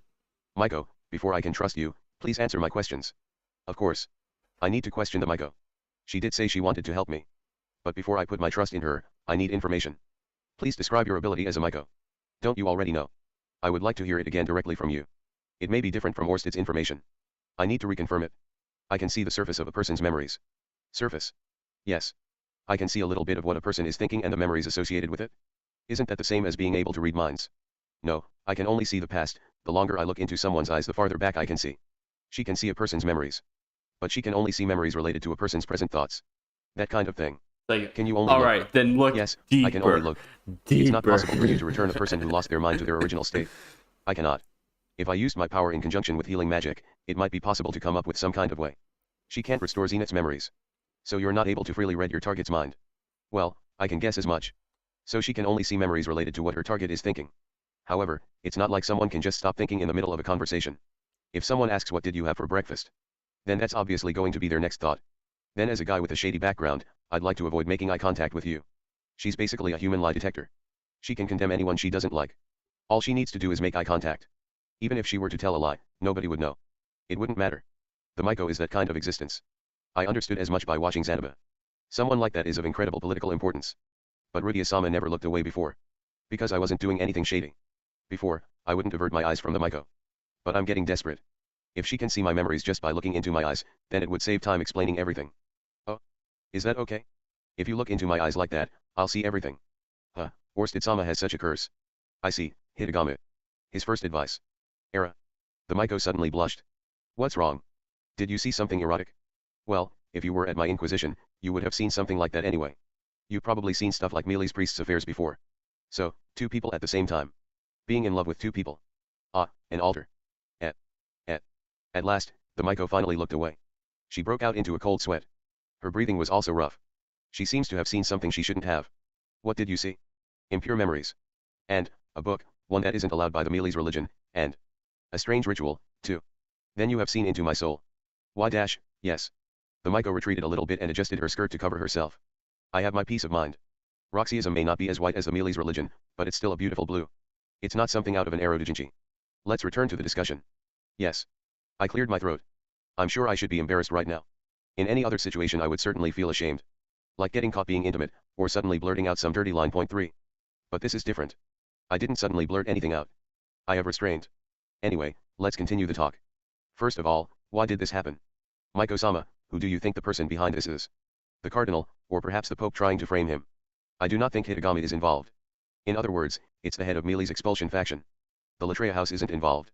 Then I might be able to launch a surprise attack. You don't think the Latria house was involved? Possibly, but I don't think they were the mastermind. So it's unrelated to Zenith being kidnapped. That's good. Anyway, it's either the Pope or the Cardinal. Both of those guys are suspicious. Why don't you think Hitagami is involved? If His Eminence followed the advice of Hitagami, he would not be a true Millis believer. Even though His Eminence is a bad person, he is a pious Millis believer. But, what proof do you have? If I look into someone's eyes, I will know. I guess that was a stupid question. This fucking but, can I believe her? If you cannot trust me, then use me as a hostage to exchange for what you want. As a card alone, you are not enough. The Temple Knights should already be prepared for that. Bet. If I tried to initiate a trade, in the end, I am the will of the Temple Knights. The Miko interrupted me and said that. Then continued with an airy smile. The Temple Knights. Rather, the entire expulsion faction will lose their chance at victory if I die. In other words, you're confident that the other side will negotiate. I take my value to them as a point of pride. Really? I don't want to see something like Aisha being cut down before my eyes. Even the Temple Knights wouldn't be that stupid and incompetent.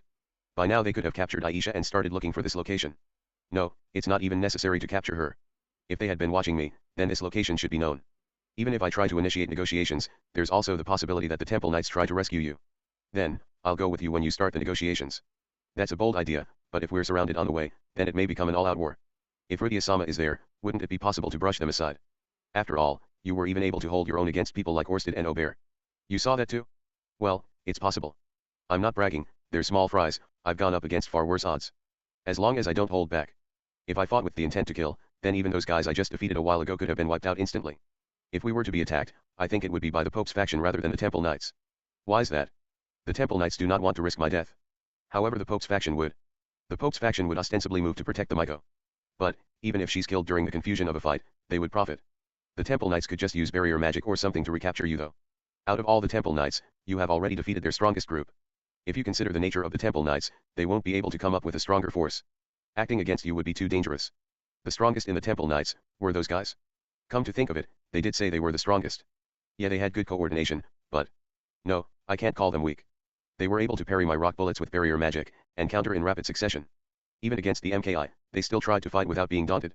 They seemed to be around the advanced rank in the Sword God style and Water God style for the most part, and were capable of a minimum of intermediate attack, barrier, and probably healing magic too. Taking that into consideration, they were a considerably high-spec party. Their individual strength might not be that high, but with the 7 of them together, I can understand them being called the strongest group. Therese didn't have much combat potential, but she had a good head for battle, her command was admirable. I don't think I would have lost, even without the MKI. But, they could have managed to pull something. Anyway, I've already defeated the strongest guys, so certainly. No, but they were only the strongest Temple Knights. What about the Knights of the Order of Instruction, and I think I've heard there's an Order of the Church too. The Order of the Church is the only other group of knights currently in Millis. Although they act within the Church, they don't interfere in these kinds of matters. The Knights of the Order of Instruction are not currently in this country for it. That's reassuring. Hearing that gave me a confidence boost. I can just take the hostage, and brazenly go out demanding negotiations. This one is Orsted's subordinate. What do I have to worry about by being attacked? 5. The fact that the Miko hasn't already been ripped apart limb from limb and tossed in front of the church is only because of this one's generosity. It's probably gonna Maybe, soon be if you get on your knees Aisha. to apologize and meet my demands, I'll spare the Miko's life. While I go through that act, I'll just have the Miko cooperate and determine who Hitagami's apostles are. Of course, a few bad weeds might end up being overlooked. Depending on how the negotiations go, I should be able to get out of the country safely. I'd have to give up opening a mercenary branch here. In a few years, if Cliff gains influence, I might be able to ask again. But depending on the flow, if the Pope is one of Hitagami's apostles for example, Cliff might have to give up gaining influence in this country. It can't be helped. Sorry Cliff, there's no choice. If you're worried about the other knights, it would be good to move quickly. If Rudia-sama's friends have been captured, then time is not on our side. That's right. Still, it's only been about an hour since the kidnapping. Even considering the worst case scenario, if Aisha or Jisoo is caught and tortured. No, it's still too early. However, if I keep hiding myself, the other side will become impatient. When you don't know what to do, you get impatient, everyone is the same. Alright. From here, it's a gamble. It's no good if someone dies in exchange for the Miko. I need to be prepared. I need to want it. Even if I can't have it. I need some sort of trump card. I wonder, Miko-sama. What is it? Why are you siding with me? Allowing yourself to be captured so easily. The Miko gave me a puzzled look. Then smiled softly. It was a smile worthy of the symbol of the Millis religion. I am only alive now thanks to you and your superb friend. Is that what she understood from my memories? Or did she see Eris's memories in the past? I don't quite get it, but I guess Richard and I did bring Eris to Millis. However, that answer is slightly suspicious. Since you're still not convinced, it's because I'm really angry that my subordinates tried to kill the first friend I've made in such a long time. Telling me all sorts of fun stories, even drawing me a picture, Millie-sama said thou shalt not be discourteous. Thou shalt not forget kindness. Originally, if you asked me for help with your mother's matter, I had planned to lend you my power in secret. But, you never asked. When I remained silent, the Miko started to make a pouting face and sulk. Generally, Rudia-sama, wouldn't someone in your position normally consider someone like me an enemy at first glance, and not hesitate to kidnap them? Yeah. I never really considered you an enemy. That's why I wanted to hear your story after kidnapping you. Alright. In any case, what's done is done. I fell behind, and ended up in this situation. Thinking about what could have been won't improve my current situation. In the next act, I need to take a dominant position and make my stand, otherwise I won't be able to accomplish my goals. My goals are as follows. First, rescue Zenith. Second, ensure the safety of Aisha, Jisoo, and Cliff. Third, try not to trouble Cliff. Fourth, install a mercenary branch. Fifth, permission for Ruger doll sales. Sixth, establish Millis as an ally. For now I'll focus on the first two. Alright, then it's time to make my next move. I now have a card in hand. I have a very strong card in hand, the Miko. I'm also a strong card in my own way. If possible, I would have liked to have someone else. Someone unrelated to the situation, someone who could make preparations. I need to turn things around, this is the time for a preemptive attack. This mess would have been settled leaving nothing but a grudge if I just brought Eris along. Yeah, I would have liked to see her again. Then, it's time to begin. Part 2. I returned to the religious headquarters. It's been 2, maybe 3 hours since that fight started. I didn't see a single temple knight in town, like a charm. At the same time I determined that Jisoo and Cliff hadn't informed on me. We initially escaped using a teleport scroll. The existence of that type of teleport magic is not generally known. With that in mind, it would make sense for the temple knights to blockade the entrances to the headquarters, thinking that I should still be inside. After about an hour, the field commander might judge that I could have escaped the area. In order to search the city, they would probably request the main force of the temple knights, and take another hour organizing the search corps. It wouldn't be strange for some sort of delay to occur, so that adds another hour. Though the entrances to the city might already be blockaded, but they shouldn't be moving in full scale yet. Mobilizing such a large organization is always difficult. Cliff and Jisoo, only those two know about the teleportation magic. Jisoo was present when I installed the magic circle in case we needed to make an emergency escape. And Cliff even helped me draw the magic circles in the office's basement back in Sharia. If they had betrayed me, then the temple knights would have known exactly where to start looking. So I immediately discarded that suspicion. But, it wouldn't be funny if the Pope or the Cardinal guessed that I'd used teleport magic. They might be able to obtain that kind of information. Or Hitagami could be informing them from behind the scenes. When I think about that, I have a strange feeling. It's been 2 hours, I feel like my opponents are falling behind. Could Therese have been moving at her own discretion? While thinking that, we approached the religious headquarters. Then, guys wearing blue armor poured out in droves. Miko-sama has. Rudius has appeared with Miko-sama. Call for support. Droves of knights were pouring out in a stream. Not just from the headquarters, from the surrounding area too. I was quickly surrounded. Will it really be alright? Rudius-sama, do not separate from me. I grabbed onto the Miko's arm like it was my lifeline. Although it's not like I'm holding a knife to her throat, some of the temple knights started to stir. But they didn't attack. The Miko was right. Treating Miko-sama that violently. You, Rudius. Even I have not touched the Miko like that. Taking Miko-sama hostage, you are a disgrace to all Millis believers. Impermissible. One of those seems like a slightly strange thing to get angry about. However, they seem to have decided that I'm holding her hostage before I even said anything. Well, naturally. I annihilated her escorts and whisked her away. What else could it be? Even the mastermind behind this whole incident would see it that way. Captain, let's do it. After fighting the defense of the Holy Sepulchre, Anastasia keep, he can't have much mana left. Wait, even so, he might still have enough strength left to harm Miko-sama. It's okay, if we all attack in unison, even that guy would defend himself instead of harming Miko-sama. There's only one guy arguing. I wonder, is he a direct pawn of the mastermind behind this incident? Miko-sama, there, whose underling is that? Is he being manipulated by Hitagami? No, that is one of the Pope's underlings. Hitagami is uninvolved. He doesn't even seem to know the details. I asked her in a whisper, and she whispered back a response. Well, without knowing any details, I can understand thinking that. Alright. For the time being, I should start. I demand to speak with His Eminence the Pope. Clear a path. I shouted as loudly as I could. The knights started to stir again hearing me act so arrogantly. What did you say? You bastard, how dare you ask for an audience with the Pope? Release Miko-sama now, and receive judgment. Several people had already drawn their swords. But, when the Miko started trembling in my grasp, the knights hesitated and returned their swords to their sheaths. Wow, so that's the power of a Miko. After watching those guys from the defense of the Holy Sepulchre, Anastasia keep, I started to understand. This girl is more like an idol than a princess. Well then. Let's start the script. My name is Rudius Grere. A representative of the dragon god Orsted. In the name of my lord, I do not intend to harm the Miko, the symbol of the Millis religion. I raised my right hand. The bracelet I got from Orsted shone brilliantly on my wrist. It may be weak as an ID card, but it should at least work in a bluff. But, if you do not meet my demands, I will make no such guarantee. By making enemies of me, know that you are turning the entire Millis religion into an enemy of the dragon god and his subordinates. I decided to open the negotiations aggressively. I properly prepared my lines. I used Orsted's name without permission, but it's no problem. He doesn't really have any other subordinates, but it's no problem. The temple knights winced, and took a step back. With that they should understand that I'm not some random kidnapper, I'm a bigwig in the organization. As long as they understand that, I'm okay. I demand an explanation of my matter directly from His Holiness. This is a demand directly from the Dragon God's representative. I demand to know where my mother is being detained. The fate of the Miko's life is dependent on the answer. I just want to talk in the end. Suddenly, being accused of kidnapping, and then convicted in a farce of a trial. I'm angry. I'll demand an apology and reparations. I'll take that opportunity to make Zenith's matter the entire Millis religious organization's problem. What? Taking Miko-sama hostage for such a reason is. However, the Temple Knights didn't clear a path. Slow. Can you not let me through because there's no one important enough here to make the decision? If I wait a bit, will a commander come out? Open the way. Move. Do you intend to let Miko-sama die? While I was thinking, the back suddenly became noisy, and a group of 4 men and women appeared. Among them, 3 looked familiar. They were members of the Defense of the Holy Sepulchre, Anastasia Keep. Their armor looked like it had some painful dents in it. Therese was with them. When she saw me, she lowered her eyes apologetically. Another person was with them, a man in what looked to be his late 50s with a white beard. Although he had deep wrinkles on his face, he had sharp eyes, his age had not weakened him. I don't recognize him. He's wearing the same blue armor as everyone else, so he should be a temple knight. But, his armor's design is a little more elaborate. It felt like it was an upgrade from Therese's armor. Presently, I'm surrounded by normal temple knights. Only a short distance away are the rest of the Defense of the Holy Sepulchre, Anastasia Keep. And Therese, the commander of the elite temple knights, is with them. This guy seems to be something like the king of the temple knights then. Temple Knights, Sword Group Battalion Commander Carlisle Latrias 7. Ah. This person.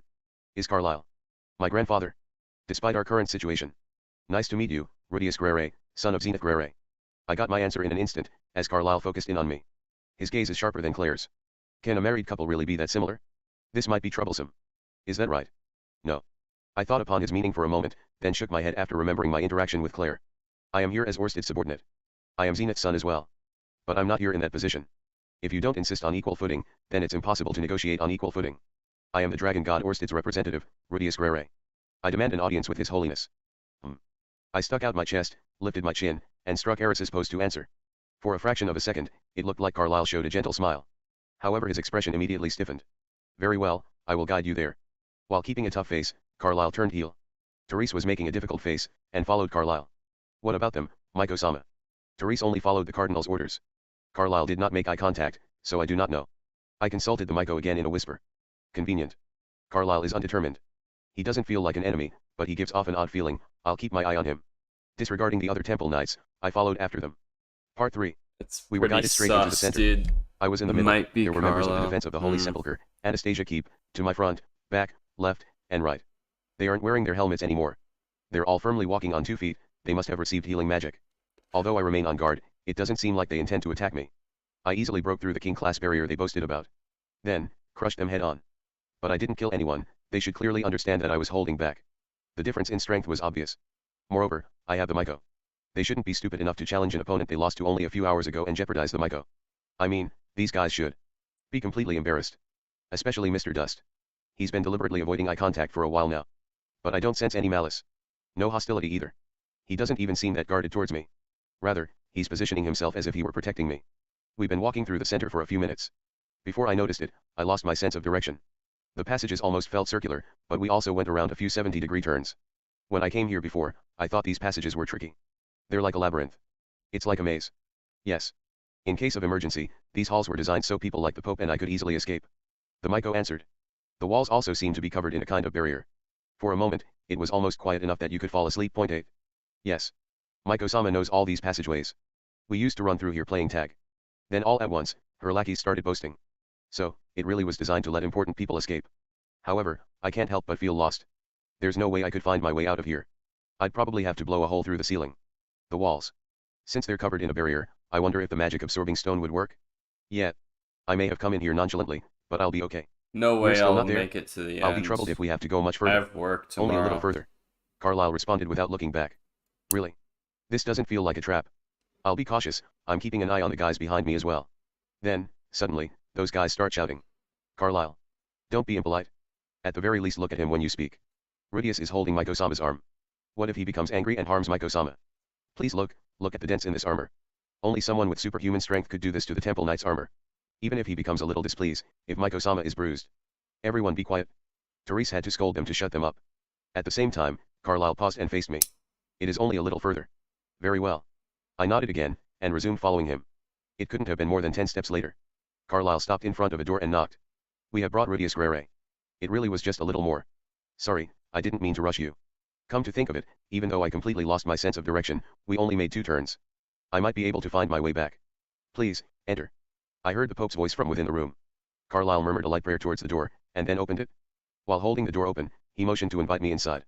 Please enter. Yes, excuse me. I entered the room holding the Miko's arm. Well, I kind of feel like I should have let go of her arm by now. No, no. I can't relax my guard. I entered something like a conference room. There was a long table, with 10 or so seats arranged so you could sit face to face. The Pope was there, Cliff too. There was another person who looked similar to the Pope, wearing an expensive-looking vestment. I wonder if that's the Cardinal? Aside from Carlyle, there was another guy wearing an expensive-looking set of armor. White armor .9. Behind them stood 7 knights, with their arms crossed. 2 of them had familiar faces. They were the Pope's bodyguards. Everyone was facing me. It looks like I interrupted a heated debate. Holding their breath, silently, they were watching me. And, at a somewhat secluded place at the table, there were 2 people sitting alone. One person, an old woman with her lips tightly closed. She was glaring at me. Claire Latria.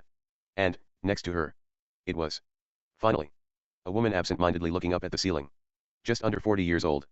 The woman my father loved more than anyone else. My mother. Zenith was sitting there. Era. Wait. Why are these 2 here? What is this? I still haven't made any demands. I didn't tell them to bring Zenith. Bang. That sound broke the silence. The door closed behind us. The temple knights arranged themselves as to protect the door. They stood opposite the other knights in the back of the room. Only Therese was seated. Well then, now that all the actors are on the stage, let's commence. The Pope sat back and said that. Apparently, in the last few hours, something seems to have changed. I thought I took the first move, but was I beaten to the punch? Rudia-sama, Miko-sama, would you please take your seats? I wonder if I've fallen behind. But, this situation, it's not bad. I can work with this. This is a literal Japanese saying. The book Rudy wrote about Rudyard. Bad. Close the stream. But we're about to find out if I lost the bet or not, though. We're about to find out, though. Fuck. Wait a second. What am I wavering over? You won't? Nah, but I'm about to find out if Claire's like a...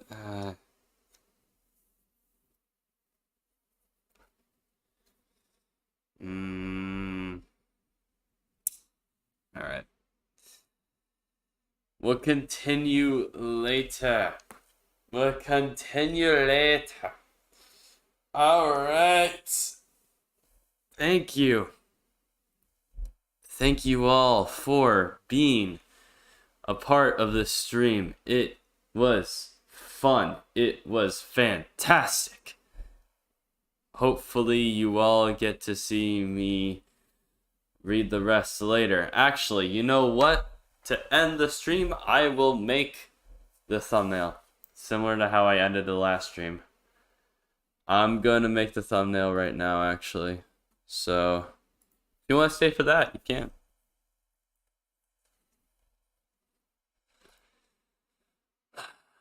I have a feeling this one's probably not going to be a meme. It's probably going to be a more of a serious sort of thing. This should be season 4 beginning. Nice read, or mid-season. I'd say mid-season. You better read the rest of the thing back to back. Zenith slapper. Zenith slapper.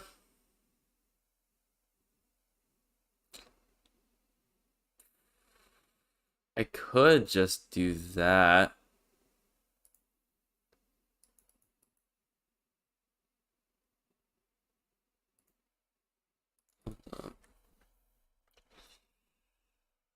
I could just do that.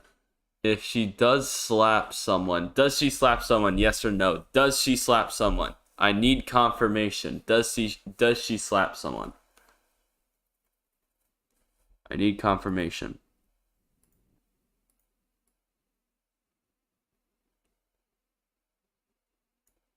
Yes. Okay.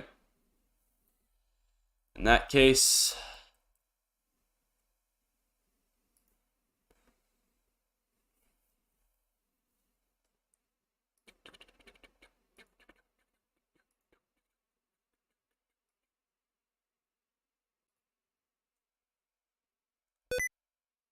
oh fuck.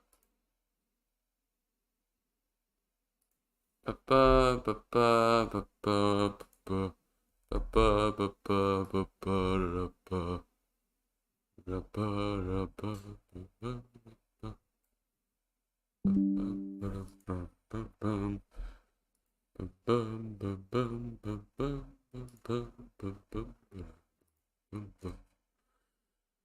right.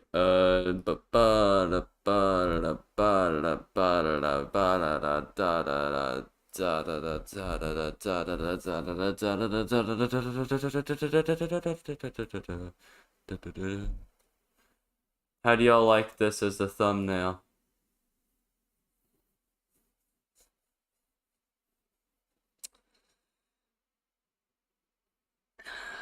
We could roll with this. Multi-slaps several people. Miko watching on the back.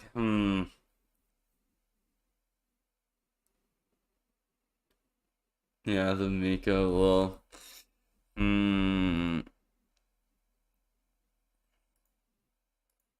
Hold up. I got it. Give me a sec. Open paint.net here. Make a new layer.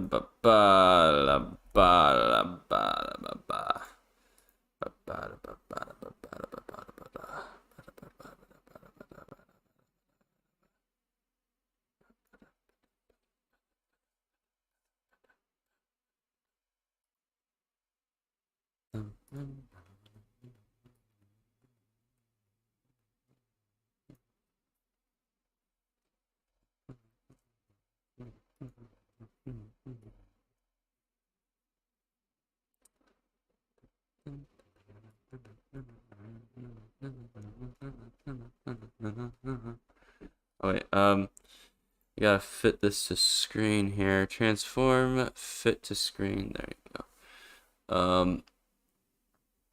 So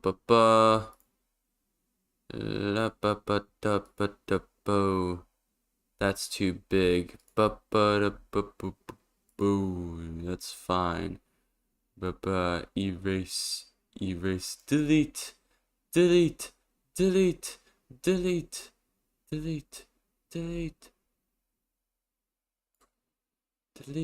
I need that background free. There's also that spot there. That works. That's perfectly fine. Save as, let's do volume 21 slap.png. Sure. Glorious timeline. She slaps right. Wait, hold up. No, I didn't dox anything. Cool. She also slapped Paul. Yeah, I know. She also slapped Rudius, or, well, was supposed to. Then we go here, and then we get rid of this, and then we put up this thing, and then we put in the slap here, and then we it's pretty low quality, I know. There's like a little bit of fucking weird shit here, but it's fine. It doesn't matter too much. Because I'm gonna put this boy in here. Alright, we're just gonna fucking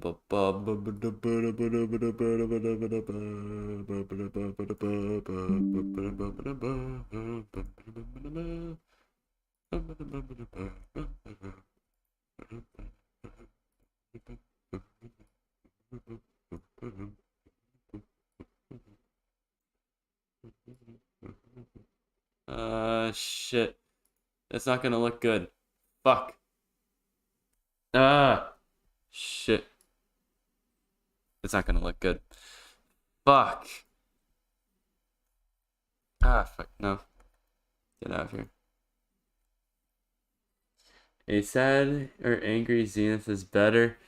No. No, it doesn't have to be accurate. It's also a throwback to one of my older videos. I like this. Um.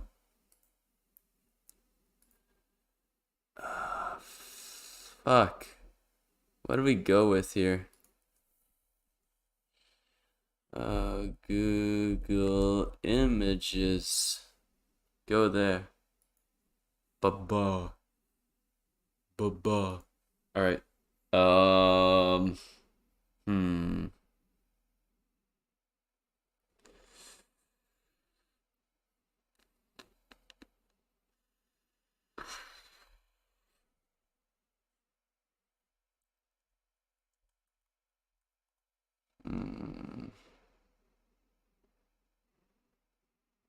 Hmm. Hmm. Hmm. Hmm. Hmm. Right. Hmm. Hmm. I need a better image. This'll work.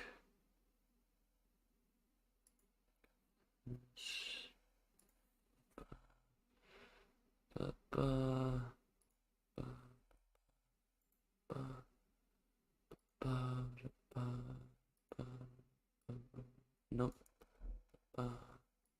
Let's bring that back.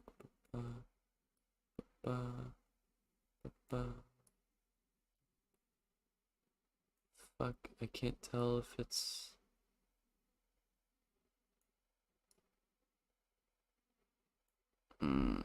Shit. Position. Fuck.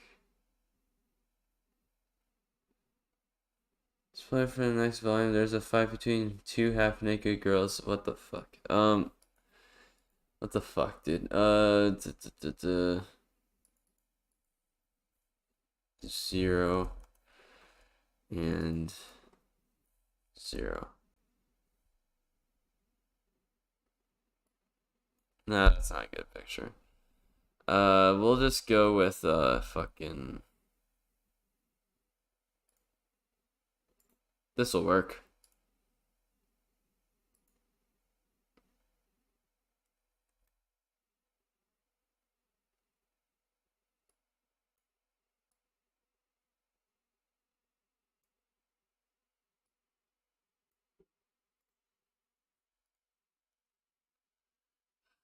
All right.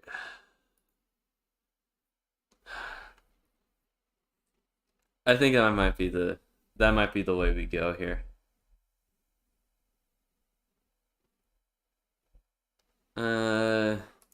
With a little bit of additional changes like glow maybe, like a red glow.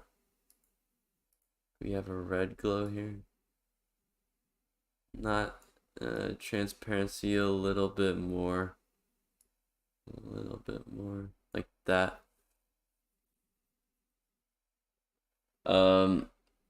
By the way, in this chapter that ended, a hard moment to animate. There was another angry Rudy. Look it up. There's another angry Rudy. Let me check.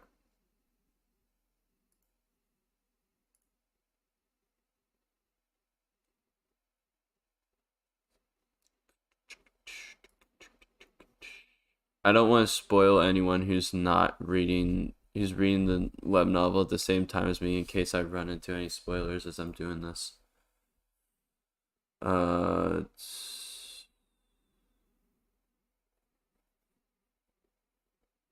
This one?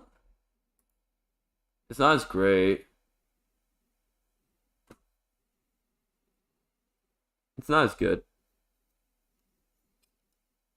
It's not as good. It's alright. It's not as good. Wait a second.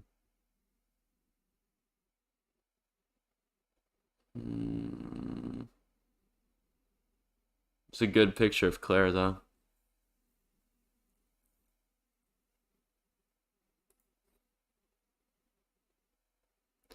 Yes, the other was better. Yeah. Yeah, the other one was better. Back to this. I think we go with this.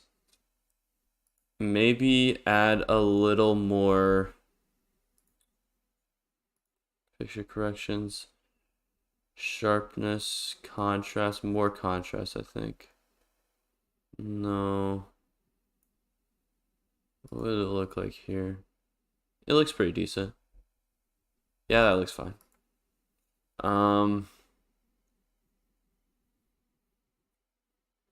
Miko on the back, please.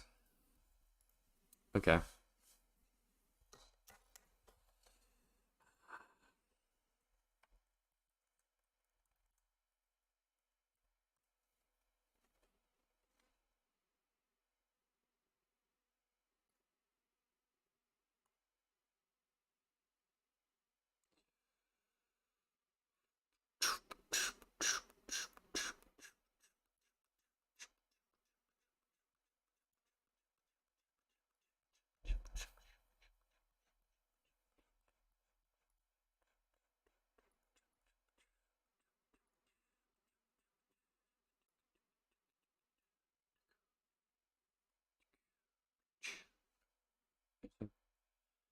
It might be better if I just erase this by hand.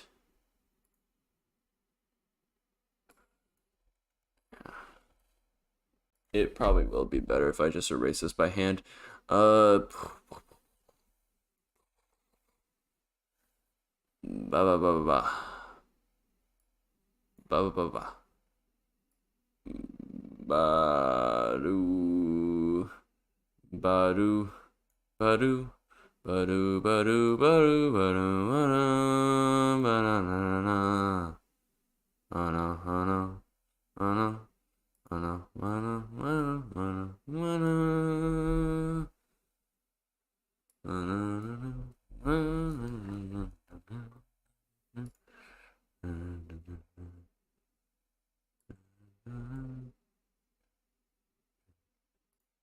Alright.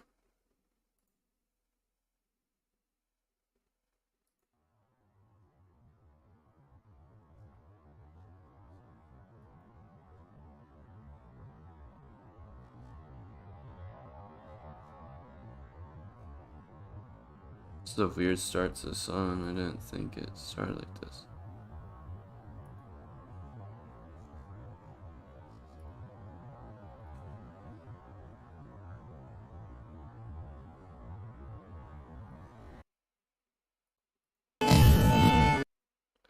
Oh, it's because I have it on 0.25 speed, of course. There you go, it's a train. There you go, yeah. There you go.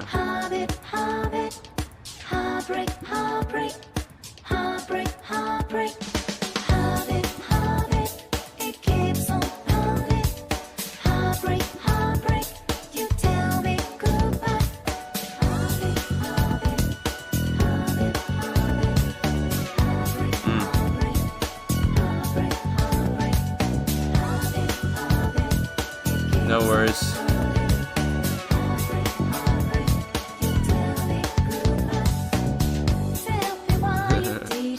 Another stream. Man's watching multiple streams at once.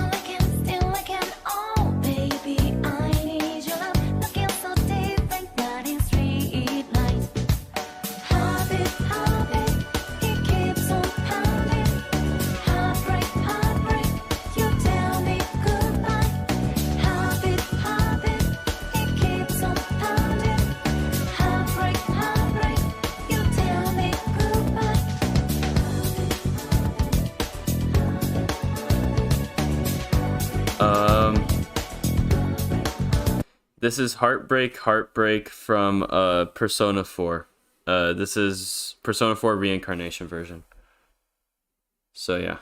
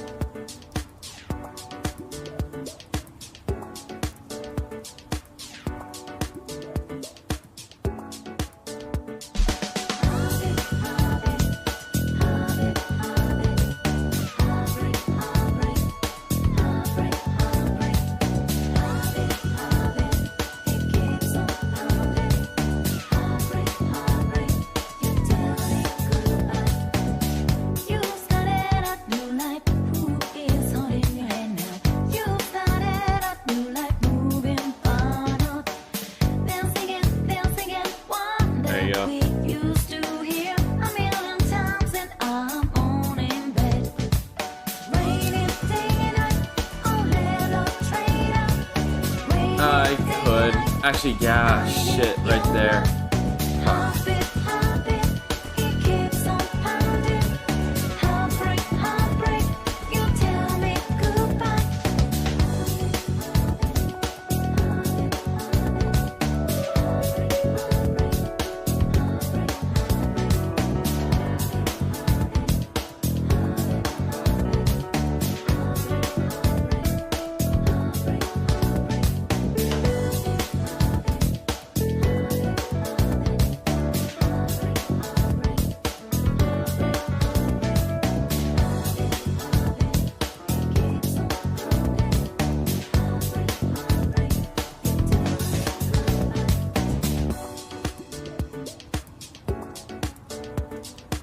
Fuck is mirror? Where the fuck is mirror?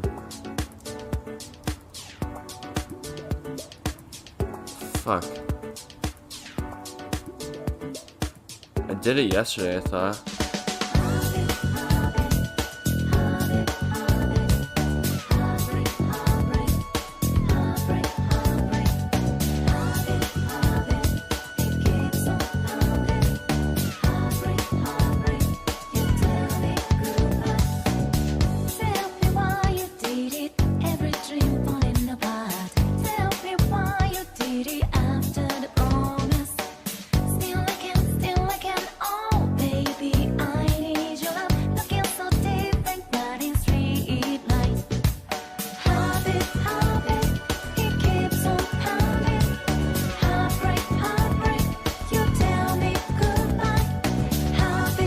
Fuck off.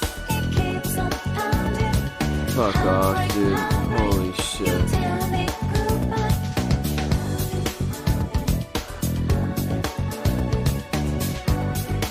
Fuck off.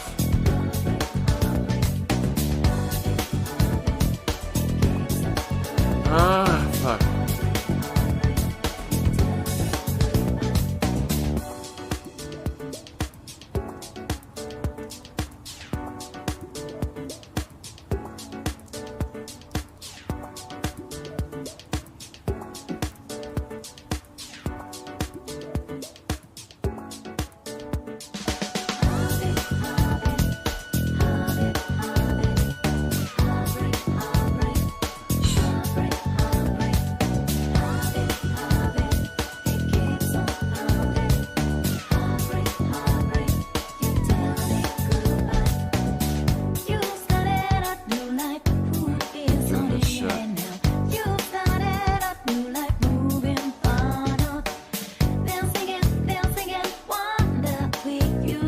I think I like the last setup I had better.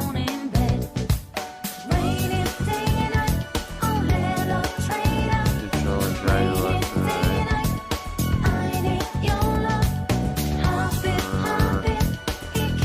Yeah, that is better.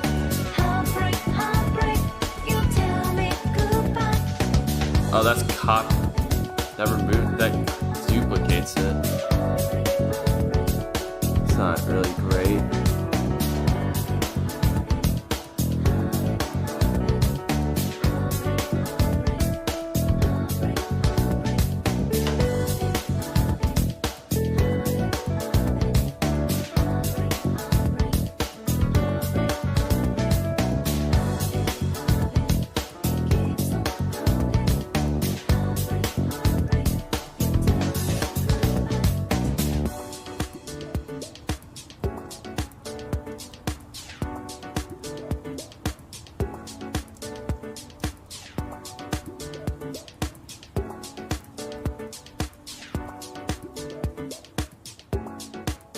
Sure.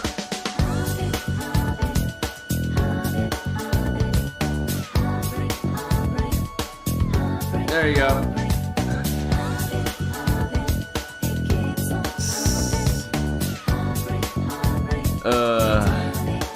Fucking hell.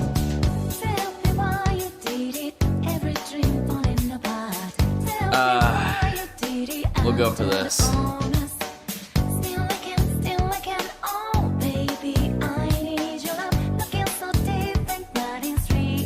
Actually, wait a second. I could do something worse than this.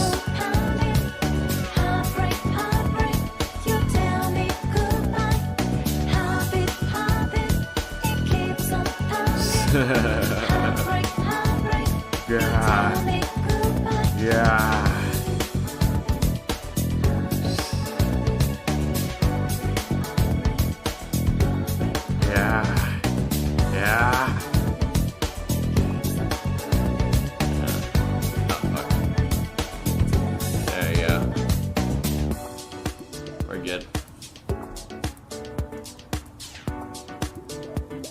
Alright. I think we're good here. Maybe a good old classic,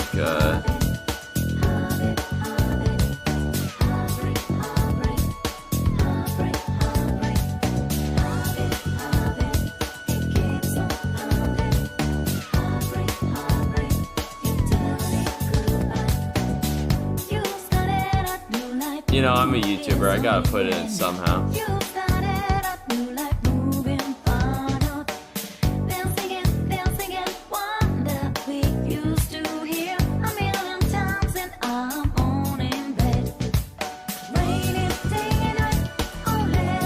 Nah, I'm good.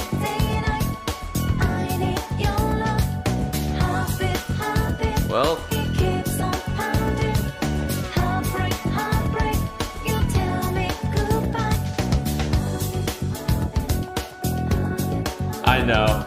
I know, it's scuffed as fuck. I already went on a rant about it in the last stream. Anyway.